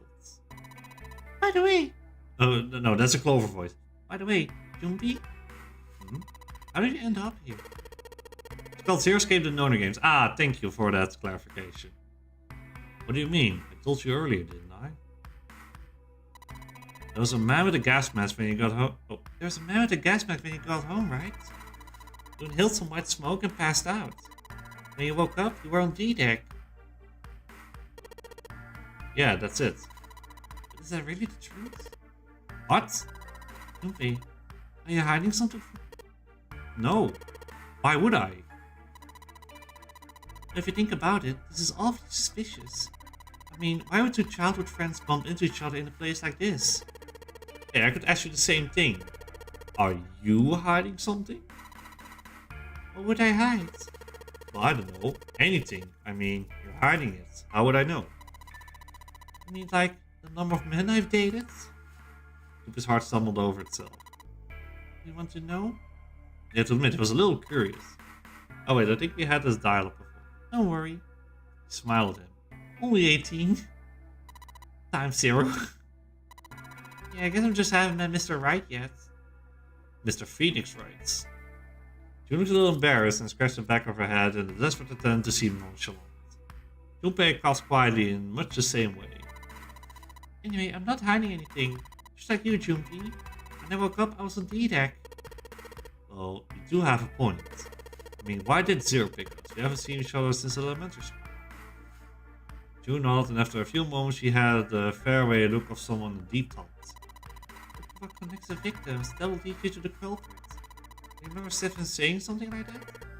Yeah, I do. So? That's what I'm saying. I think this must all have something to do with a classmate of ours. You have any ideas what it might be? No, nothing. No. Well, if it has something to do with school, then it could be one of our teachers, or maybe the principal. Or the janitor, or the lunch lady. I can barely remember any of them. Yeah, I know. You were just searching, feeling unpleasant and confused. Elementary school. Was there anything strange that happened in elementary school? He searched the room, he continued to rack his brain. Okay. A bottle of water. Okay, the cupboard. We can take the map, why not? It's not possible to use the map screen.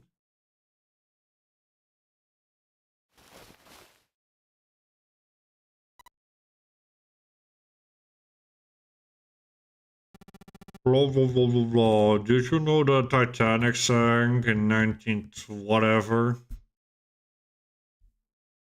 I do think it's a replica of the Titanic.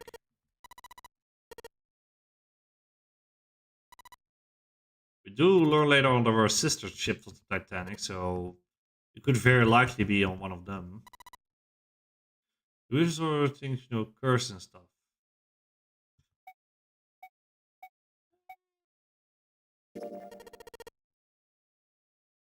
Guess we'll do to a certain extent. Curse of the Egyptian mummy. Oh, I forgot. We are in some tinfoil hat territory now.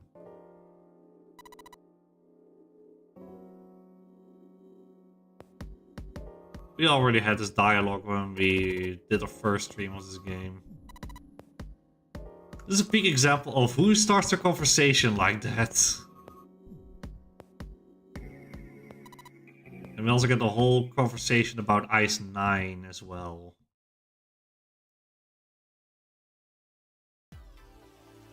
Okay, where were we?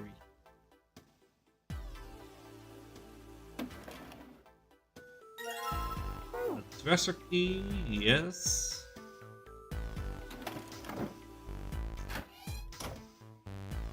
Okay,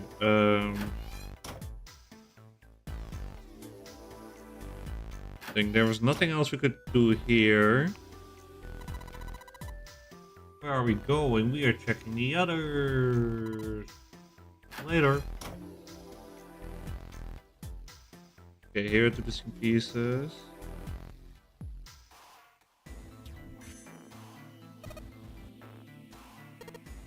Okay, pitch black room. Yes.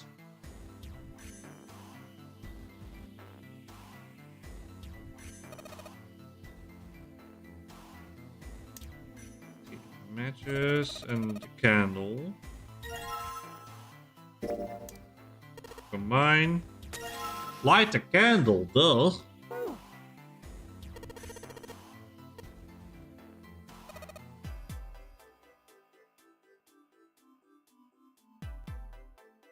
Put it on here.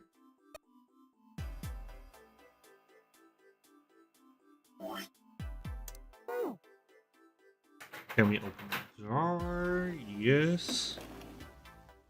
Got the piece of the puzzle.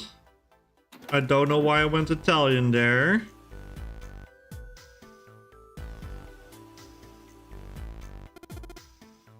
It's a cupboard. It's a freaking cupboard, man. Curtain here.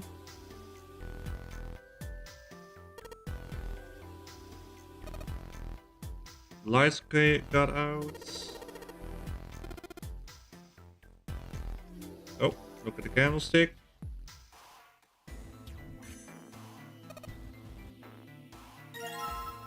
You now have the candlestick key.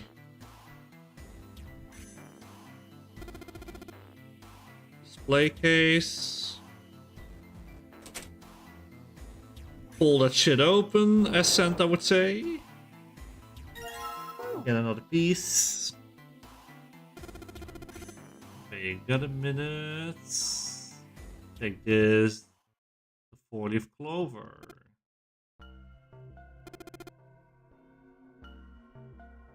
Oh, Faye, love, like whatever. You don't want it? I can take it.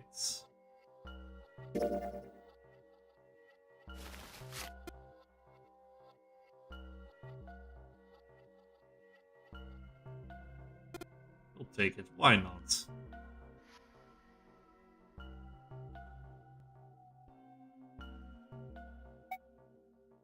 What do you mean I play the stock market? That's not what I mean. Why the hell would you think that? Yeah, I do stocks too, but last statement more or less thrown away with Santa caught Junpei very much by surprise. You? A stockbroker? Yeah, got a problem with that? No, you just don't look like the type. What Junpei didn't say, of course, was that he didn't think Santa looked smart enough to be a stockbroker. And so it's just like gambling, you know? All I gotta do is bet on the winning horse. Nothing that hard about it. Just I'm pretty confident. So, are you betting on winning horses? Of course I am. Remember a couple years back when the stock for Cradle Pharmaceutical shot through the roof? I'd like to feel bills over that, if I do say so myself. Uh-huh. How was all Junpei could think of? He never even heard of Cradle Pharmaceutical. Fortunately, he was saved quickly from further embarrassment. Hey, how long are you going to stand around wasting time? Stop screwing around. The voice screaming at them from the other room was unmistakably Lotus's. Junpei and Santa looked at each other. The lady has spoken. Santa sighed. I better get back to work before I really piss her off. I don't want her beating me up.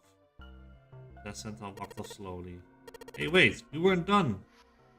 Stared after Santa, intended to catch him, but Lotus appeared from the next room, blocking his path.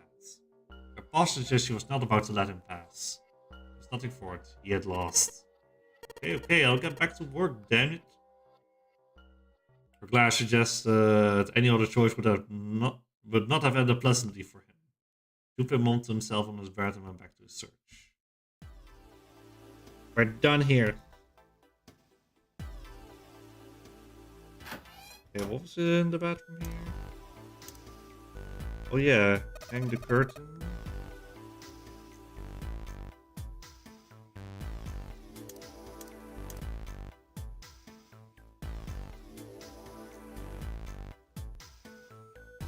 Oh, there we go.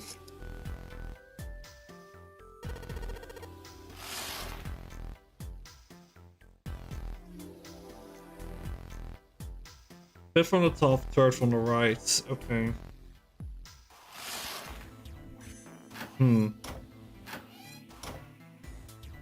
Oh, hang on. I meant to go to the other door.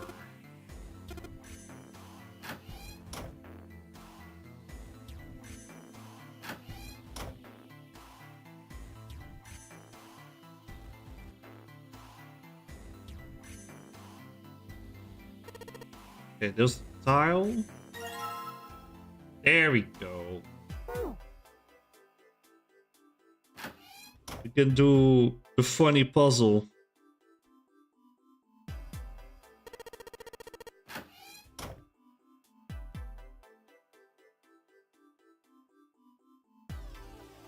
Okay,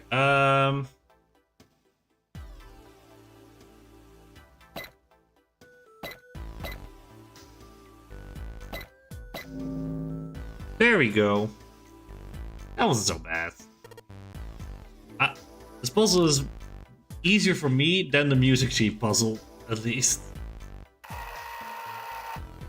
Picture complete.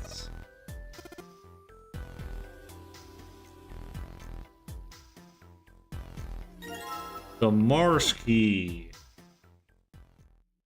And we had the key.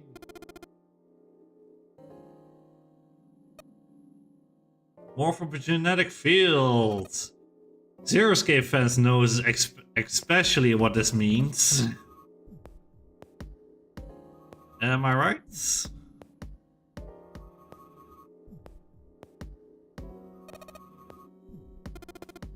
What do you think this picture looks like?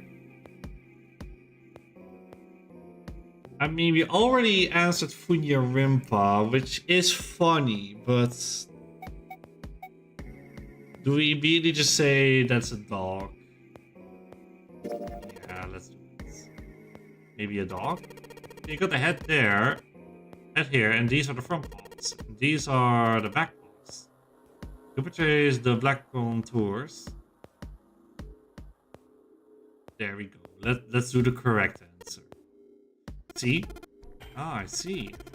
Guess you've got a point. Santa, despite his constant aloofness, was clearly impressed. Toupee glanced over at Lotus. He looked stunned. How did you know? You're right. I didn't think you would have been able to guess that. For a brief moment, Jupe felt a swell of pride. So? Now it was a picture of, but I don't see how that helps us. Let's now begin to speak. A TV show from Great Britain. Blah blah blah blah blah. We already know this info from the first time you played.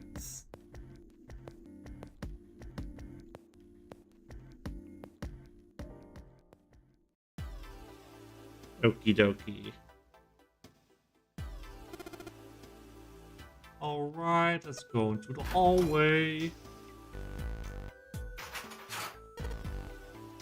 It's some art. Good job. You did it. You found it.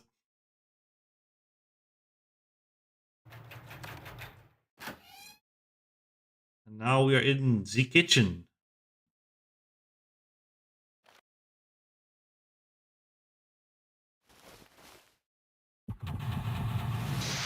Do it again.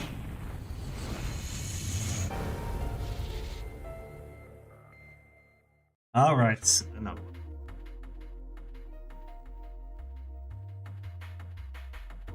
Voucher. F9, B10, Soup A, Seafood F. Okay, I do need to remember these. Place for appetizers. Well, excuse me, princess.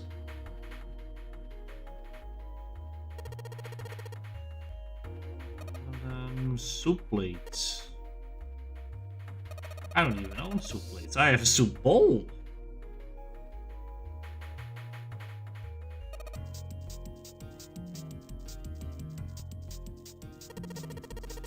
Them and for the meat dishes.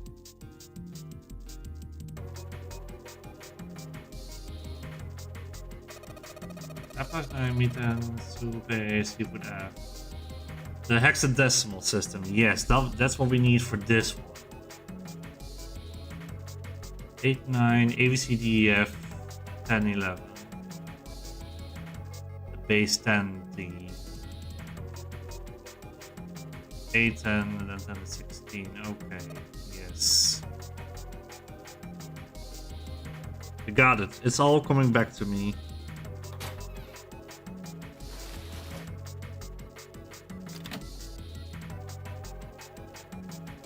Rusty knife.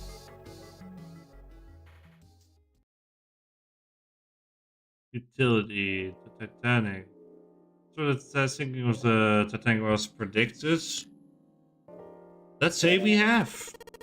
Yeah, I know what you're talking about. There was a novel that had a bunch of stuff in it that describes the sinking of the Titanic before it actually sank. Yeah, that's the one. Now the novel is Futility. It was written 40 years before Titanic sank.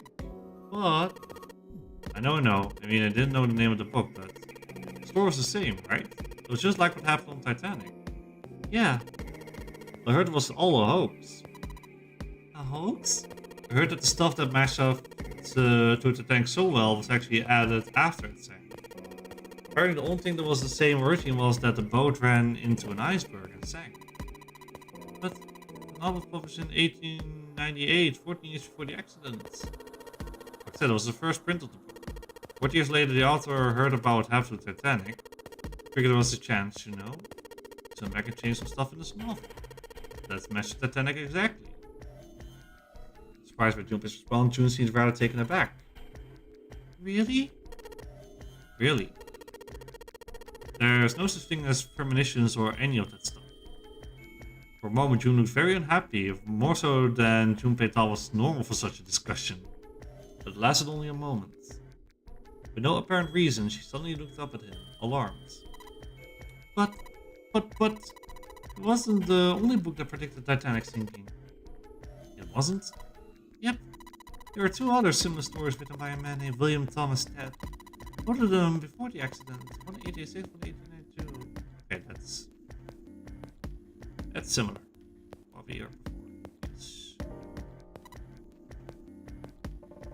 Blah blah blah blah blah. We know, Akane. We know.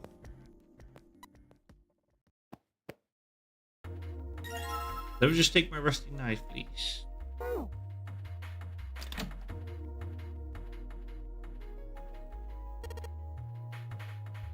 Something behind the cheese.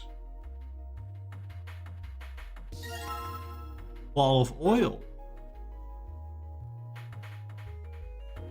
What did we use the oil for again? I forgot.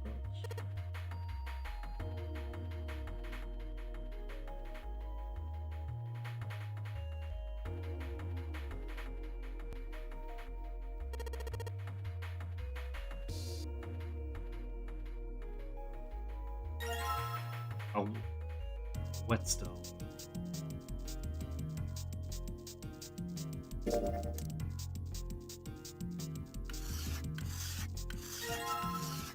Okay, we got a knife.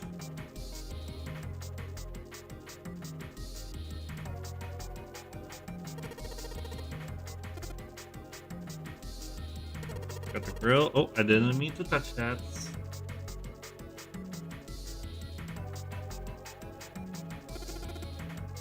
Oh, those are the doors we came from. The ball is really rusty. No dice. Ball of oil. Put some oil in it, lubricate it real good. There we go. You're so smart, Junpei. Wow.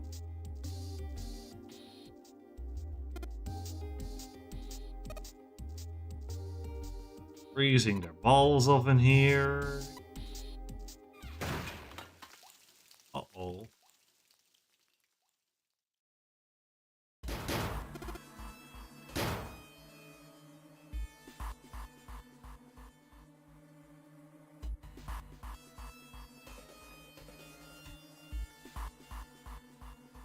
Oh no, we are freezing in here.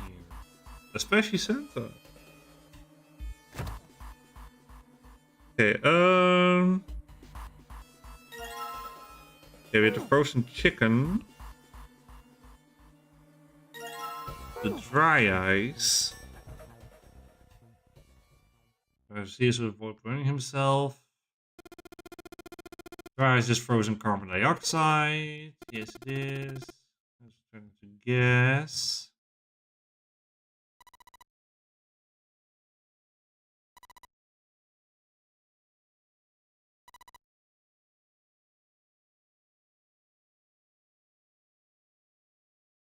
Okay, was this an Ice 9 conversation? This strike Junpei is rather odd. This rather odd to Junpei that he couldn't help but think about it. June answered. It can turn into a liquid. Carbon dioxide turns to liquid if you put it under a high enough pressure. But at 1 atmosphere, normal air pressure, it won't turn into a liquid, right? That's right. Instead of melting, it'll do what's called sublimating and change immediately from a solid state to a gaseous one. See, that's weird. What's a liquid between 32 degrees and 212 degrees? Why isn't that the case for carbon dioxide? You reply with an answer that stunned both of them. It's the kind of ice that doesn't turn into liquid when it goes above 32 degrees. I heard about it. Melting point is 96 degrees. Ice with a melting point of 96 degrees. I mean, there's water that freezes at 96 degrees? Yeah. You could also look at this as ice that won't melt until it's 96 degrees. Water that freezes at 96 degrees. Ice that will melt until it's 96 degrees.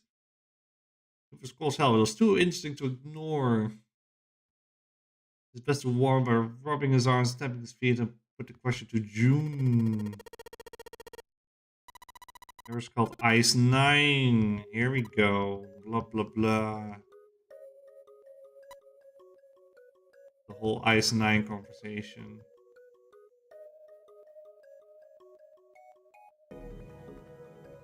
The glistering crystallization.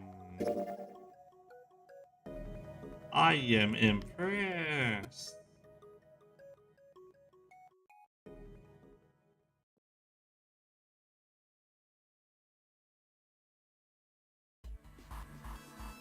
Okay. So, what do we have here again? We have the water bottle and the rope. Oh, was there anything else? Look at the. Oh, I'm trying to go back, game. Okay, I think. Okay,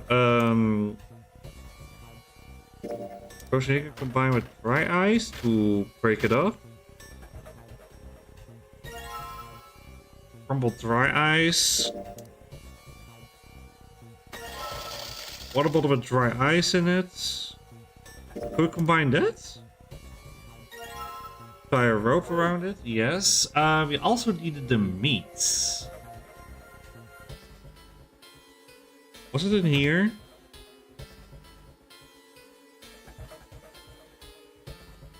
There's a hunk of meat we needed. Yeah, the chunk of pork.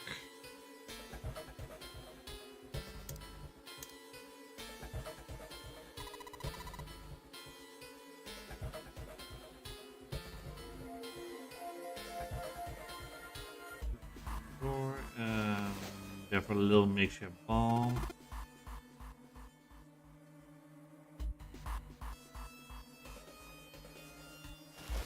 Piece of dry ice. Stand back.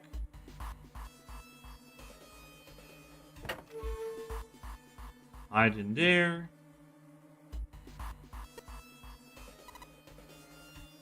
Going the wrong way. You doofus.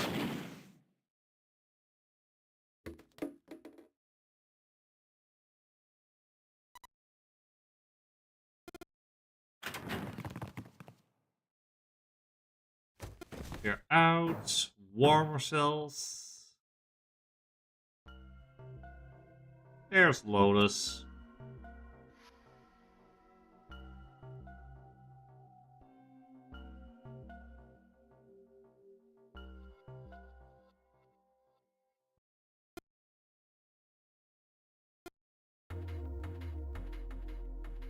Okay. grill.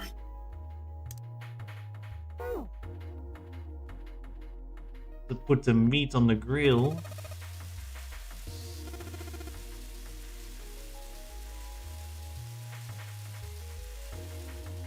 Keep an eye on the pork.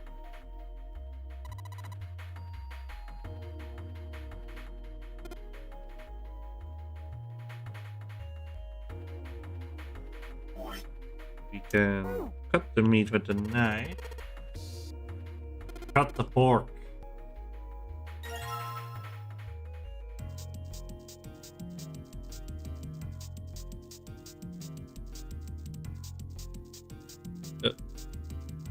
C plus... I'm trying to rotate it. Holy crap. Yeah, that should do it. C plus 10 minus F.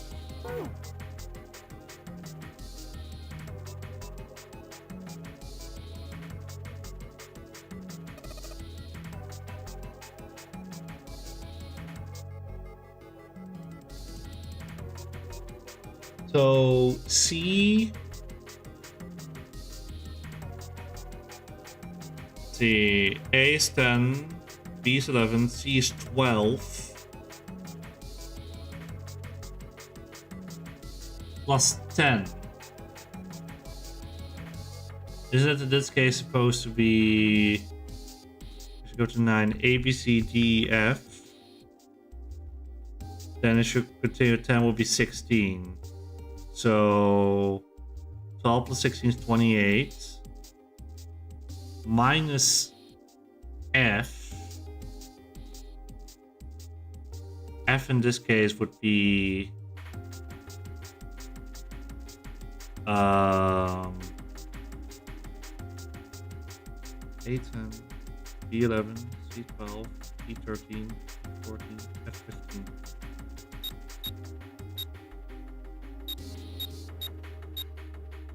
Oh wait. That ain't it?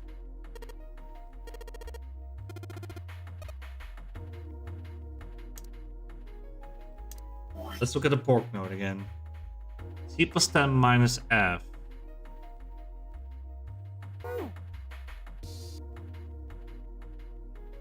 Did I do...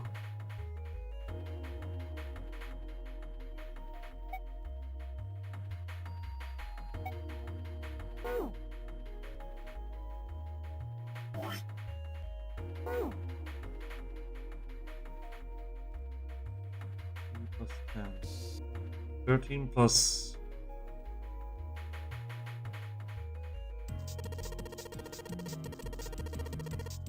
No, wait.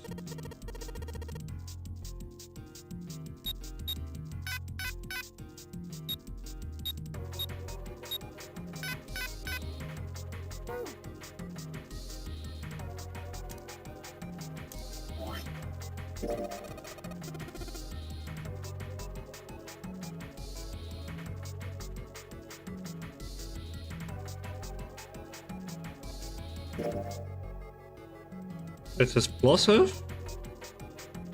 Oh my god.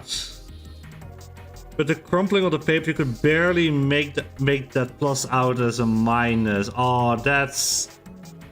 Okay, that changes things. So then it's 12 plus 16 plus 15. That's 43. Oh my god. There we go.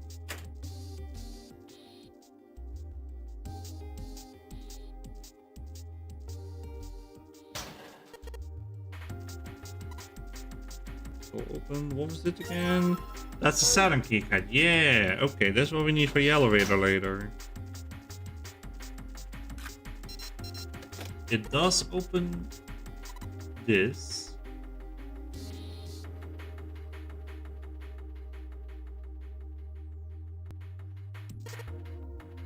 Let's go. You found it.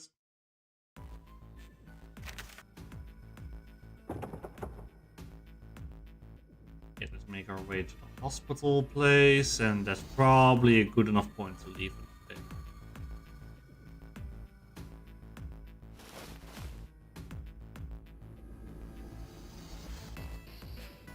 Hallway with many doors.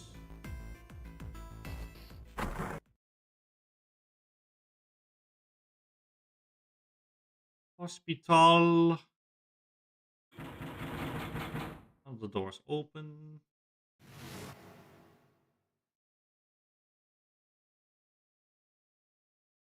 Blah blah blah. 0 sorts of maintenance here. The others.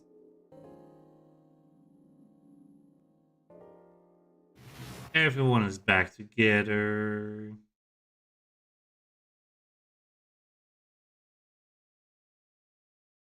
What's next? We all search for the parts.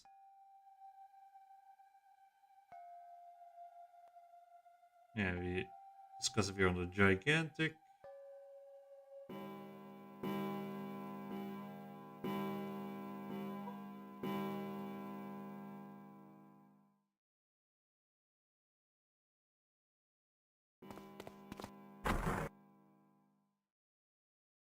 Oh no, the doors are already blah blah blah fixed. But where's Snake? No, he's not lost, blah blah blah. I'm Clover. Okay, oh,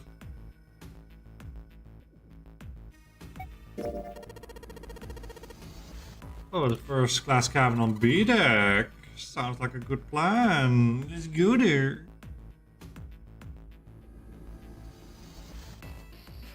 They find Clover. Doctor, she tells us to leave her the fuck alone.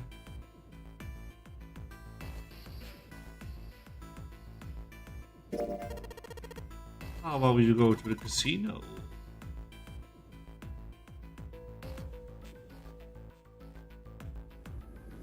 There's Lotus.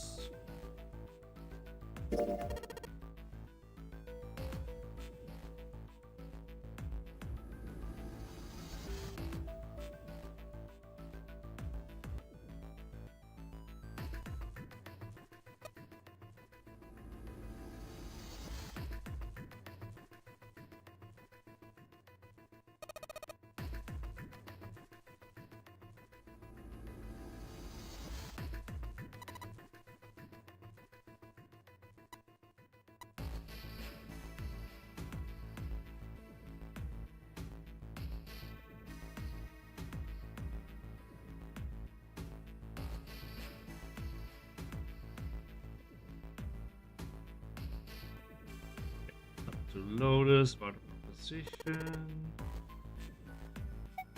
The Hollywood rooms.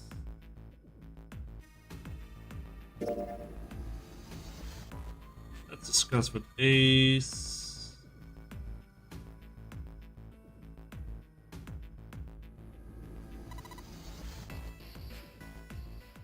And the only thing left would be to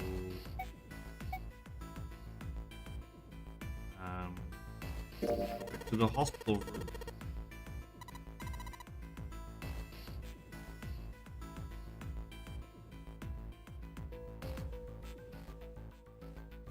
Talk to Santa.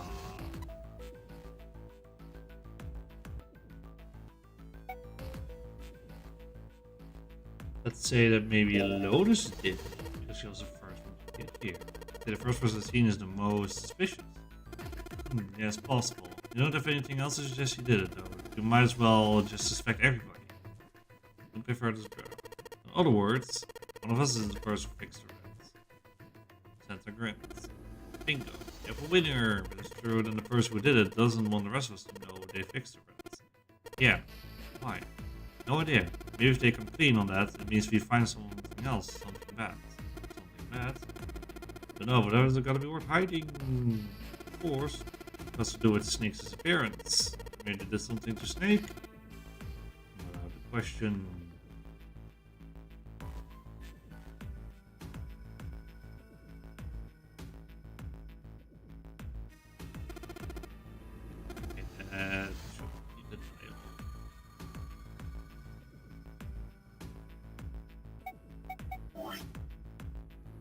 Can we save here?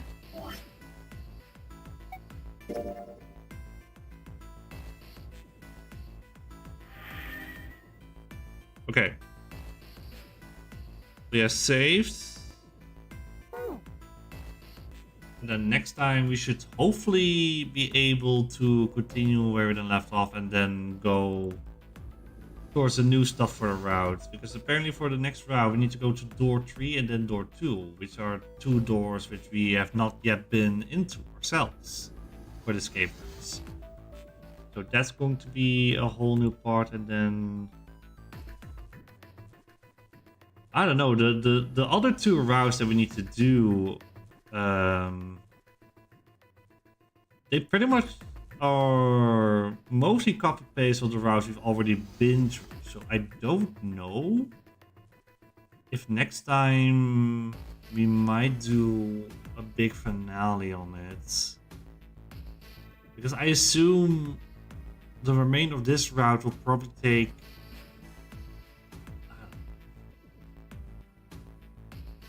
let's be generous and say 2 hours. If we go big, maybe 2.5. And then for a new route, that would mean we can skip everything basically. We fast forward everything to the end, so that means each new route takes an hour and a half, I would say. I think so. I think we do like each escape room now in like borderline 10 minutes, I think. So I don't know if I want to go big or go home next time as well. We have been doing pretty long streams for this game as well so far, so I don't know. I would have to think about it, but I'll think about that tonight, because this is the end of the stream basically.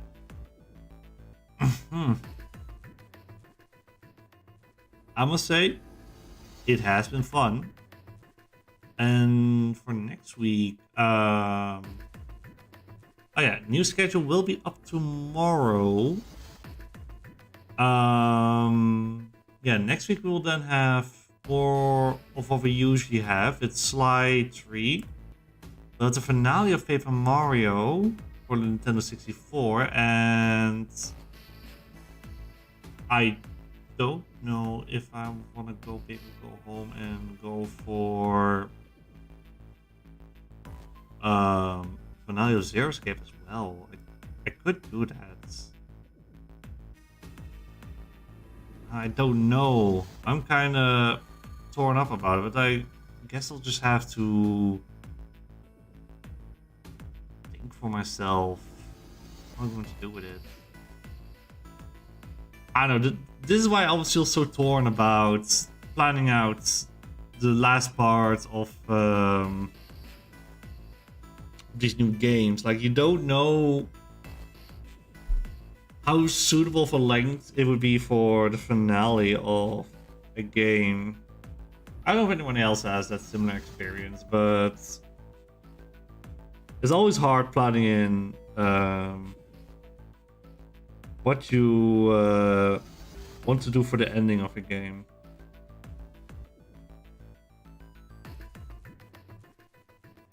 But yeah. It's almost like midnight as well. Yeah. Okay. And I should probably leave it at this. Do I have any... Oh yeah, before I forget. This Sunday on Easter, there will be a little special over in the Discord server where we will be playing,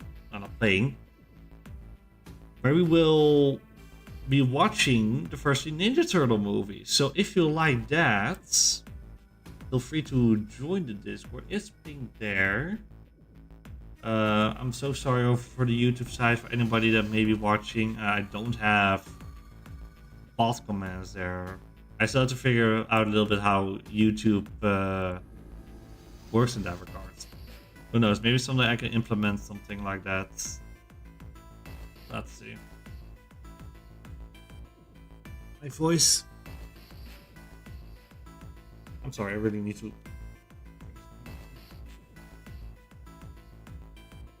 What is this? Hmm.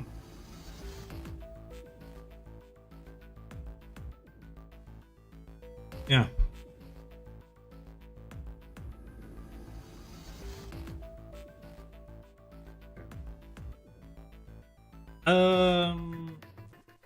Yeah, I think with that, let me see who is playing stuff. Yeah, I'll look over here.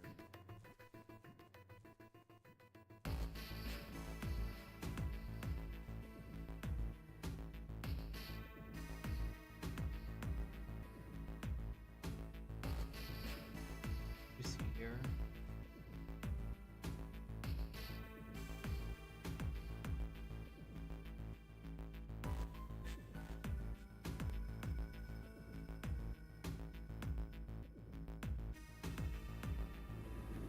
I think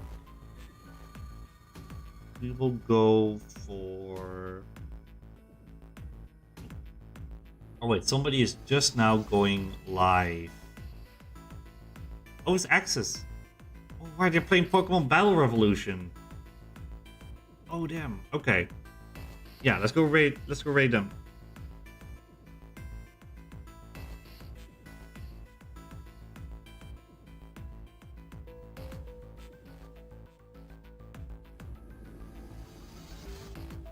Okay.